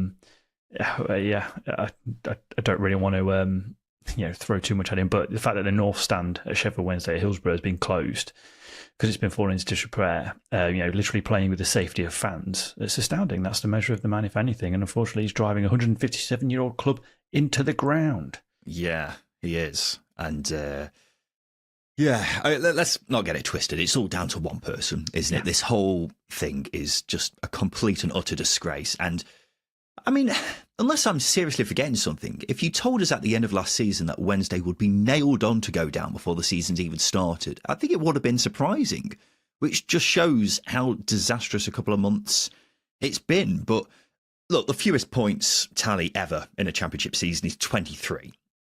We don't want to see that being beaten this year, do we? But considering the current squad situation and how unlikely it is that we see many additions in the coming weeks, you'd say there's a good possibility, Justin. I don't think it really matters how many points they get. They just need to see out the season. They need to survive. That's the imperative here. When we talk about these records, clubs in complete financial disarray is a completely different scenario to those that aren't in Sheffield Wednesday's circumstances, but in fact just shit. That's worse. So whether Wednesday get the fewest points this season ever or not is irrelevant in the case when you compare it to them just needing to be a football club, a registered football club, come the end of May. Yeah, well, that's absolutely fair. I will always say I'd be very surprised if a club the size of Sheffield Wednesday was ever in serious danger of going out of business. I think something astronomically bad would have to happen for that to be the case. But in the meantime, it's going to be a very miserable few months, hopefully few months, while we wait for a takeover to happen. But with this guy in charge, who I don't even want to say his name anymore. It doesn't look like it's going to happen anytime soon, because we're in uncharted territory, aren't we? And as I said before, the new manager, Henrik Pedersen, it's pretty much a no-lose situation for him, because no one's expecting anything for obvious reasons, but good luck to him. I think he's going to need it. Let's move on, Justin, to the actual predictions, because I feel like that was just kind of a non-starter, really, wasn't it? This is the team who we have to finish 23rd in our league table predictions. It is Preston North End. And this was one we actually agreed on, because we both had Preston in our bottom threes, and it just goes to show how far the mid-table have fallen, Justin. Most associate Preston with mid-table mediocrity, but a lot of concerns on our behalf. It's incredible what a late collapse last season can do to a team. It was bad. They won 2 in 16 post-January, and that unfortunately puts you under pressure in heading into a new season. And of course, all that does is build up a negative narrative surrounding the club. I think Paul Heckingbottom, speaking so bluntly last season, saying he needed to put a bomb under the squad to destroy it and put back together, tells you what he thought of the team last year, and they survived. Side note, I think he delivered an okay season. I've said this, FA Cup quarter-finals, no mean feat, and plus I think him staying up with that squad, he masked over a poor squad, but he will be going into this season under a lot of pressure. Yeah, he definitely will be, because that form at the back end of last season really set off some alarm bells, didn't it? It was nearly the greatest example yet of a team sleepwalking into relegation, because they were so comfortably mid-table, weren't they? I remember in the final international break of the season, we were talking about the contenders for who could go down. We didn't mention Preston at all. That's how safe they were with just a handful of games to go, but they kept losing, and they found themselves in serious danger on the final day, but ultimately got away with murder and stayed up. However, it's left Preston fans alarmed about things going forwards. It's left the manager, Paul Heckingbottom, starting this season under pressure. And I don't think that form was just a one-off. I think it was a sign of things to come, unfortunately. For me, things at Preston have just gone stale. This is a squad that needed a refresh. They've made a fair few signings over the summer, but I don't think it's been a very good refresh, Justin. I agree, not a good refresh. Paul Heckingbottom speaks of putting a bomb under it, but in true Preston form, they've underinvested in something that works, and it's just gone poof instead of bang, right? That's what's happened. Don't get me wrong, Daniel Everson, I will say, is a big upgrade on Freddie Woodman. Freddie Woodman becoming a third choice at Liverpool in the Premier League tells you all you need to know about his career trajectory. Thierry Small, I think, is a good signing, and so too is Adela Fire, who is also an upgrade defensively. Jordan Thompson, free transfer from Stoke, I don't get. Paul Valentin, free transfer from Sheffield Wednesday, I don't get. Left back, Andrea Vukovic has failed to get anywhere near 100 appearances for the 5 senior clubs he's previously played for. He's 28, he's not a youngster. And then there's Daniel Jebison on loan, who had a disastrous season last year. And then Michael Smith, who's come in as well, who is useful, but he's not going to score you 10, 15 goals. He's just going to be a bit of a nuisance in the final third, because he's a big physical guy. That's not a refresh. If anything, it's looking weaker than what we've seen. Yeah, I completely agree with everything you say there, Justin. One of the big problems Preston have had for a long time is they love signing players who are just solid. You need a bit more than that, and I'm struggling to see who that bit more is this season. I agree with you. Afire was good at Blackpool last season. I think that's a decent addition. Lewis Gibson, Liam Lindsay, Jordan Story, all decent, if fairly unremarkable at centre-back. Yeah, this Andrea Vukcevic from Juarez in Mexico, I don't know much about him at all, I will be honest. Centre mid, full of decent, if fairly unremarkable players as well. Jordan Thompson, Ben Whiteman, Stefan Thorderson. I think Ali McCann's a good ball winner, in fairness, but he needs someone on the ball, good on the ball alongside him. And I fear creativity could be a big problem, because Mads Frockheimer just doesn't do it for me. Thierry Small, he's coming after a good season at Charlton, but he's had 6 clubs before the age of 21. And other than those two, you're looking at Robbie Brady and Brad Potts. But up front is where I've got the biggest concerns of all, because you mentioned the 2 strikers there, Jebison and Smith. They are simply downgrades on Emil Rees. There's no other way to go about it. And then the other options, Militon Asmajic, who is, let's say, mercurial when he's not suspended. So for me, this is the weakest Preston I've looked in a long time, and I'm seriously struggling to name anyone there who gets into your average mid-table championship side. If this was 2009, this would be a very good squad, wouldn't it? Because it's full of runners, it's full of physical brutes, if you like, and players who are probably going to do well when football is a little bit more industrial. But we've moved way past that now, and it feels like Preston is still recruiting for a time, a bygone era, if you like. And that's the biggest criticism I can say, because when you look at previous years, the savvy recruitment and player development that's gone on under the likes of Simon Grace and previous manager Simon Grace and Alex Neil, this is years ago, by the way. Preston were very savvy. They were very, very effective. They bought players. They got them to their peak, and they haven't really done much. The likes of Alan Brown, Ben Davis, Ben Pearson, even Sean Maguire. They've all peaked at Preston, but didn't sell them at their peak, and unfortunately lost out on a fair bit of money. But we know they're not going to spend millions on players, Preston. But being smart is a good way, or a good segue into pushing higher. And we've not seen that this summer. We didn't see it last summer. We've not seen it for a long time now. And ultimately, the squad's regressing to the point where it's looking more and more like a League One squad. Hence the industry reference I was making. Yeah, well, when they have spent millions in the past, it's not been spent very well either, which is ultimately the reason why Preston have just been on this big decline for many years. I don't know how much we should take into account pre-season results, but sometimes it can be an indicator of what's to come. Preston's only win in pre-season was against Chorley, so it's not been ideal. And one final thing I'll say on Preston is 5-1 they are to get relegated. So no more than that. 20 seconds, the other team we have to go down in our league table predictions this season is Hull City. Now, this was our first disagreements in the predictions because we didn't have the same bottom three. Justin had Hull to go down. I had them just to stay up. So, go on, Justin, you can take this one. Why did you have Hull to go down? I think the first thing I'll say is there is more quality in this Hull side than what should be a bottom three side. But there are more red flags with Hull than there are with any team. Tell you what they remind me of so much. They remind me of Cardiff. Any team other than Sheffield Wednesday, obviously. Oh, yeah, sorry.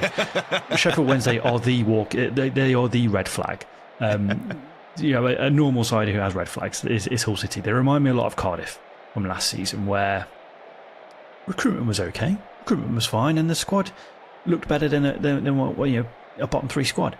But off the field issues overtake the playing logic for me. When you mix that with the uncertainty of a new manager coming in Sergei Yakerovich, who has a track record that he's done okay in the Balkans, in leagues that aren't. He's managed in Bosnia, Croatia, Slovenia. These are leagues that don't have more than 10 teams. So in terms of competitiveness, it's not the same as being in the Championship. For me, with Hull being such a mess behind the scenes, upstairs, that raises the red flags significantly. And when you can't recruit the way they intended to recruit, Louis Barry was a signing that was linked heavily with the club, ultimately failed to get him in. I'm just not convinced that it's going to be Hull's year in the Championship. Yeah, well, it's impossible to ignore the behind-the-scenes drama which is happening at Hull and how that's going to impact them as the season goes on. Who really knows? The reason I don't have Hull in my bottom three is I just sat down and looked at their squad and thought, it's actually quite good. It's not amazing by any means, hence why I had them just to stay up, but it's actually quite a good squad. A back four of Cody Drame, Akin Famuo, Charlie Hughes and Ryan Giles. That is a very good defence. Could easily mistake that for belonging to a playoff chasing side. They've got Louis Coyle, Semi Ajayi, John Egan, possibly Brandon Williams coming in for a bit of depth. In midfield, they've got new signing John Lundstrom, Gustavo Preta, who looked a very useful player last season. They've also got Matt Crooks, Regan Slater, Casey Palmer, all tried and tested players at this level. Attack is where I've got my concerns, admittedly, because they're looking short. Cal Joseph didn't look great after signing in January. I don't know much about young, loney Joel Ndala, who's joined from Man City. But Abu Kamara, a talented winger with room to grow, and Mohamed Baloumi and Liam Miller, when they're back fit, two very good wingers who Hull sorely missed last season because of injury. And they've been strongly linked for a long time with Ollie McBurney. If they get him over the line, he'll be a great addition up front. They've been linked with various other players as well, who I don't know much about, which is just about what Hull do nowadays. But quite simply, everything off the pitch says Hull should be relegated. However, the squad the squad is getting towards more mid-table in my eyes when everyone's back fit. It's just about how the off-the-pitch issues affect what happens on the pitch for me.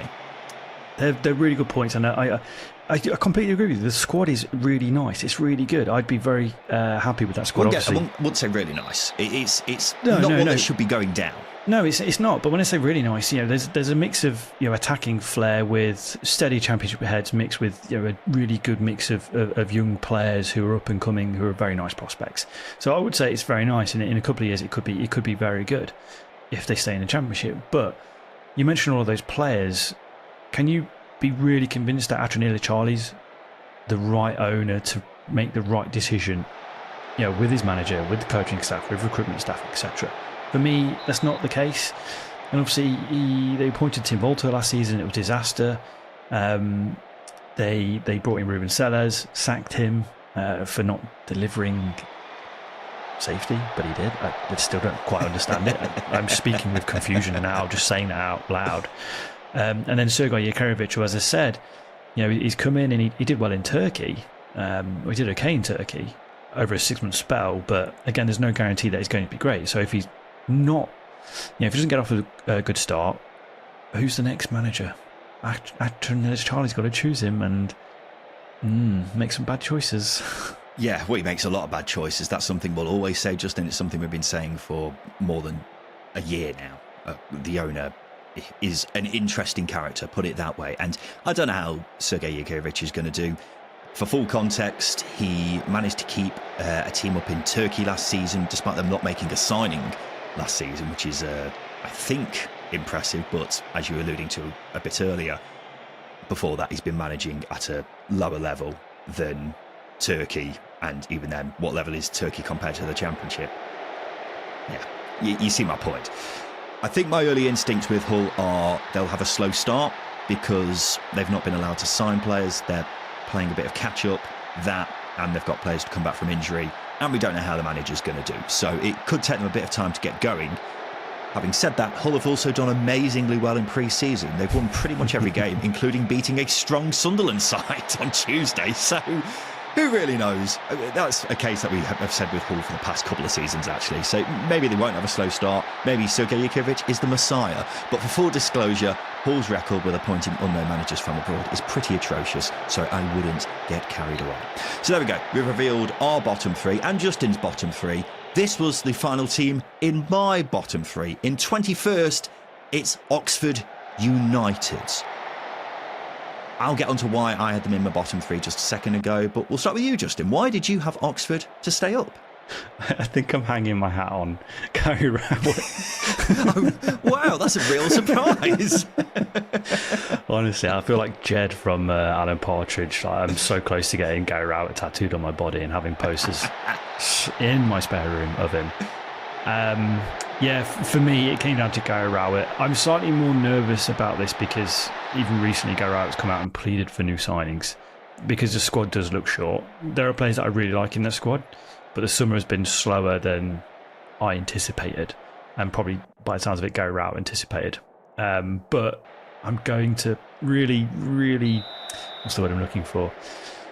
Blow smoke up the arse of Gary Rowett, basically. That's all I'm going to say here. I think when he came in last season, a lot can be made about the data side of things because the numbers when he took charge, the XG was amongst the lowest, the XG against was amongst the highest.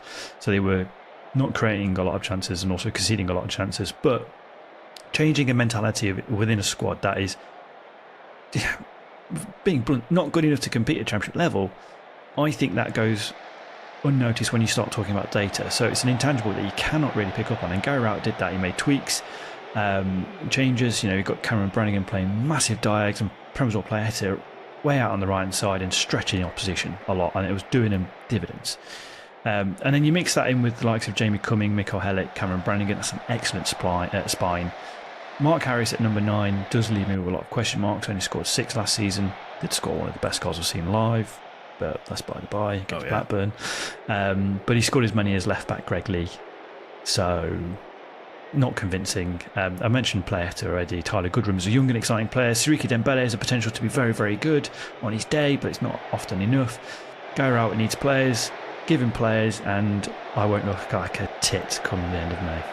Yeah, he doesn't sound very confident there, does he, ladies and gents? I think basically everything you said there is kind of the reason why I'm not too confident with Oxford. I said more negatives, didn't I? Then I said positives. Yeah, you definitely positives, did. Gary Rowett. Negatives, everything else. The pros and cons columns don't seem to line up here.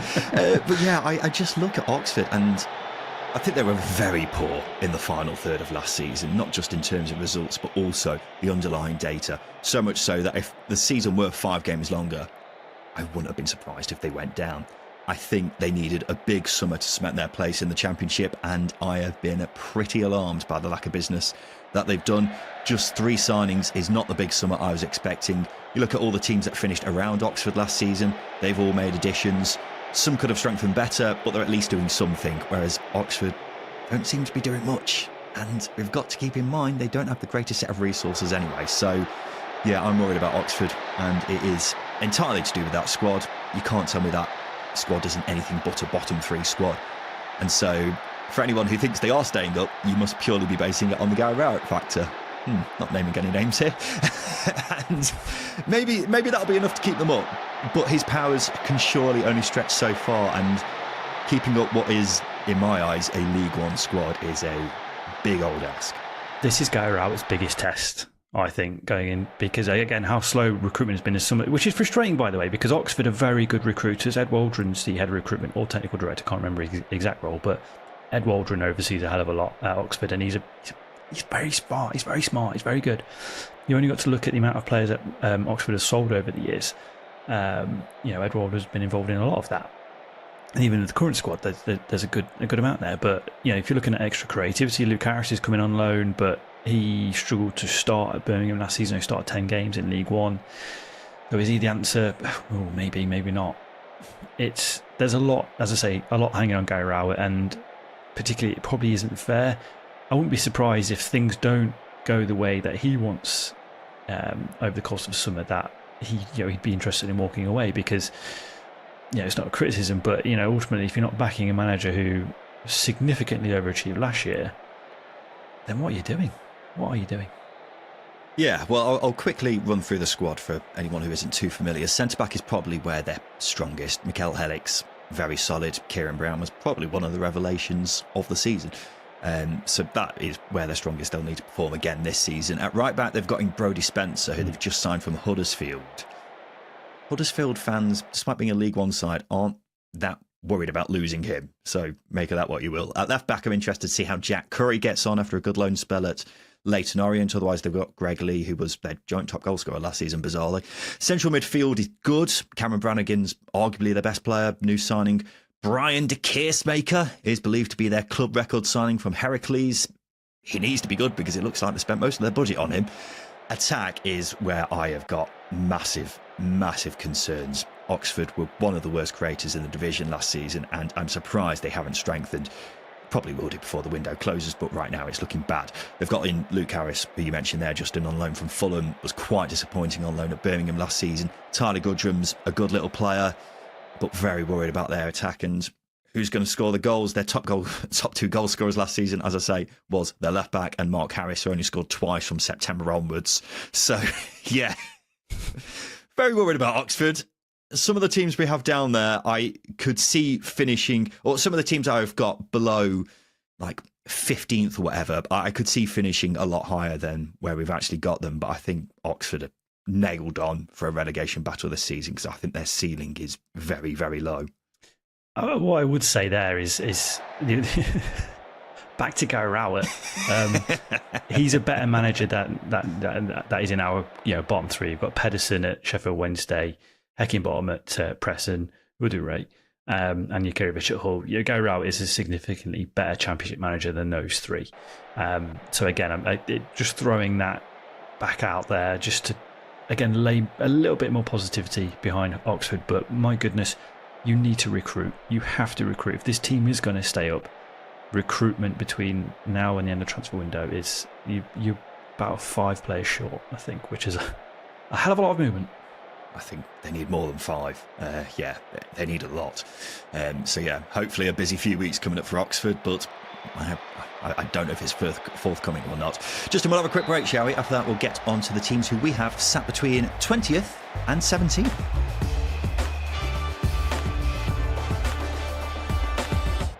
Welcome back to the Second Tier podcast. This is our league table predictions. We've just revealed our bottom 4. So let's get on to the teams who we have just a bit above them. In 20th, we have Stoke City, a team who I had 21st. Justin had them a bit higher than that. So you start off, Justin. What's you thinking with Stoke? I like what I'm seeing in terms of balance for the squad. And now, when you say a bit higher, full disclosure, we'll do this with every team, but I had them 18th in mine, so not significantly higher. I've gone par with what we've seen in recent years, and I've lowered my expectations with Stoke, having previously been scorned so many times. So many times. That being said, I feel like I'm more convinced this summer than I have been in previous summers, but 18th isn't particularly high. 20th isn't a good season. But I like what I'm seeing in terms of balance. It's going to be weird sort of saying the positives, but there's more balance in the start 11 than I've seen in recent years. Like it or not, Sorba Thomas is a good signing, especially when you have monsters to aim your set pieces and crosses at. And the same can be said for Aaron Cresswell as well, who we know has a wicked delivery. And when I talk about monsters, you've got Maxim Talaverov at centre-half, you've got Robert Bosniak, who's just come in, Sam Gallagher as well. Some big boys, big boys.